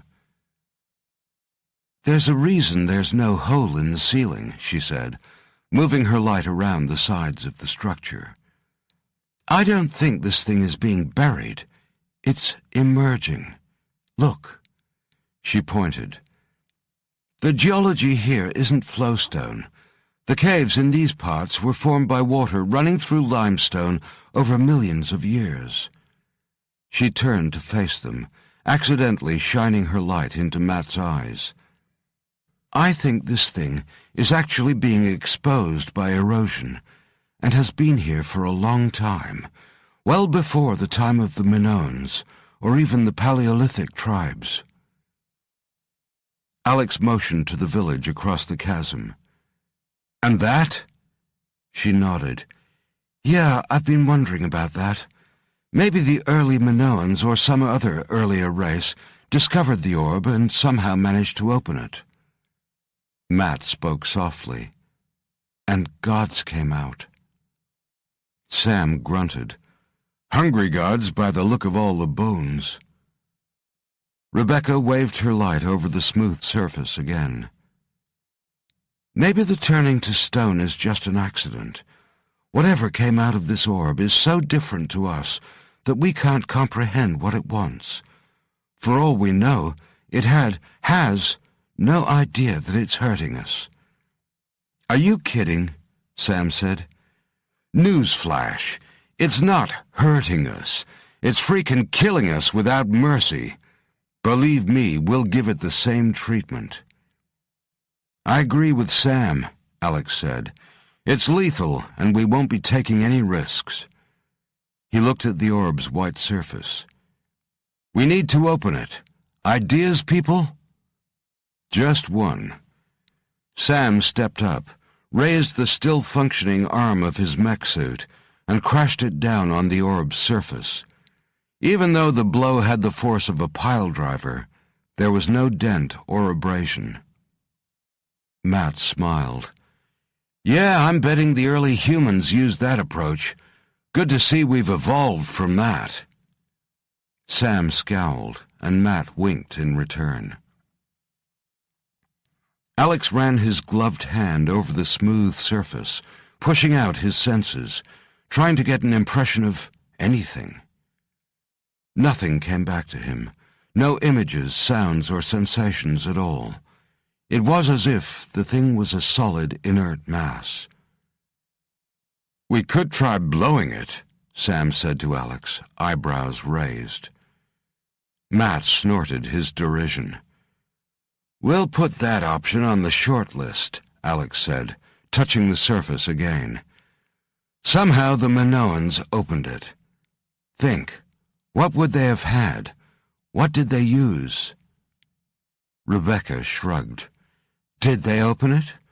I mean, maybe the occupants sensed they were there and came out to meet them." Alex nodded. "Either way, it must be able to be opened. We're running out of time." He turned to Sam. "Your option is moving up the list." Sam bowed and turned to grin at Matt. Matt groaned. "What did the Minoans do? They probably chipped at it, bashed it, maybe even tried to set it on fire.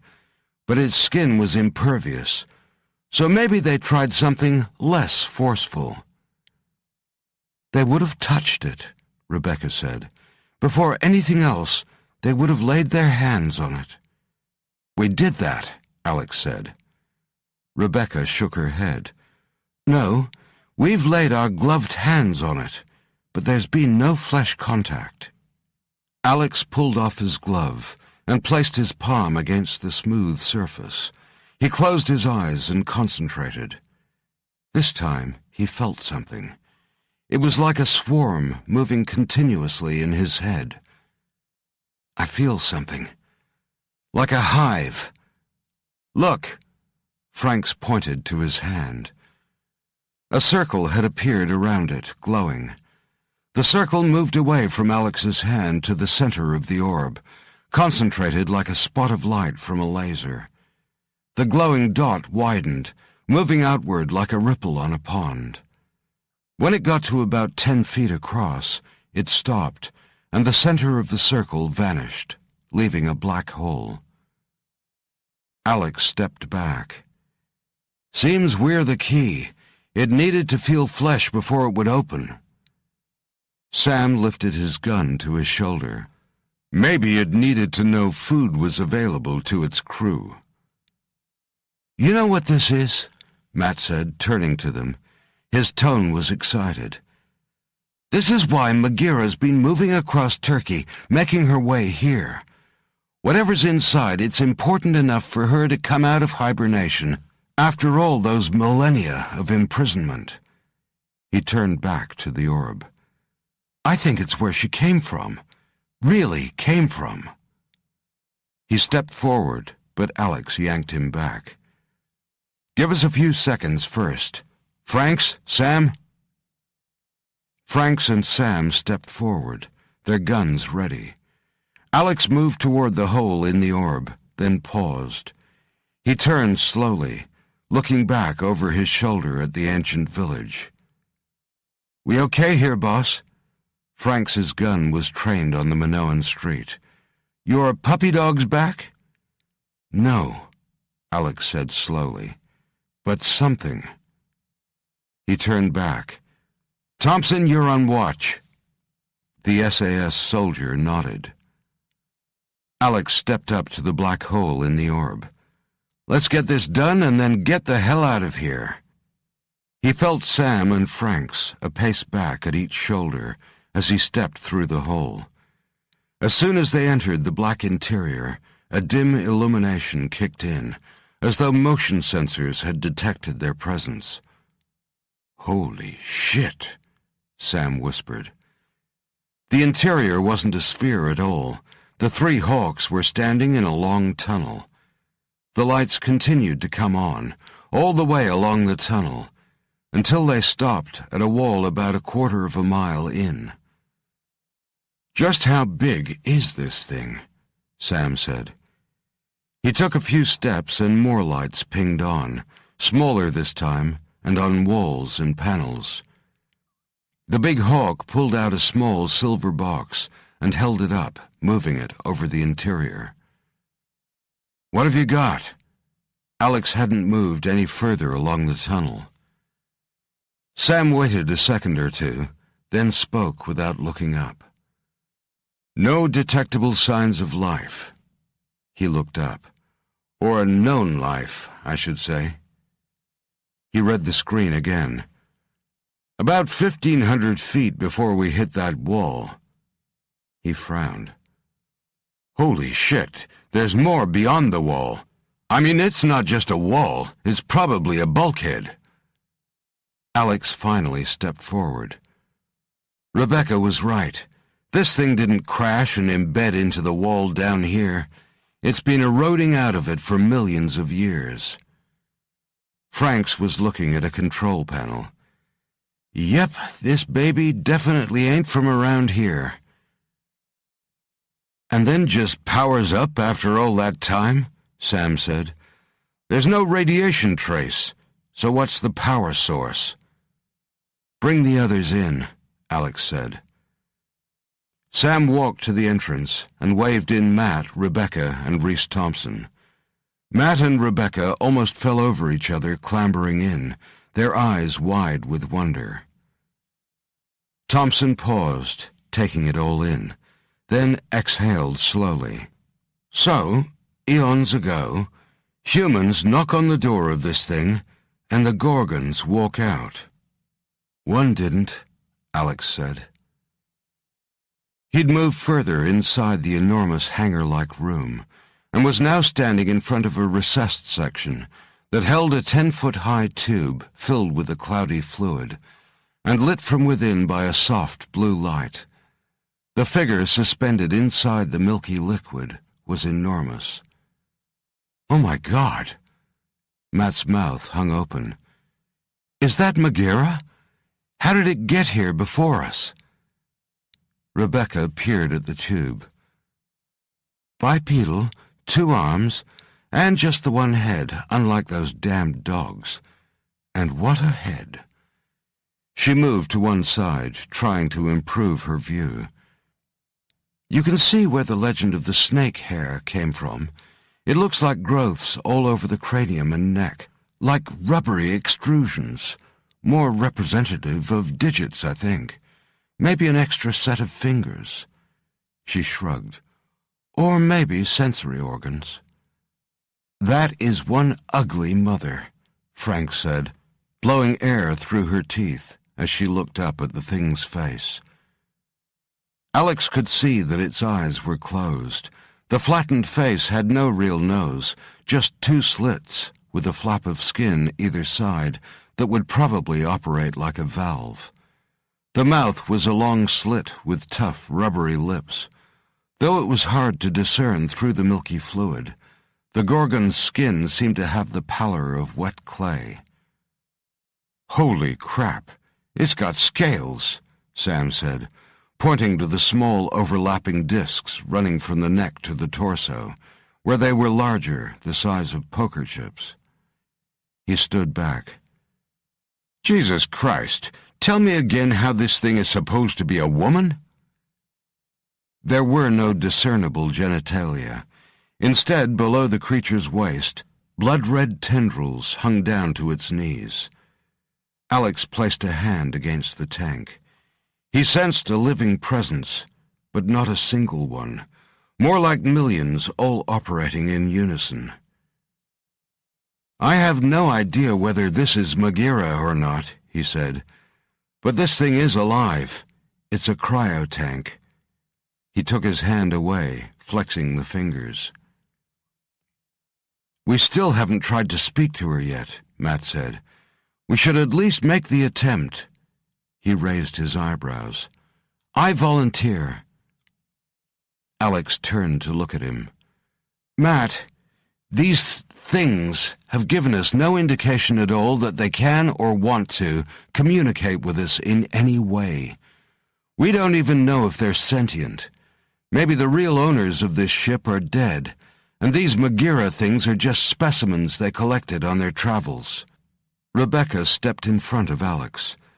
"Colonel Hammerson said we could—" On a mission, I make the calls, Alex said, cutting her off. Sorry, Matt, Rebecca, we are not letting this thing out. No one's been able to overpower one of them so far. And I'd really like to have some sort of defense in place before the Magira out there joins our little party. So let's find whatever it was the priests used to subdue it. Before we kill 'em all, Casey Franks finished grimly.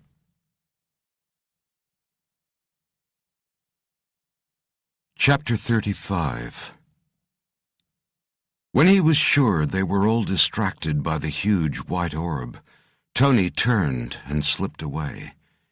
In a few minutes he was edging back across the narrow ledge, stopping several times to regain his balance. The weight of the gold secreted around his body surprised him. For such little objects, the coins were enormously heavy. Still, the gold value was one thing. The value of the coins themselves to collectors on the black market was incalculable. Once off the ledge, he tore off his shirt to create a sack and transferred his booty into it. He threw the heavy weight over his shoulder, grunting, and glanced back. He was satisfied not to see anyone reappearing from inside the strange sphere, and even happier that nothing was crawling up out of the dark chasm toward him. He knew there was another hawk stationed with his own men in the Psychro cave, but the three of them together should be able to subdue him. And if Petro or Andronis was lost in the skirmish, all the more gold for him. He sucked in a deep breath, the sweat streaming down his body. He'd need all his energy for the climb back up the stone steps, hundreds of them. But he'd rather die than leave the gold behind. He stifled a giggle. He'd come back here with a private army. There wouldn't be a single coin or antiquity left when he was finished. He puffed and reached up an arm to wipe his streaming brow. In that split second, something struck the side of his head. Tony went down hard, his makeshift sack spilling coins all around him. He looked up groggily. A man like a spider, all in black and with one glowing red eye, stood over him. Beside him, a one-eyed giant loomed. The giant grinned through a bushy black beard and pressed an enormous boot down on Tony's neck. How many inside circle door? The hawks spread out around the hangar-like space, while Matt and Rebecca explored the wonders surrounding them. There's a control panel here, Rebecca called out. She was already leaning over it when Alex turned toward her. For Christ's sakes, he muttered under his breath, feeling a small knot of frustration tighten inside him. He forced himself to exhale, recognizing that she was a scientist and being curious was her job, no matter it might get them all killed. The control panel was set into a desk that seemed to grow up out of the floor. Rebecca touched one of the screens, and it flared to life, showing lists of strange symbols. Wow! One side is Minoan and the other... He snorted. Probably their language. He turned, his eyes alight. You know what this is? It's a goddamn Rosetta Stone. They were teaching themselves Minoan so they could communicate, Rebecca said softly. Exactly, Matt nodded. And the writing in the crypt below the basilica cisterns was maybe the Gorgon attempting to communicate, assuming we'd understand it. He turned to Alex. I told you we should try to... Forget it, Alex cut in. Rebecca touched the screen again, and the outline of a human being, arms and legs outstretched, appeared. She touched the figure, and more lists of symbols scrolled up beside it. What the hell are you doing? Alex said, pulling her arm away. Don't touch... Wait, look, she said, jerking her arm out of his hand. It's us, or rather, information about us. She touched the screen again, and it changed to show the human skeletal structure overlaid with the circulatory system, like in a medical school. She kept touching the screen, and the magnification dived down lower, showing individual cells and then strands of DNA with more lists of data. Very detailed information about our physiology.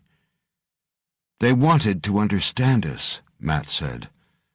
He tapped another screen, and a small circle opened on the desk beside them. A cylinder rose up out of the desktop.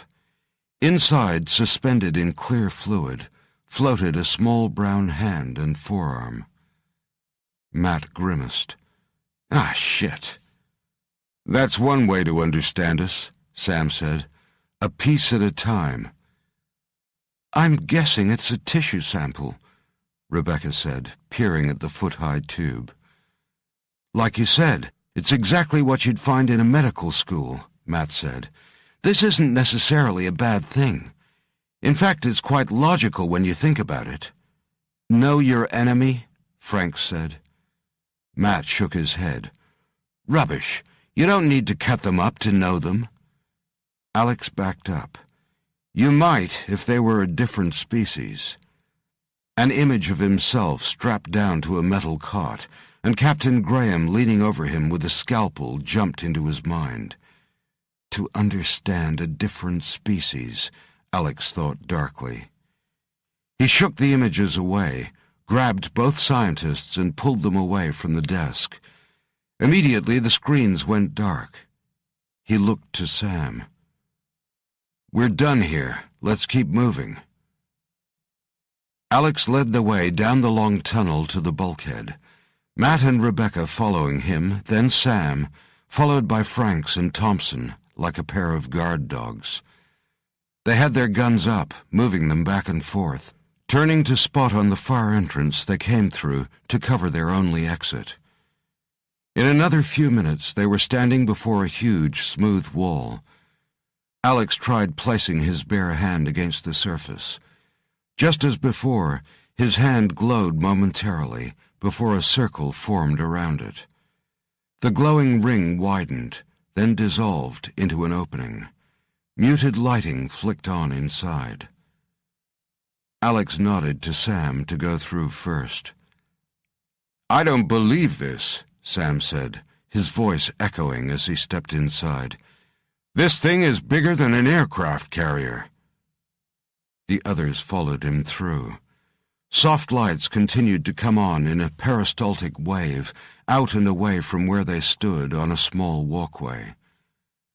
There were a dozen levels above them, and at least that many below, in a circular design. Alex calculated it would take an hour or so to jog around the ship's circumference. Every 10 feet or so along the wall was a small porthole window. Cargo hold? Alex said. He walked to a window, needing to get up on his toes to peer in. What the hell? He dropped down and looked left and right, then placed his hand on the surface. The door dissolved away. Matt and Rebecca tried to crowd in at his sides, but he pushed them back. The cubicle looked like a storage room and was filled with long silver tubes stacked one on top of the other. The top side of each had a clear panel, with another smaller panel showing a collection of blinking lights. Alex wiped the surface of one tube and peered inside. Ah, Christ! He examined some of the other tubes and found that each held a body. His mind jumped back to the vision he'd experienced when he'd confronted Maghera in the Turkish desert. Fleeting impressions of darkness, water, a landscape dripping with moss and lichens, a city with tall silver spires that touched the sky. He'd seen beings like the one in the cryotank, heads writhing with monstrous outgrowths, escorting thousands of smaller creatures toward the city. Their latest harvest, no doubt, transported there in a craft just like this one. What is it, boss? Sam leaned in close, towering over Matt and Rebecca. Alex grimaced as he straightened. I was right. It is a cargo hold. Matt wiped at the panel of another tube, clearing away the condensation. My God, I think they're alive. He turned to the others, exhaling slowly. We've never known why the Minoan race, the most advanced culture of its time, disappeared. We guessed that successive wars, disease, or even earthquakes caused them to abandon their cities and scatter to the mountains. Looks like most of them ended up here instead. Alex pointed around the room. There are 10 tubes in here. Judging by the number of rooms, there's got to be tens of thousands of them in this ship. Stacked up like firewood. Sam shook his head. Alex looked at Matt. Still feel like talking to these sons of bitches? Matt didn't reply. He seemed to be in a trance. Rebecca peered in through the clear panel. Maybe the ship crashed here, and its owners couldn't complete their mission. Maybe we humans weren't evolved enough back then to help them repair their ship. She shrugged. The thing is, thousands of years ago we woke them up, and they just continued going about their task. For all we know, they thought they were saving us, keeping us safe in this ark. Ark? Sam snorted and waved a huge arm toward the tanks. You don't collect this many of the same specimen. This isn't an ark, it's a fucking harvester. Alex nodded. A factory ship. He narrowed his eyes. Like a modern whaling ship, hunt, capture, and process the prey aboard the vessel. He nodded toward the cylinders. Are they alive or dead? We need to check. Sam grabbed one end of the cylinder and dragged it out of its harness. The movement pulled Matt out of his trance-like state. He kneeled next to the tube and put his hand on the casing. Nothing happened. He bent over the panel of lights and pressed one of the small buttons, then another. The tube seamlessly unzipped, releasing some kind of gas. Matt held a hand over his face. Jesus, what the hell was that? Not oxygen, Rebecca said, and sneezed. But we're still alive, so it's not toxic. Maybe some sort of preservative? The tube collapsed to reveal a young man, no more than 20, with olive skin and smooth features. His hair was long and oiled, with the long sidelocks the Minoans wore. He didn't look any more than 5 feet tall. He groaned and then coughed. Matt leaned forward. Holy shit, he is alive. Rebecca placed a hand on the youth's shoulder. Take it easy, she said softly.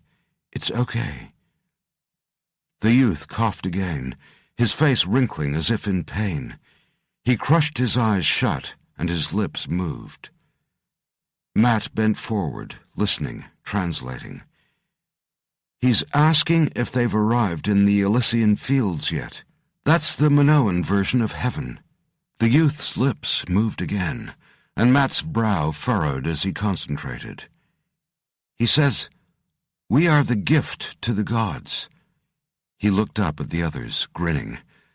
This is the first time Minoan, real Minoan, has been spoken in 5,000 years. Great, Alex said, and nodded to the youth. Now ask him how they speak to their gods. How do they calm them, sing to them? Hurry it up, Professor. Matt spoke in a soft but guttural tongue. The young man's eyes flicked open.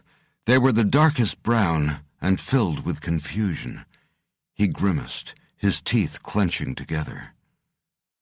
Matt spoke the same words again, but a little louder. Rebecca laid a hand on his shoulder. He's sick. We need to ease up. He's been asleep for... I don't care, Alex said. Matt, hurry! Matt's words became more urgent. The Minoan coughed wetly, then groaned. His eyes flicked open, wide and rolling, and his mouth opened unnaturally wide, releasing a piercing scream. Jesus Christ! Casey Franks grabbed Matt's collar and hauled him back. Thompson did the same to Rebecca. As they watched, the young man's body seemed to inflate. His facial features became distorted, and his eyes turned milky. His cry of pain was abruptly shut off, as first his face and then his body collapsed in on itself. In another few seconds, he was nothing but a foul-smelling mound of sludge. Rebecca gagged, and Matt's mouth was hanging open in horror. "What the fuck just happened?" "Fuck me," Thompson grimaced. "Some sort of infection?" Alex shook his head. "That smell when we opened the tube. Atmospheric gases. His body was saturated in them. Maybe he was being conditioned for another environment. The abrupt change destroyed him." "What?" Rebecca waved at the other tubes. "So they can't live on Earth anymore? All of them?" Alex nodded. "I think so. I saw it in the Magira's mind when we connected in the desert, but I didn't understand it then. The Gorgons were herding some other race of beings toward this big city, as though they were cattle. Looks like we were to be the next herd. Sam's right. It's a harvest.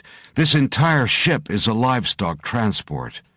These Minoans thought they were gifts to the gods, but they were basically meals on wheels, being transported home."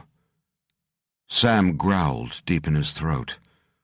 "Someone woke up Magira, and it started to go about its business again. For all we know, this might be a scout ship, the first of many. If they like the samples, Earth might turn into their giant stockyard." "Fuck 'em." Frank shook her head, her teeth grinding together. "Blow the shit out of it." "Wait, what about the Minoans?" Matt said. "There's thousands of them." "They're already dead," Alex said. He turned to the SAS soldier. "Plant the C4, all of it. We'll use the grenades, too, for a bit of extra kick. Let's turn this abomination into atoms, and then bury what's left." On the surface, the mist moved toward the cave entrance, stopping at the Land Rover and the truck left by the Greeks. It hovered by them for a moment, and the nucleus at its center coalesced, darkening. The weeping was drowned out by another noise, a deep roar of fury as it sensed the intrusion below.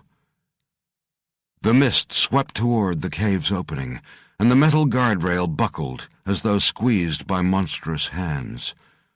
Once it had entered the darkness, the mist vanished, and the creature within took on physical form and descended into the cave's Stygian depths.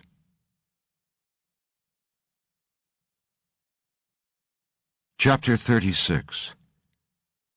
Sam and Reese Thompson stacked the C4 in 2 piles on each side of the door, along with the Hawk's M33 fragmentation grenades.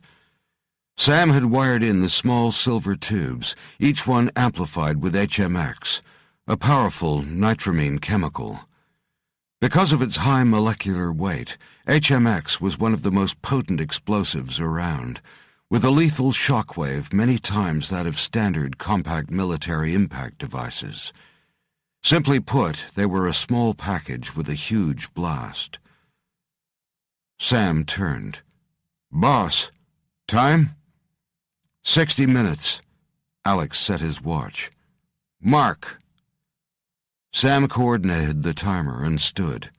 "We're out of here." Alex looked up at the enormous rock wall above the massive orb. "This blows right, it'll take out the entire wall and bring down about a mile of rock."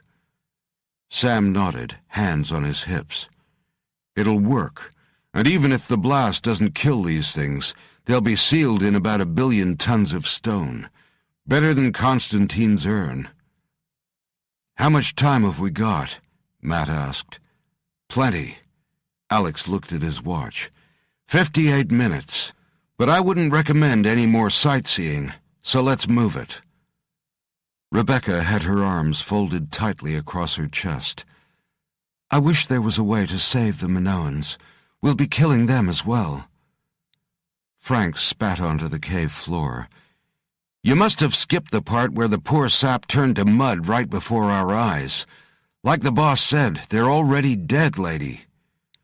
Rebecca fumed. "There must be a way to save them. We should at least bring a medical team in to... To what? To get turned to stone by that monster?" Franks leveled her steely gaze at the scientist. "Boss knows what he's doing." Sam looked around the cave. "Anyone seen that little Greek asshole?" Matt snorted. "He's probably halfway home by now, dragging a Santa sack full of gold." "He better not try something stupid when we're bugging out." Franks held a scope to her eye, scanning the stone steps in the far distance. Matt shook his head. "I think the gold was a priority. Doubt he'd hang around to take a few potshots at us." Frank snorted. "If there's one thing you can count on, it's greed'll win out every time." Alex nodded to the Hawks to form up around Matt and Rebecca. "If the Greek gets in our way, he'll be staying down here with the Minoans." He glanced down at the chasm. "Those dog things are watching us. I can feel them. Like most pack animals, they'll be waiting for a straggler to become separated. So we all stick together." He looked at Matt. "Try not to look wounded." Matt gazed into the chasm's dark depths. "I don't know if I can run, if we need to." He gave Alex a weak smile. "And my head's killing me." "Dehydration," Alex said. He turned Matt's head and looked at his neck. "Glands are up. Might have been something in their saliva. Good news is you're alive. Just take it easy. We don't want that wound to start bleeding again." Matt raised his eyebrows. "Worried about me or leaving a blood trail?" Alex could see the fear in his eyes. "Don't worry, we'll be fine. We're not going back into the chasm." He gave Matt what he hoped was a reassuring smile, and then turned away. He could feel the huge animals in the darkness, watching, while remaining out of sight. But now he began to sense something else, the creeping feeling of desolation and fury he had felt in the Turkish desert. Bagheera was approaching, returning to her lair, and it would be 100 times worse than what was watching them hungrily from below. Their time was fast running out. "Just stay close to me. Home soon, Prof," Alex said, and stepped onto the narrow ledge that would take them back to the village. Sam's eyes moved from Alex to the paved street. He'd noticed the Hawk leader's eyes shining silver in the darkness, and he seemed to be on high alert. They were moving quickly now. Alex had picked up their pace. No one spoke, and the silence seemed to swallow even the sound of their footsteps. Alex held his fist up and froze. "Halt!" Sam brought his rifle up and followed Alex's gaze, but didn't see or hear anything. He returned his eyes to the street. "What you got, boss?" "Ambush!" Alex exploded into activity, pushing Matt and Rebecca to the ground, his movements so quick that it was hard to follow him. "Stay down!" 2 soft gunshots spat from the line of buildings ahead. One struck the ground where Matt had just been standing. The other kicked Alex's head back. More shots rang out, and the group scrambled for cover. Thompson returned fire, while Casey Franks herded Matt and Rebecca into a space between 2 buildings. Sam dragged Alex from the street as bullets whacked into his armored back and tore Alex's helmet from his head. Shit! The wound was a deep gouge across his temple and looked like it had depressed some of the skull. "How is he?" Franks crawled forward, but Sam waved her back. "Cover our asses, soldier." Franks rolled away, coming to a stop on her stomach at the corner of the building. Thompson landed beside her, and both of them fired off several rounds. They pulled back as stone chips blew away from the building. "I got 3 bad guys all in tight," Franks said. "They're good. I'm betting our Russian friends have joined the party."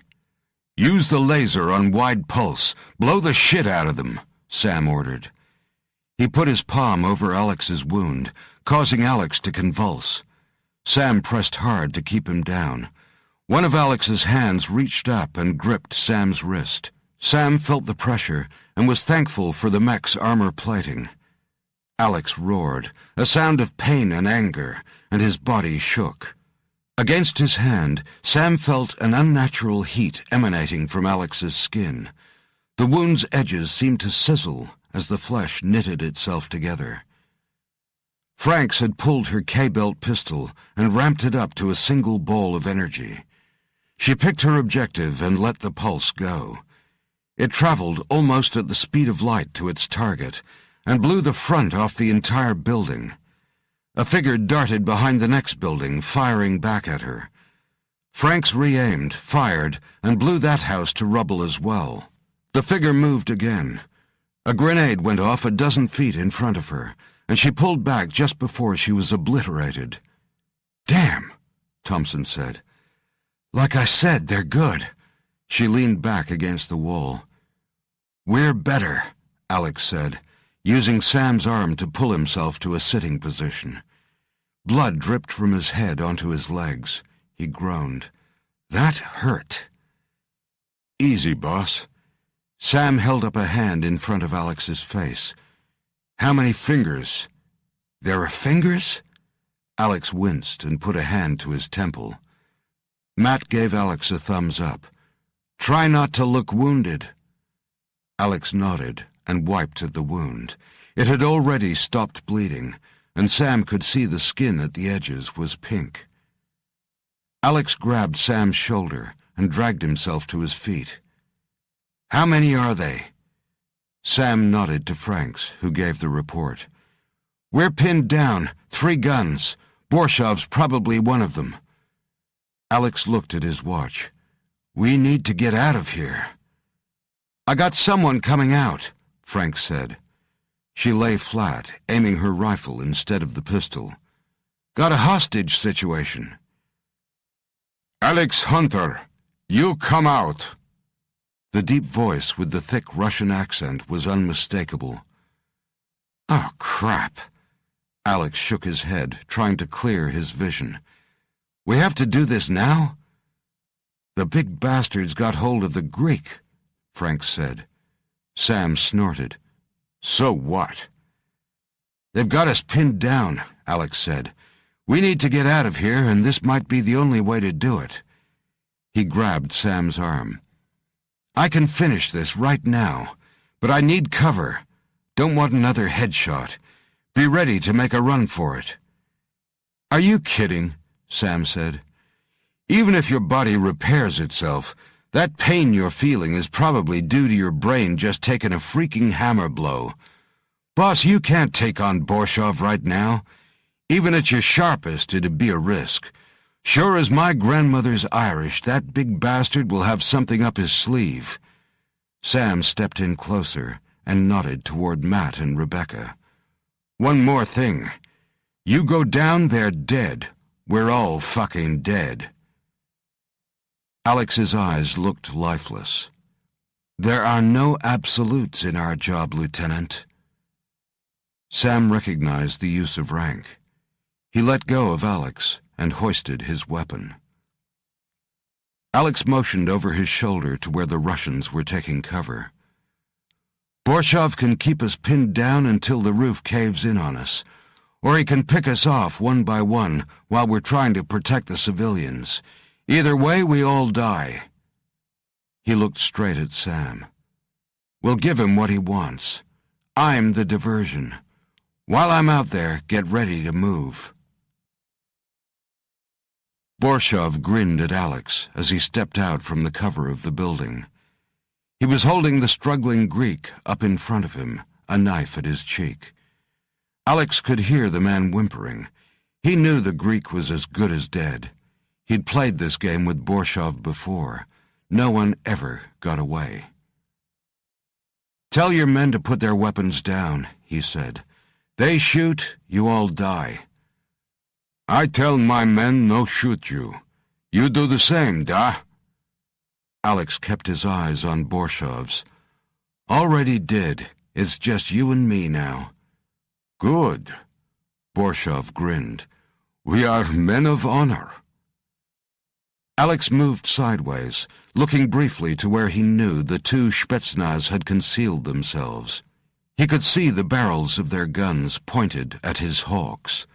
They obviously thought Borshov didn't need their support. The Russian looked bigger and bulkier than ever. He wore a lumberjack shirt with red and black checks. Combined with the thick beard, it made him look like Paul Bunyan. All he needed was a big blue ox. His face was red. The heat must be stifling for him in the heavy clothing. Alex pointed back to the orb. "I've set charges. We need to get out of here or we're all dead." Borshov shrugged. "Not your problem anymore." "I'm here. Let the others—" Alex stopped, remembering how Borshov had killed a hawk in Chechnya, right in front of him, tormenting her, then hanging her by the neck so she slowly strangled, all for his own amusement. The man had no compassion, no soul. He was the embodiment of ruthless brutality. Never had Alex wanted to kill someone so badly. "I'm here," Alex said again. He crushed his hands into fists, feeling the armored biological material pop from the strain. His shoulders hunched, and a rush of chemicals flooded his system. The fury welled up, and with it a demand for blood, Borshov's. Alex's jaws clenched as he strained against the beast within him, waking now. He was determined to maintain his self-control until his team was free. Also, he knew the big Russian was up to something. His word was meaningless. There would be a secondary ambush somewhere. Of that, Alex was sure. "No guns," Borshov said, shaking the Greek man. He whimpered again, his eyes on Alex, imploring. "Just fists, da?" Alex shook his head slowly. "No guns, just you and me." Borshov made a deep-chested rumbling sound that could have been a laugh. He grabbed the Greek's head and jerked upwards violently, tearing it from its shoulders in a fountain of blood. Borshov flung the head away, and it made a soft sound as it landed in the center of the street. Alex heard Rebecca vomit behind him. Borshov tossed the limp body aside, grinning. He was splattered with blood, streaks of it running down his bristling beard. He half-turned to say something in Russian to his men, laughed, and then tore away the lumber shirt to expose the hyper-alloy technology attached to his body. It was a mech suit like Sam's, except just the upper body framework. Borshov rolled his huge shoulders, and the bars and strapping moved smoothly, meaning the nerve implants were also in place. He grinned and shrugged. "You stronger? Now I stronger too. So now we see, da?" He held up his fists in a boxer's stance and planted his legs. "Come, come! No time for this, boss," Sam called. "Just say the word." "Ah, shit." Alex looked at his watch, then back at Borshov. "Let everyone else go, then you and I can settle this." Borshov shook his head. "Won't take long. Everyone must see." He nodded toward Tony's head, the eyes wide, a rictus of pain still deforming the features. "I want your head. I take it home." He tapped his face just next to his ruined eye. "I remember who did this." The first time Alex and Borshov had fought, Alex had been soundly beaten, then shot and left for dead. The second time it was his turn. He had beaten the shit out of the big Russian and left the man buried below tons of rock under the Antarctic ice.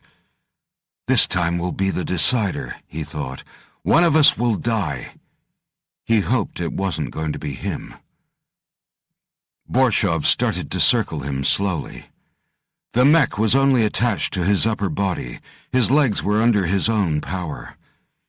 Even though the massive trunk-like limbs were like columns ending in size 18 boots, They wouldn't be as fast or as powerful as the rest of him. Alex also noted his head was exposed. He now had 2 points of attack. Time to end this. He charged, moving so fast that Borshov looked frozen in time. But the mech suit, operated by microprocessors, acted at an even greater speed, reacting to Borshov's nerve impulses, fired off by the brain at over 100 miles per second. As Alex leaped at him like a missile, Borshov's massive fist smashed downwards to bat him away like an annoying fly. Alex got to his feet and shook his head. His ears rang from the piledriver that he'd just collided with. Borshov was a big man, even bigger than Sam, and with the suit's capabilities added in, it was like fighting a lightning-fast bulldozer. Borshov made a fist in the air, his hand sheathed in hyper-alloy plating. "Pretty good, huh? Gift from your scientists." Borshov circled one way, and Alex circled the other. The Russian had his hands up, fists clenched in an old-style boxer's stance. He nodded. "Try again, Mr. Arcadian." Alex did, coming fast, jinking one way, and then leaping the other, pulling back one arm as he rocketed toward the Russian's exposed face. He knew one blow with all his strength would end it. Even a glancing punch should stun Borshov long enough to give Alex time to wrench free the suit's implants, turning it into an anchor dragging him to the ground. Not even Borshov could fight for long while supporting all that extra deadweight. Once again, the mech suit reacted faster than Alex could move. Borshov caught Alex in midair, his long arms holding the hawk at a distance. One armored glove compressed around Alex's throat, while the other made a huge fist. Alex braced for the impact, knowing a sledgehammer would have been more merciful. Borshov held the fist back, grinning behind his black beard, savoring the moment. He squeezed harder, cutting off Alex's air supply. Alex gripped at the Russian's forearm, feeling the bars and titanium plating shielding it. He raked at the metal, pounded at it, his frustration fueling his anger. Alex felt like his body was on fire. He roared his fury and grabbed at the armored forearm, squeezing with all his strength. One of the support struts began to bend, and there was a ping as rivets separated. But before Alex could finish the task, Borshov rocketed his fist forward. It connected just above Alex's eye. The world spun, and stars exploded across his vision. The bullet wound that had just knitted closed burst open, spraying blood over Borshov's chest. Alex wanted to slip into unconsciousness, but another part of him was never going to let that happen. "Weak," it hissed at him. "Get out of the way." The voice was full of scorn. It didn't care if Alex's team was safe, or whether he was mortally wounded. All it cared about was sating its desire for blood and revenge. Alex ground his teeth, not just fighting against Borshov's grip now, but against the demon rising in his mind. He needed to maintain control. If his team was to escape, he had to keep Borshov occupied and draw the attention of the Spetsnaz. He couldn't afford to forget strategy and tactics and brawl like an animal. Borshov brought his fist back again, his arm having completed its arc from the punch, ready to deliver a backhand as it returned in the opposite direction. Alex's legs drew back, and he kicked out hard into Borshov's gut. There was plating over his torso, but the impact was enough to rock the big man backward and loosen his grip on Alex's throat. Alex felt part of his biological armor suit rip away as he dropped, rolled, and then staggered to his feet. He heard Rebecca and Matt screaming their support, and his fellow Hawks calling advice and tactics. The words were garbled, meaningless, drowned out by the other one's voice in his head. Borshov looked over toward Rebecca and grinned. "Another woman. Maybe you'd like to watch her die as well?" He raised his fists. Come on, stop running. Fight! Alex circled, looking for an opening.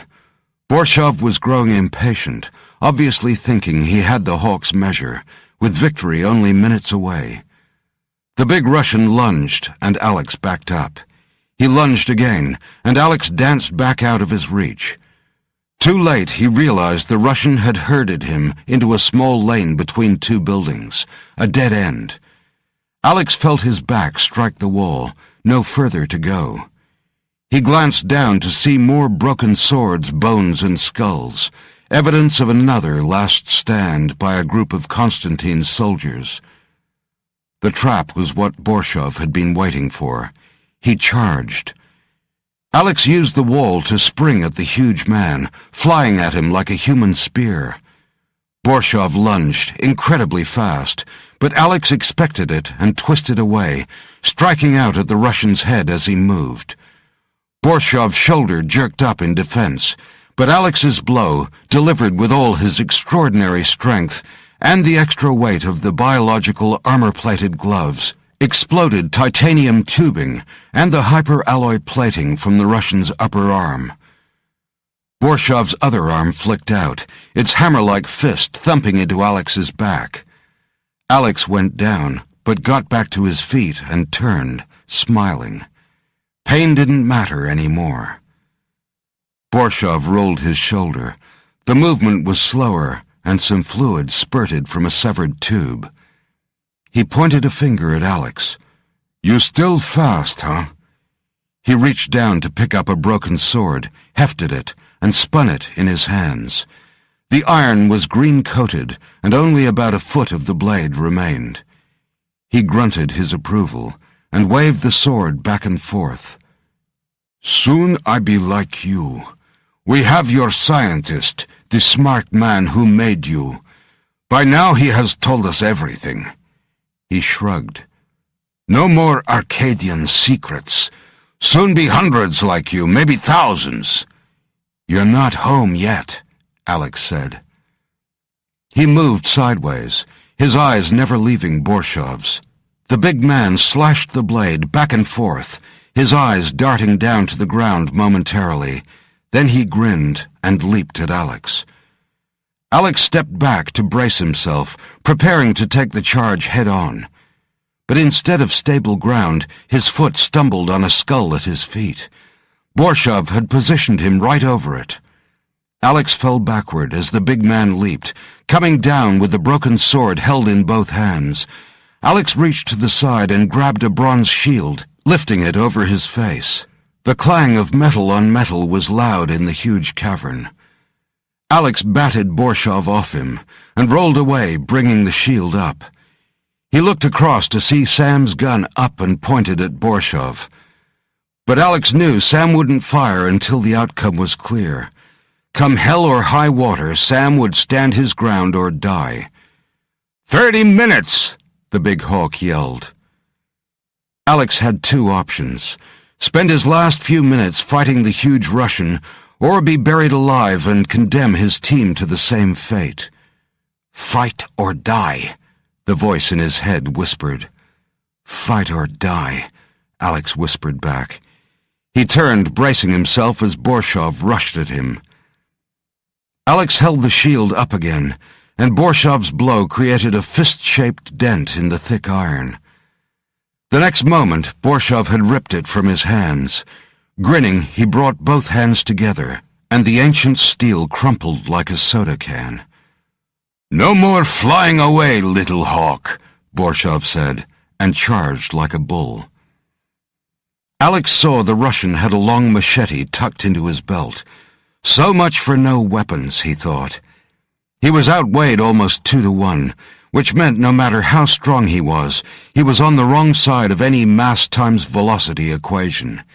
He needed other tactics. He needed something else. If he couldn't increase his mass, he needed to increase his speed, his strength, and ferocity. He knew he had another weapon, but one locked away in its mental prison. Perhaps that something else he sought was there all the time, just waiting to be released, from within. Borshov arrived. At the last moment of impact, Alex turned sideways, moving in past the Russian's outstretched hands by a hair's breadth. Automatically, Borshov's arms closed around him, the machine sensors allowing him to move faster than he could ever have hoped to by himself. Alex knew he was no match for the suit's super-assisted weight and power, but he now had what he wanted. He was in close. Now, the voice in his head screamed, and Alex felt the familiar sensation of being wrenched in two. The ancient village, the heat, the darkness, his hawks, Matt and Rebecca, all went away, leaving just Borshov, the enemy. A grin of triumph split the Russian's face as he began to compress Alex within his grip. Alex grinned back, then swung his head forward, smashing it into the bridge of Borshov's nose, breaking the already battle-scarred snout. The Russian snorted blood and squeezed harder, and Alex felt the titanic pressure begin to bear upon his spine. Instead of slowing him, it made him more furious. He swung his head into Borshov's face again and again, hammering the squashed nose into a mess of cartilage and bloody pulp. In so close, he couldn't swing his arms for a long punch, but he could use close-quarters combat techniques, his thumbs, the tips of his elbows, his teeth. Though Borshov's upper body was like an armored bulldozer, his face was just flesh and bone. Alex swung at it again, gritting his teeth as his biological armor and also his spine began to crack. One of the Russian's brows split, running blood into his good eye. "Before we die, we'll make him pay." The voice didn't care about victory or death, just about the brutality of the battle. Alex headbutted again and again, ripping his elbows back and forth, over and over, until Borshov flung him away. The big Russian wiped at his face, trying to clear blood and gore from his eye. Alex got slowly to his feet, his teeth bared, choosing the next point of attack. He was about to charge in again, when a sensation like a wall of ice smashed up against his spine. He crouched and spun, his senses on high alert to a new and more terrifying danger.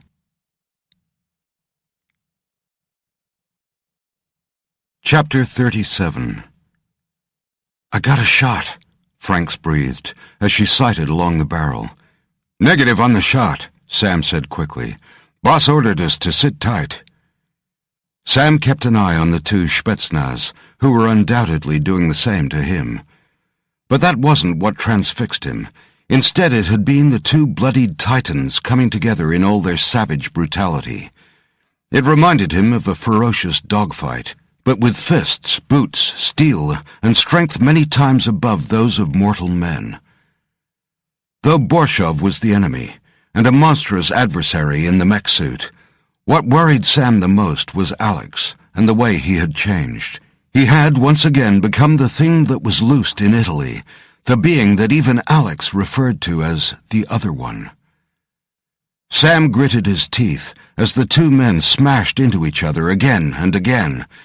Alex used every part of his body as a weapon, his eyes round and furious. Sam doubted that he remembered or even cared that the cavern was set to come down in mere minutes.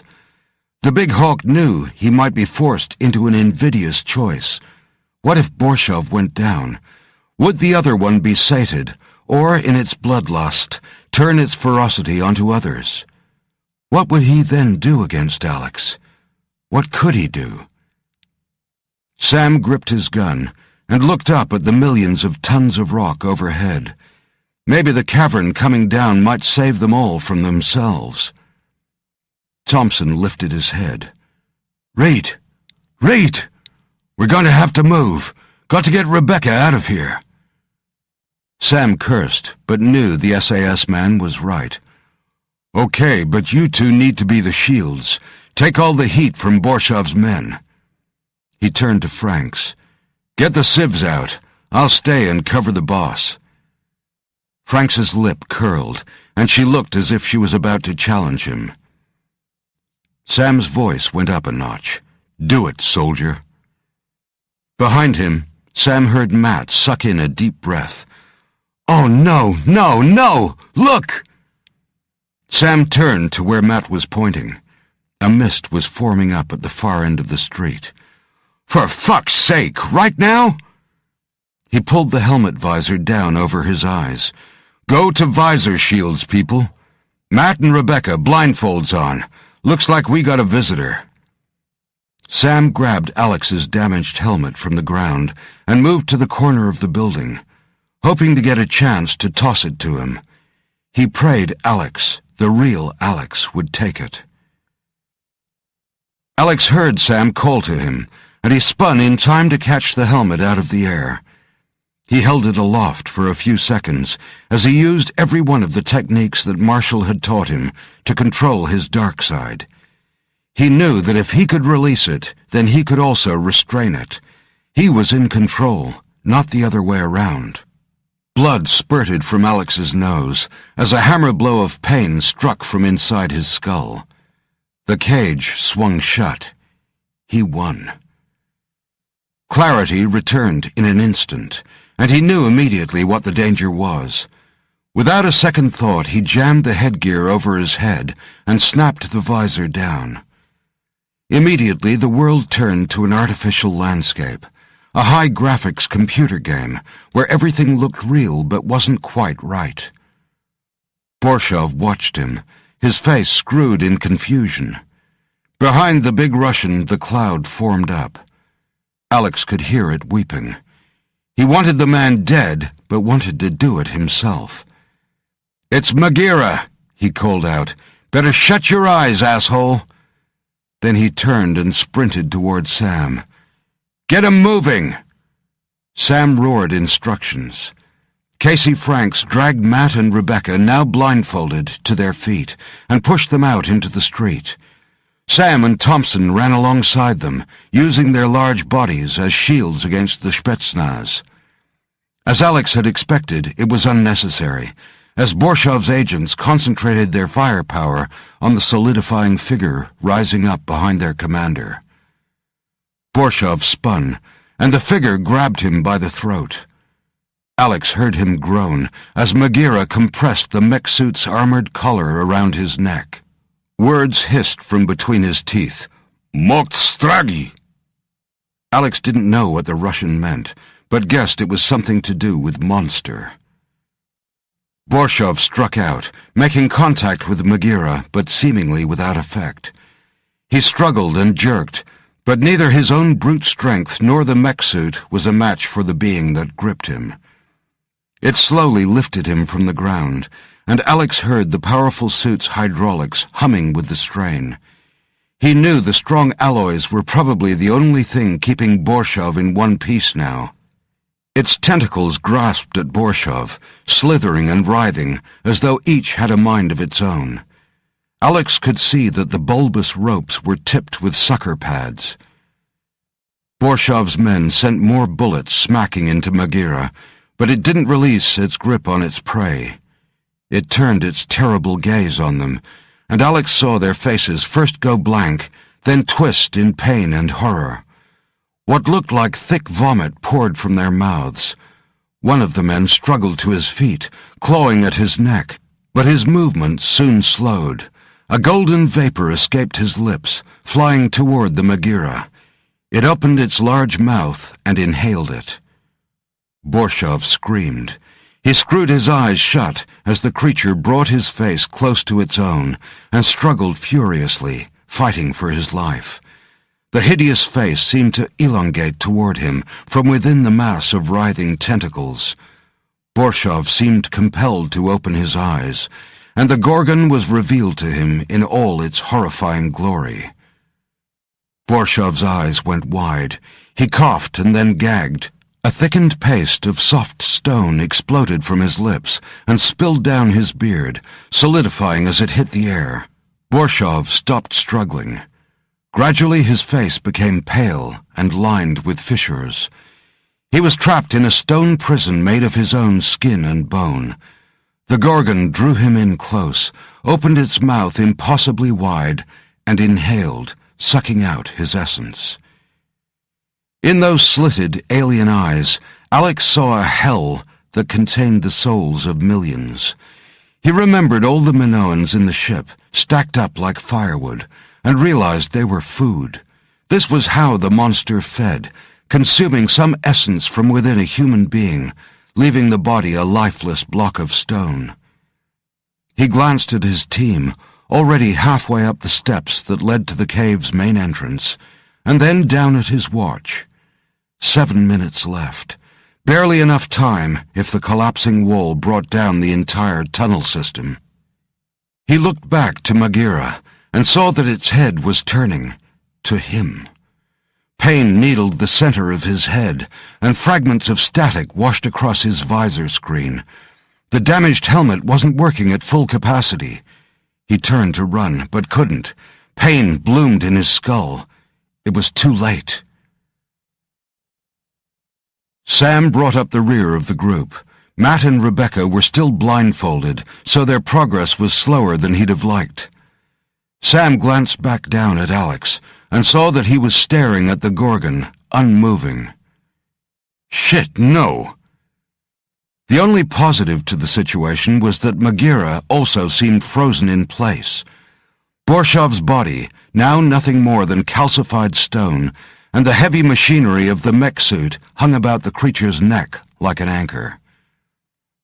The sound of weeping rose, then was drowned out by a shriek of fury. As Sam watched through his visor, the Gorgon started to disassemble into mist again, and he had an impression of huge scaled hands grabbing at Borshov and tearing him and the hyper-alloy framework to pieces. Magira was now free to descend on the frozen Alex. Sam roared, "The fuck you will!" He stepped to the edge of the steps, preparing to leap the more than 100 feet down to Alex. "Don't!" Franks yelled, and tried to grab him. "Franks, get him up and out," Sam said. "That's an order." Franks's face twisted in disbelief. "Like hell!" Sam leaped into space and landed like a colossus, shattering the street's paved surface and sinking about 6 inches into the rock. He went down on one knee, but the mech suit absorbed the impact, and he was immediately up and sprinting toward Alex. Magira descended on Alex, the hideous face forming up beneath the writhing mass of tentacles. As Sam picked up speed, he saw the shattered remains of Borshov and his suit, and knew he stood little chance against the Gorgon. But sacrifice had its own strategic value. He was traveling at around 50 miles per hour now, with the locomotive force of a truck. He dropped his shoulder and launched himself at the huge figure, striking it mid-center and knocking it back 20 feet. Sam rolled and came up fast, turning to Alex. Franks and Thompson were already there, dragging the Hawk leader away from the Gorgon. For once, Sam was glad Franks was so strong-headed. Alex was still unmoving, but he wasn't dead, and he hadn't been turned to stone. Magira rose up like a column of dark smoke, then solidified, screaming her rage. Her focus wasn't on Alex anymore. "Game time," Sam said. He gritted his teeth, pulled both his gun and knife, and charged again. Casey Franks pulled Alex's damaged helmet off and slapped his face hard. "Boss, you still with us?" He opened his eyes, sat forward, and immediately threw up. "My head." He looked one way, then the other. "Where's Magira?" "We need to get you up and out of here," Thompson said, putting his arm under Alex's shoulder. Alex pushed him away and rubbed his eyes. "If the Gorgon's free, we'll never make it." He pulled on his helmet again and turned in time to see the monster smash Sam aside. "And we're not going anywhere without Sam." Matt was suddenly beside him, blindfold off, his computer resting on one knee. He tapped some keys. "We got something we can try." A discordant, grating tune emanated from the computer. It sounded eerily alien. Matt jacked up the volume just as the Gorgon glided toward Sam. Sam lowered his head, holding his ground, but Magira stopped and turned toward Matt. "Don't look at it," Alex said urgently. "Keep your eyes covered." Matt turned away, but kept tapping at the keys, making the tune louder again. "It's not working," Rebecca said. "It's confusing it, but not putting it to sleep." Sam raised his gun and fired.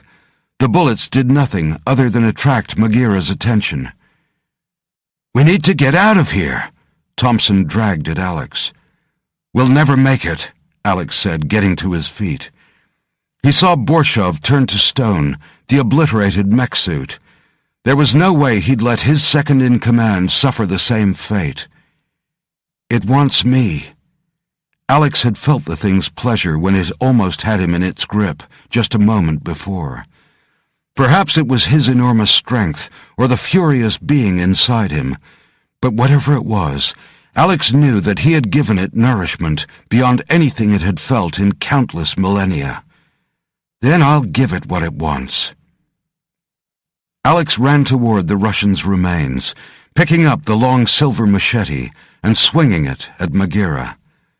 10 feet out, he leaped in the air, blade high, and brought it down with all his strength on her neck.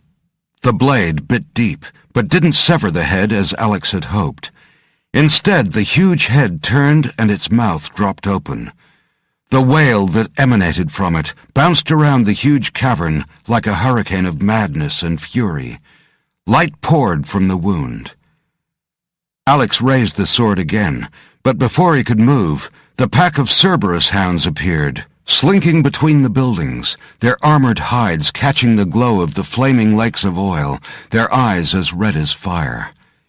Alex turned, ready to defend himself from the new threat. Against a few of these huge beasts, he and Sam had only just survived. A pack of them would tear him to shreds. But instead, Alex felt himself grabbed and lifted, and a force far stronger than his own demanded his attention. His helmet was ripped free, and then it was as if the world went away. There was no more sound or sight or heat or any other sensation, but the dreadful attraction of the Gorgon's gaze. Alex turned his face away, crushed his eyes shut, and gripped the huge arm that held him. He fought, but he was an insect compared to its colossal strength, and slowly his head turned back. He screamed and raged, thrashing in the creature's impossible grip. The other one's fury exploded to the surface to struggle in unison, but it too was quickly subsumed. Alex's eyes were opened, and he looked. He hadn't known fear for longer than he could remember. No man or beast had ever made him tremble or hesitate. Probably because death held no horrors for him anymore, and pain was something that was endured and overcome. But this feeling dragged at his soul and then tore it from him. Once again the images of the humid world were flashed into his mind. The sense of millions of years of invading, harvesting, and enslaving countless populations for food and slavery, and a determination that the earth would be next. A cold crept over him, first in his fingertips and then his toes. It moved inexorably along his limbs. Alex knew what was happening to him as his body became immobile. The shouts of his comrades, the Cerberus, his own mind and body didn't matter. All that was left were the eyes of the hellish creature that slowly pulled the energy from him. A flash of movement in his dimming periphery was the huge pack of the Cerberus, now picking up speed, mouths hanging open, powerful jaws ready. The ground shook under their combined weight as they charged. Alex would be spared this fate after all, by death. The beasts struck hard, taking the larger figure of the Gorgon to the ground. Alex was dropped and forgotten. He lay shuddering as if in a fit, and felt his team grab and drag him away. He felt cold and weaker than he'd ever felt in his life. He managed to hold up one creaking arm. His vision was blurred, like looking through a curtain of fine gauze, but he could just see that his hand was bare, the glove having been lost. The limb was now white, and as he watched, dust fell from his fingertips. He guessed his legs were the same. "Can you hear me?" Matt asked, as he lifted Alex's head a fraction. Alex tried to nod but couldn't. Instead, he parted ash-dry lips. "Leave me." There was a small puff of dust, and he wasn't sure the words were heard. He summoned up every ounce of remaining strength he had. "Leave me now!" Alex knew they were out of time, and also knew he was no longer all flesh anymore. He was already dead, and if they stayed, they would be too. "Shit, this is bad." Matt turned to Rebecca, grimacing. Frank stepped in close and lifted him, bringing her face close to Alex's. "Don't you fucking dare!" She shook him for a second, and then dropped him to shoulder her weapon as she turned to Thompson. "We carry him." "Wait, look," Rebecca said. Alex continued to watch his hand. A line of healthy color was creeping up from the wrist to the fingers. His vision slowly cleared, and suddenly the heavy weight on his chest lightened. He made a fist several times and blinked. "Amazing! He's healing," Matt said, sitting back on his haunches. "Get him up!" Franks pulled Alex roughly to his feet. Alex nodded, leaning on her for a few seconds. "I'm okay, I think." He looked across to the Gorgon, still in its titanic struggle with the pack of Cerberus. Its massive hands tore at their heavily plated limbs, ripping heads off and flinging them away. But their sheer weight of numbers prevailed. More appeared and threw themselves into the fight. "Maybe they were the Gorgon's previous cargo," Frank said. "Before they found us," Rebecca whispered.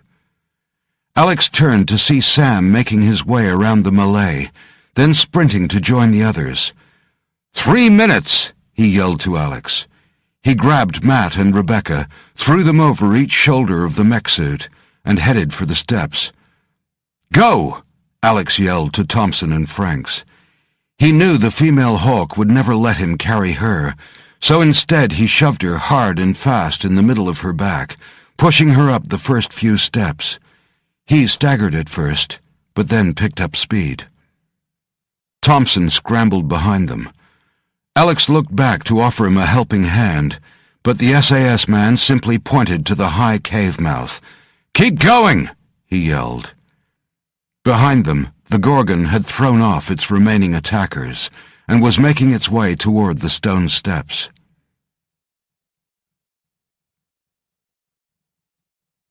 Chapter 38.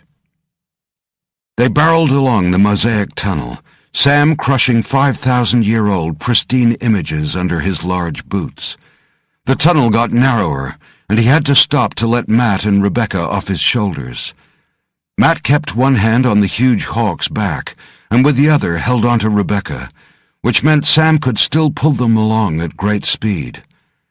When they came to the flowstone wall, Sam didn't stop. He exploded through it like a bulldozer.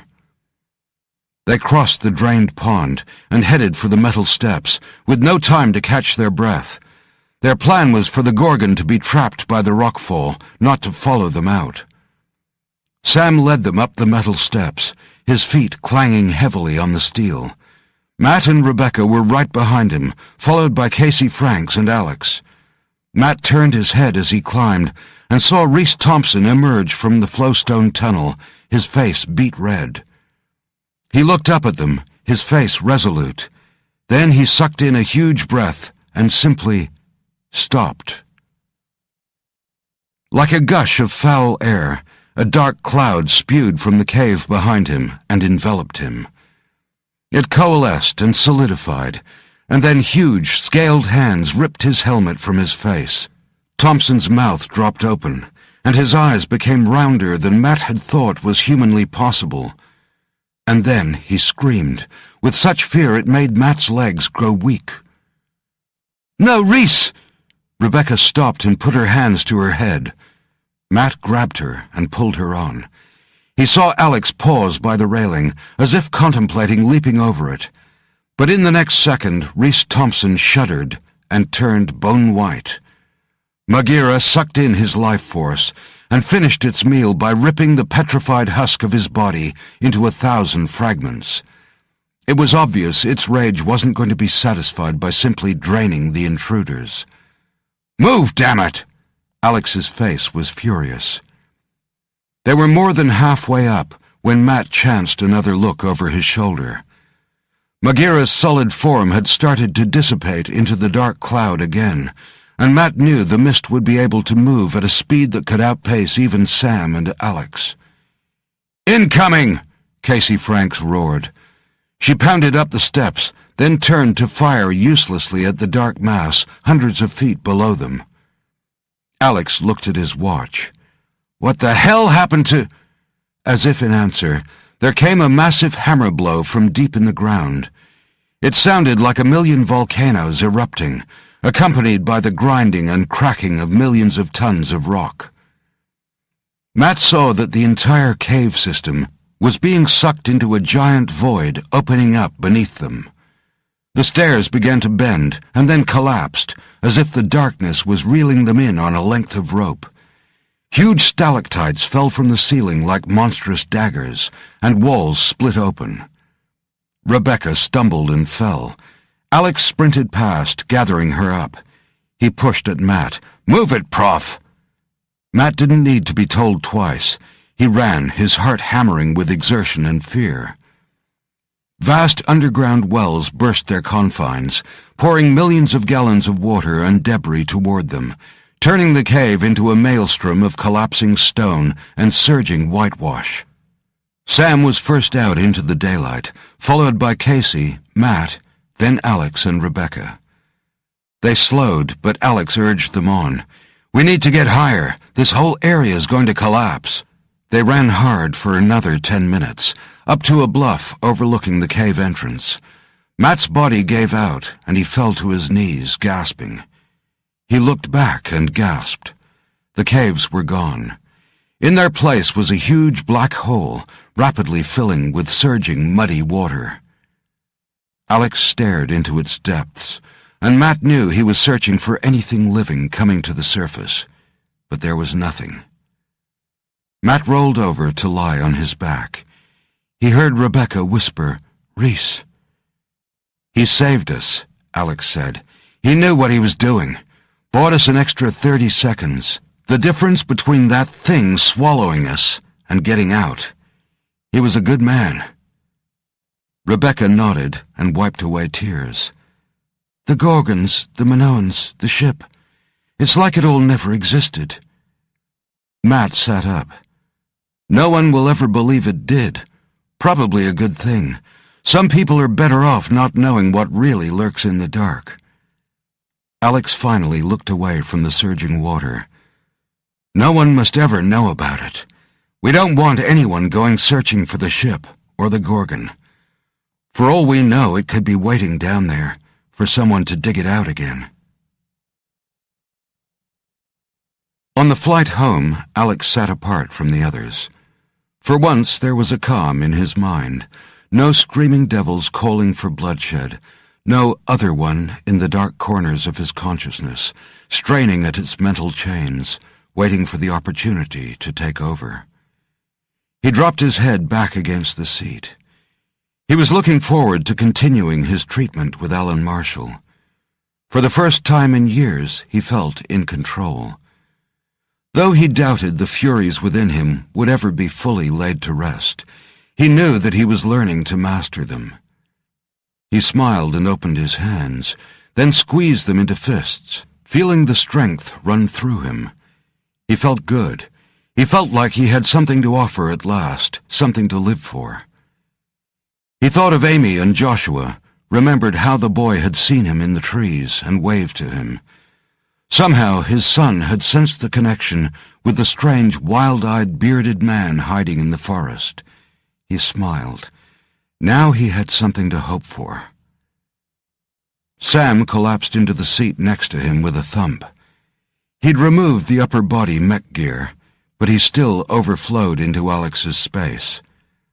Unlike Alex, Sam's wounds would take longer to heal. Just about every inch of his body was covered in a bandage, stitched or daubed with iodine. Alex grinned. "Hey there, Frankenstein."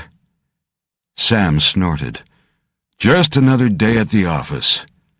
He looked hard at Alex. "So, good to be back?" The big man was probably the closest thing Alex had to a brother. He nodded. "Yeah, it felt good." "Damn right it did."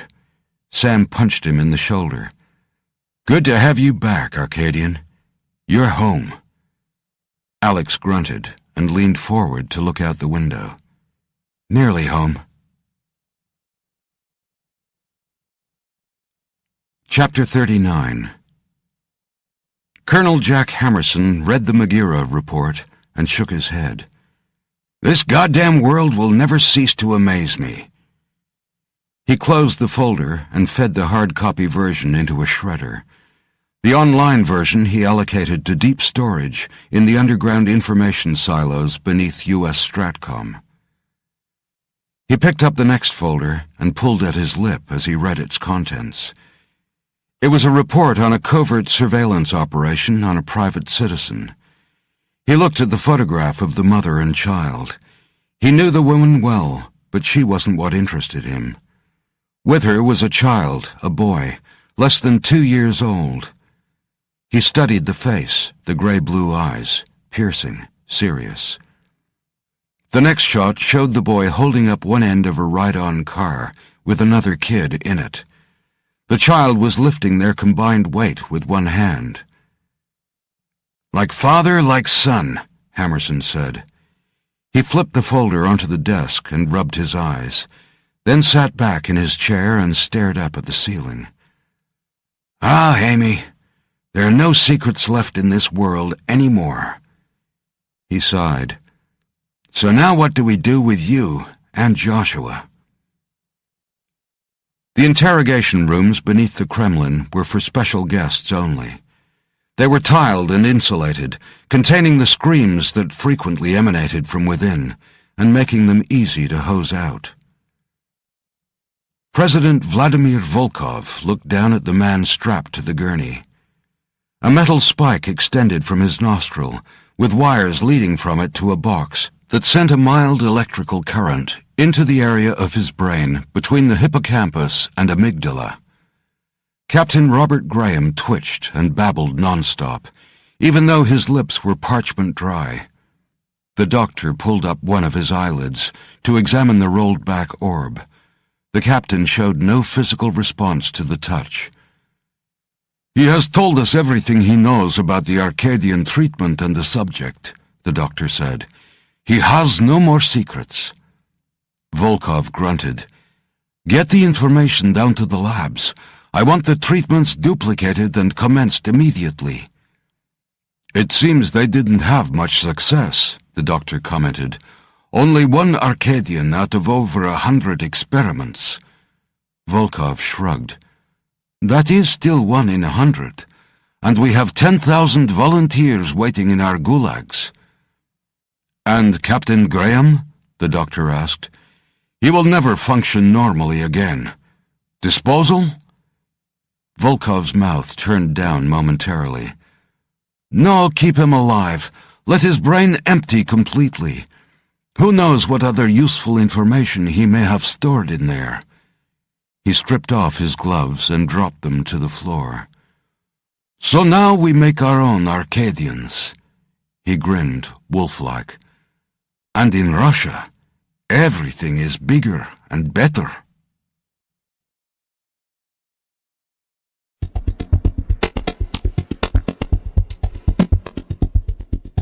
Belinda hopes you enjoyed the reading of Gorgon, written by Greig Beck and read by Sean Mangan.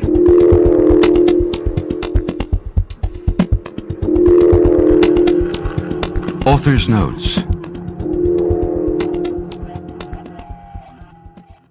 Many readers ask me about the science in my novels. Is it real or fiction? Where do I get the situations, equipment, characters, or their expertise from? And just how much of any legend has a basis in fact? In the case of the Gorgon, There are numerous mythological and religious stories, some dating back to the Neolithic age, of men being turned to stone, of snake goddesses, and hideous monsters living in an underworld. The Gorgon. The word Gorgon derives from the ancient Greek word meaning fierce, terrible, and grim. Another derivation is from the Greek word gorgos, which means dreadful. So it is an ancient word, as old as Zeus himself. One of the earliest images of a Gorgonea, a figure depicting a Gorgon head, dates from nearly 3,000 years ago, and appears on a coin made of electrum, a natural alloy of gold, silver, and other metals, discovered during excavations at Parium. Images with a Gorgon head were also found in the Knossos Palace on Crete, dating from 1,000 years earlier.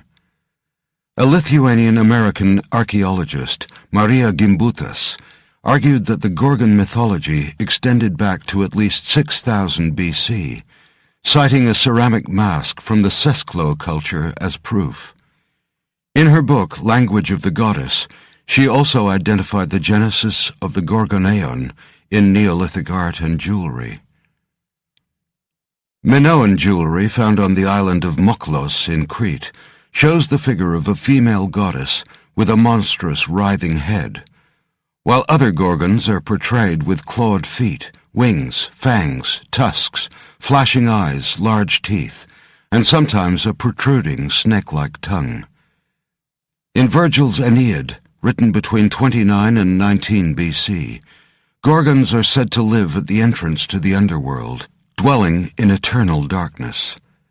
In more modern times, the Gorgon's likeness has been immortalized by artists, including Leonardo da Vinci, Peter Paul Rubens, Pablo Picasso, Auguste Rodin, and Benvenuto Cellini.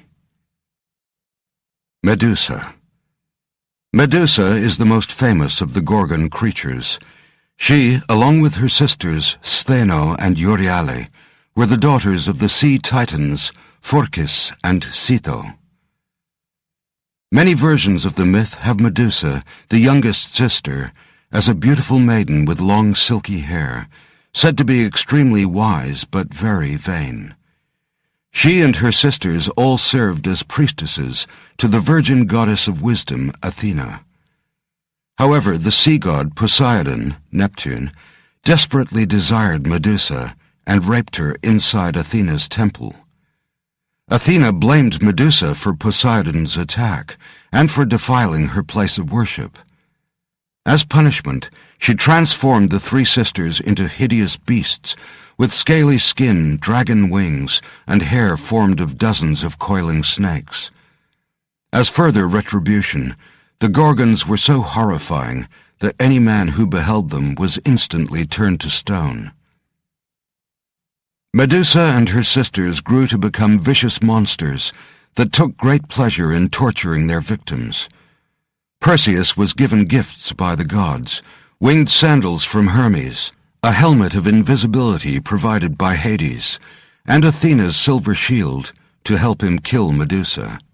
Perseus crept up on the sleeping Medusa by looking at her reflection in his shield, cut off her head, and presented it to Athena, who placed it in the center of her aegis, the protective shield she wore over her breastplate. Perseus escaped Medusa's enraged sisters thanks to the winged sandals of Hermes and by wearing Hades' helmet of invisibility. The Medusa tale reaches back even further than classical Greece. She also appears in Libyan images, with her hair sometimes resembling dreadlocks, and was worshipped by the Libyan Amazons as their serpent goddess. Her name there is derived from the Sanskrit word Medha, and Egyptian Met or Mat, meaning wisdom. Medusa's face is usually shown screaming or staring with unblinking eyes. Her tongue sometimes protrudes like a snake's, and her head is often surrounded by a halo of coiling snakes. The Medusa image was frequently used to guard and protect up until the Christian era. Even after that, her face continued to appear on columns, doorways, and gateways, signifying her role as the guardian of the threshold, between the realms of the living and the dead, between the temporal world and the underworld. The Medusa is an ancient icon that remains one of the most popular and enduring figures of Greek mythology. She continues to be recreated in pop culture and art today. Her face is carved into a rock at the popular Red Beach in Matala, Crete, is used as the logo for the famous fashion brand Versace, and even appears in some Greek bank vaults as a talisman for luck and protection. The Basilica Cistern, Sunken Palace. The Basilica Cistern, or Sunken Palace, is the largest of several hundred ancient cisterns that lie beneath the Turkish city of Istanbul, formerly Constantinople, and before that, Byzantium.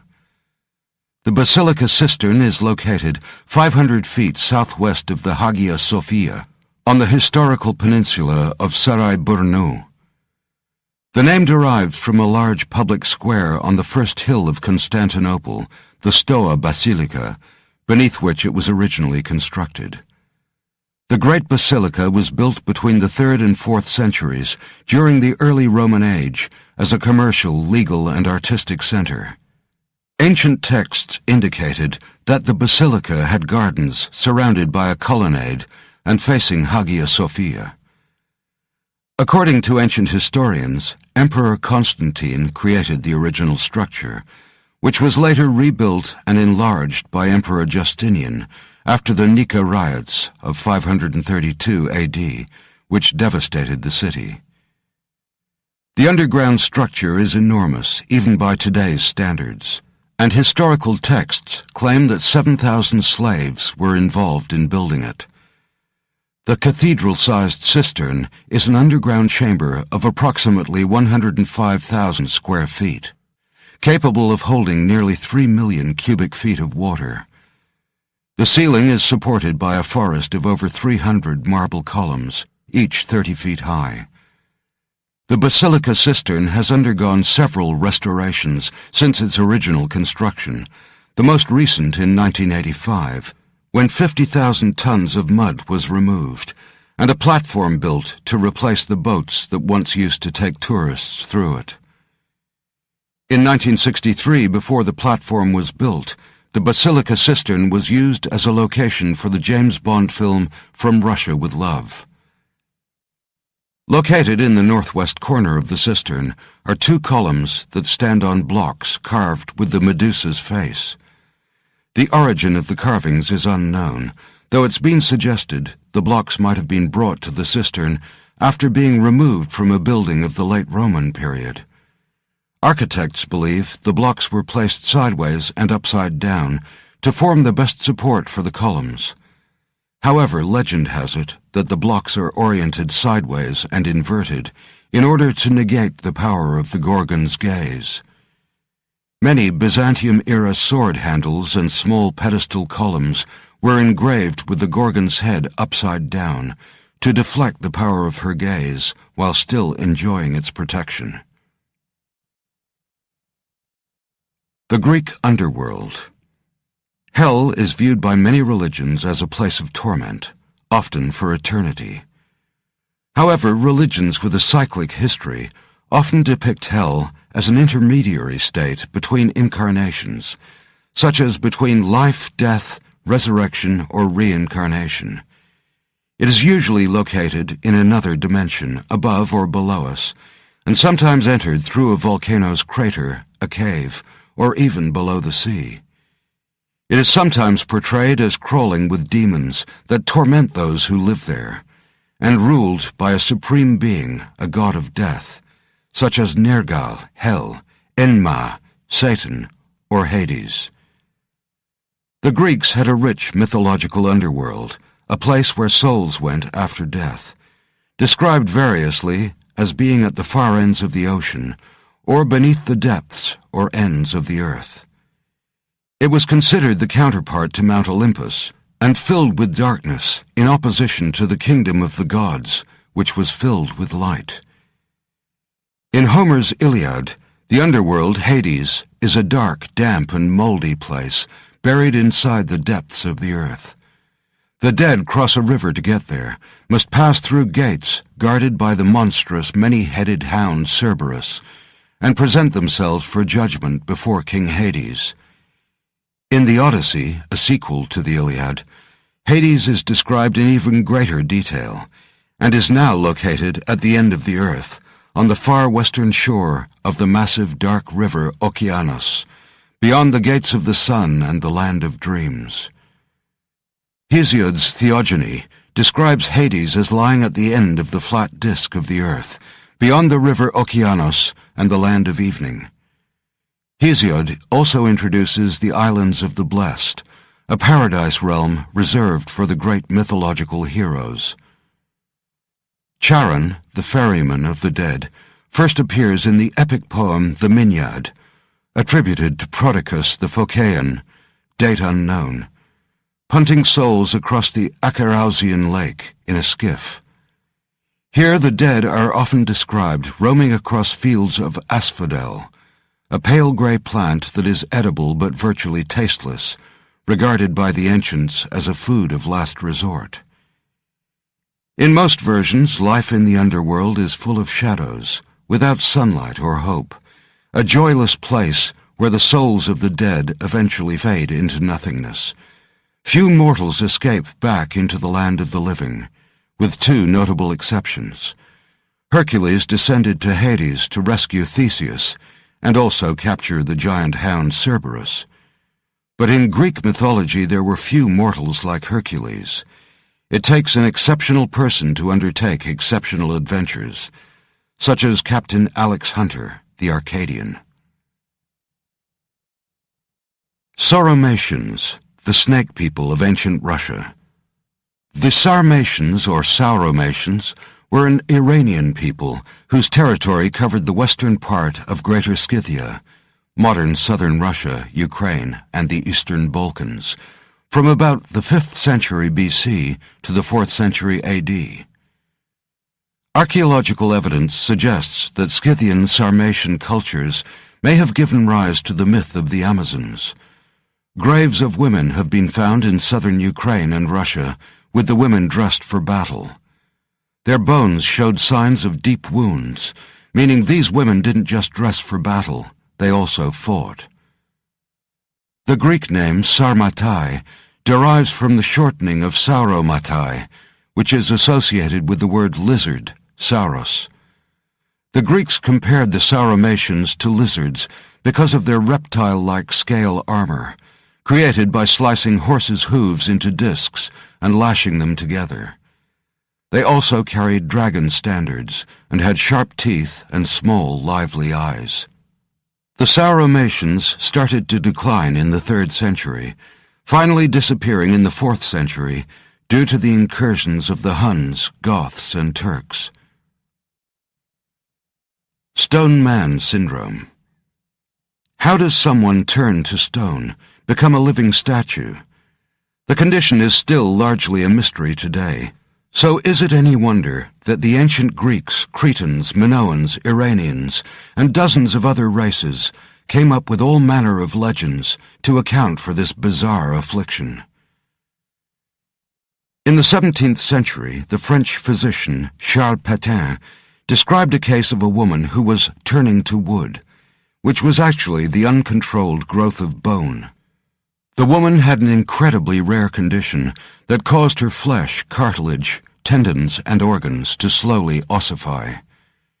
In 1736, British physician John Freke described a youth with strange rock-hard swellings all over his back. The disease was named myositis ossificans progressiva, which means muscle turns to bone. The name was officially changed to fibrodysplasia ossificans progressiva, FOP, in the 1970s. Though fibrodysplasia ossificans progressiva is the medical term, the condition is commonly referred to as Stone Man Syndrome. It is extremely rare, affecting 1 in 2 million people. A mutation of the body's repair mechanism causes tissue to become ossified when damaged. In many cases, injury causes a joint to become permanently frozen by rapid new bone creation. When the new bone is surgically removed, the body replaces it with even more bone, and the more rapidly the disease progresses.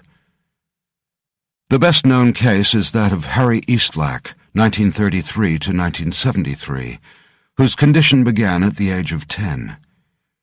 By the time of his death from pneumonia, shortly before his 40th birthday, his body had completely ossified, and he was only able to move his lips.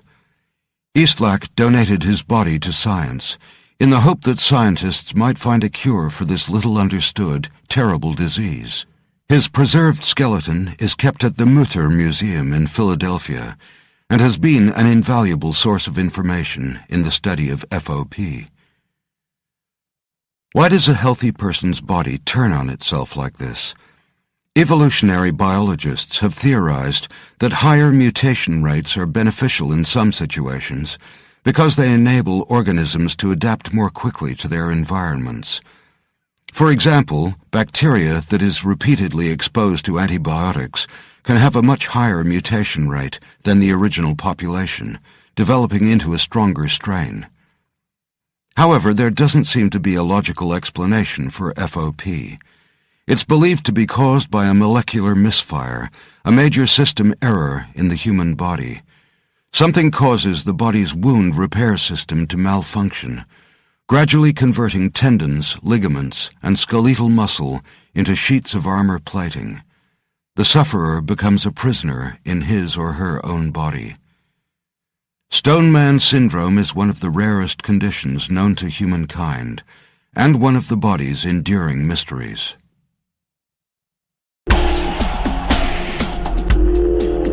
Acknowledgements.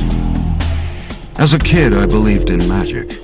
Now, as an adult, and seeing the way professional editors work their dark art, I believe in magic all over again. Thank you to Nicola and Tara.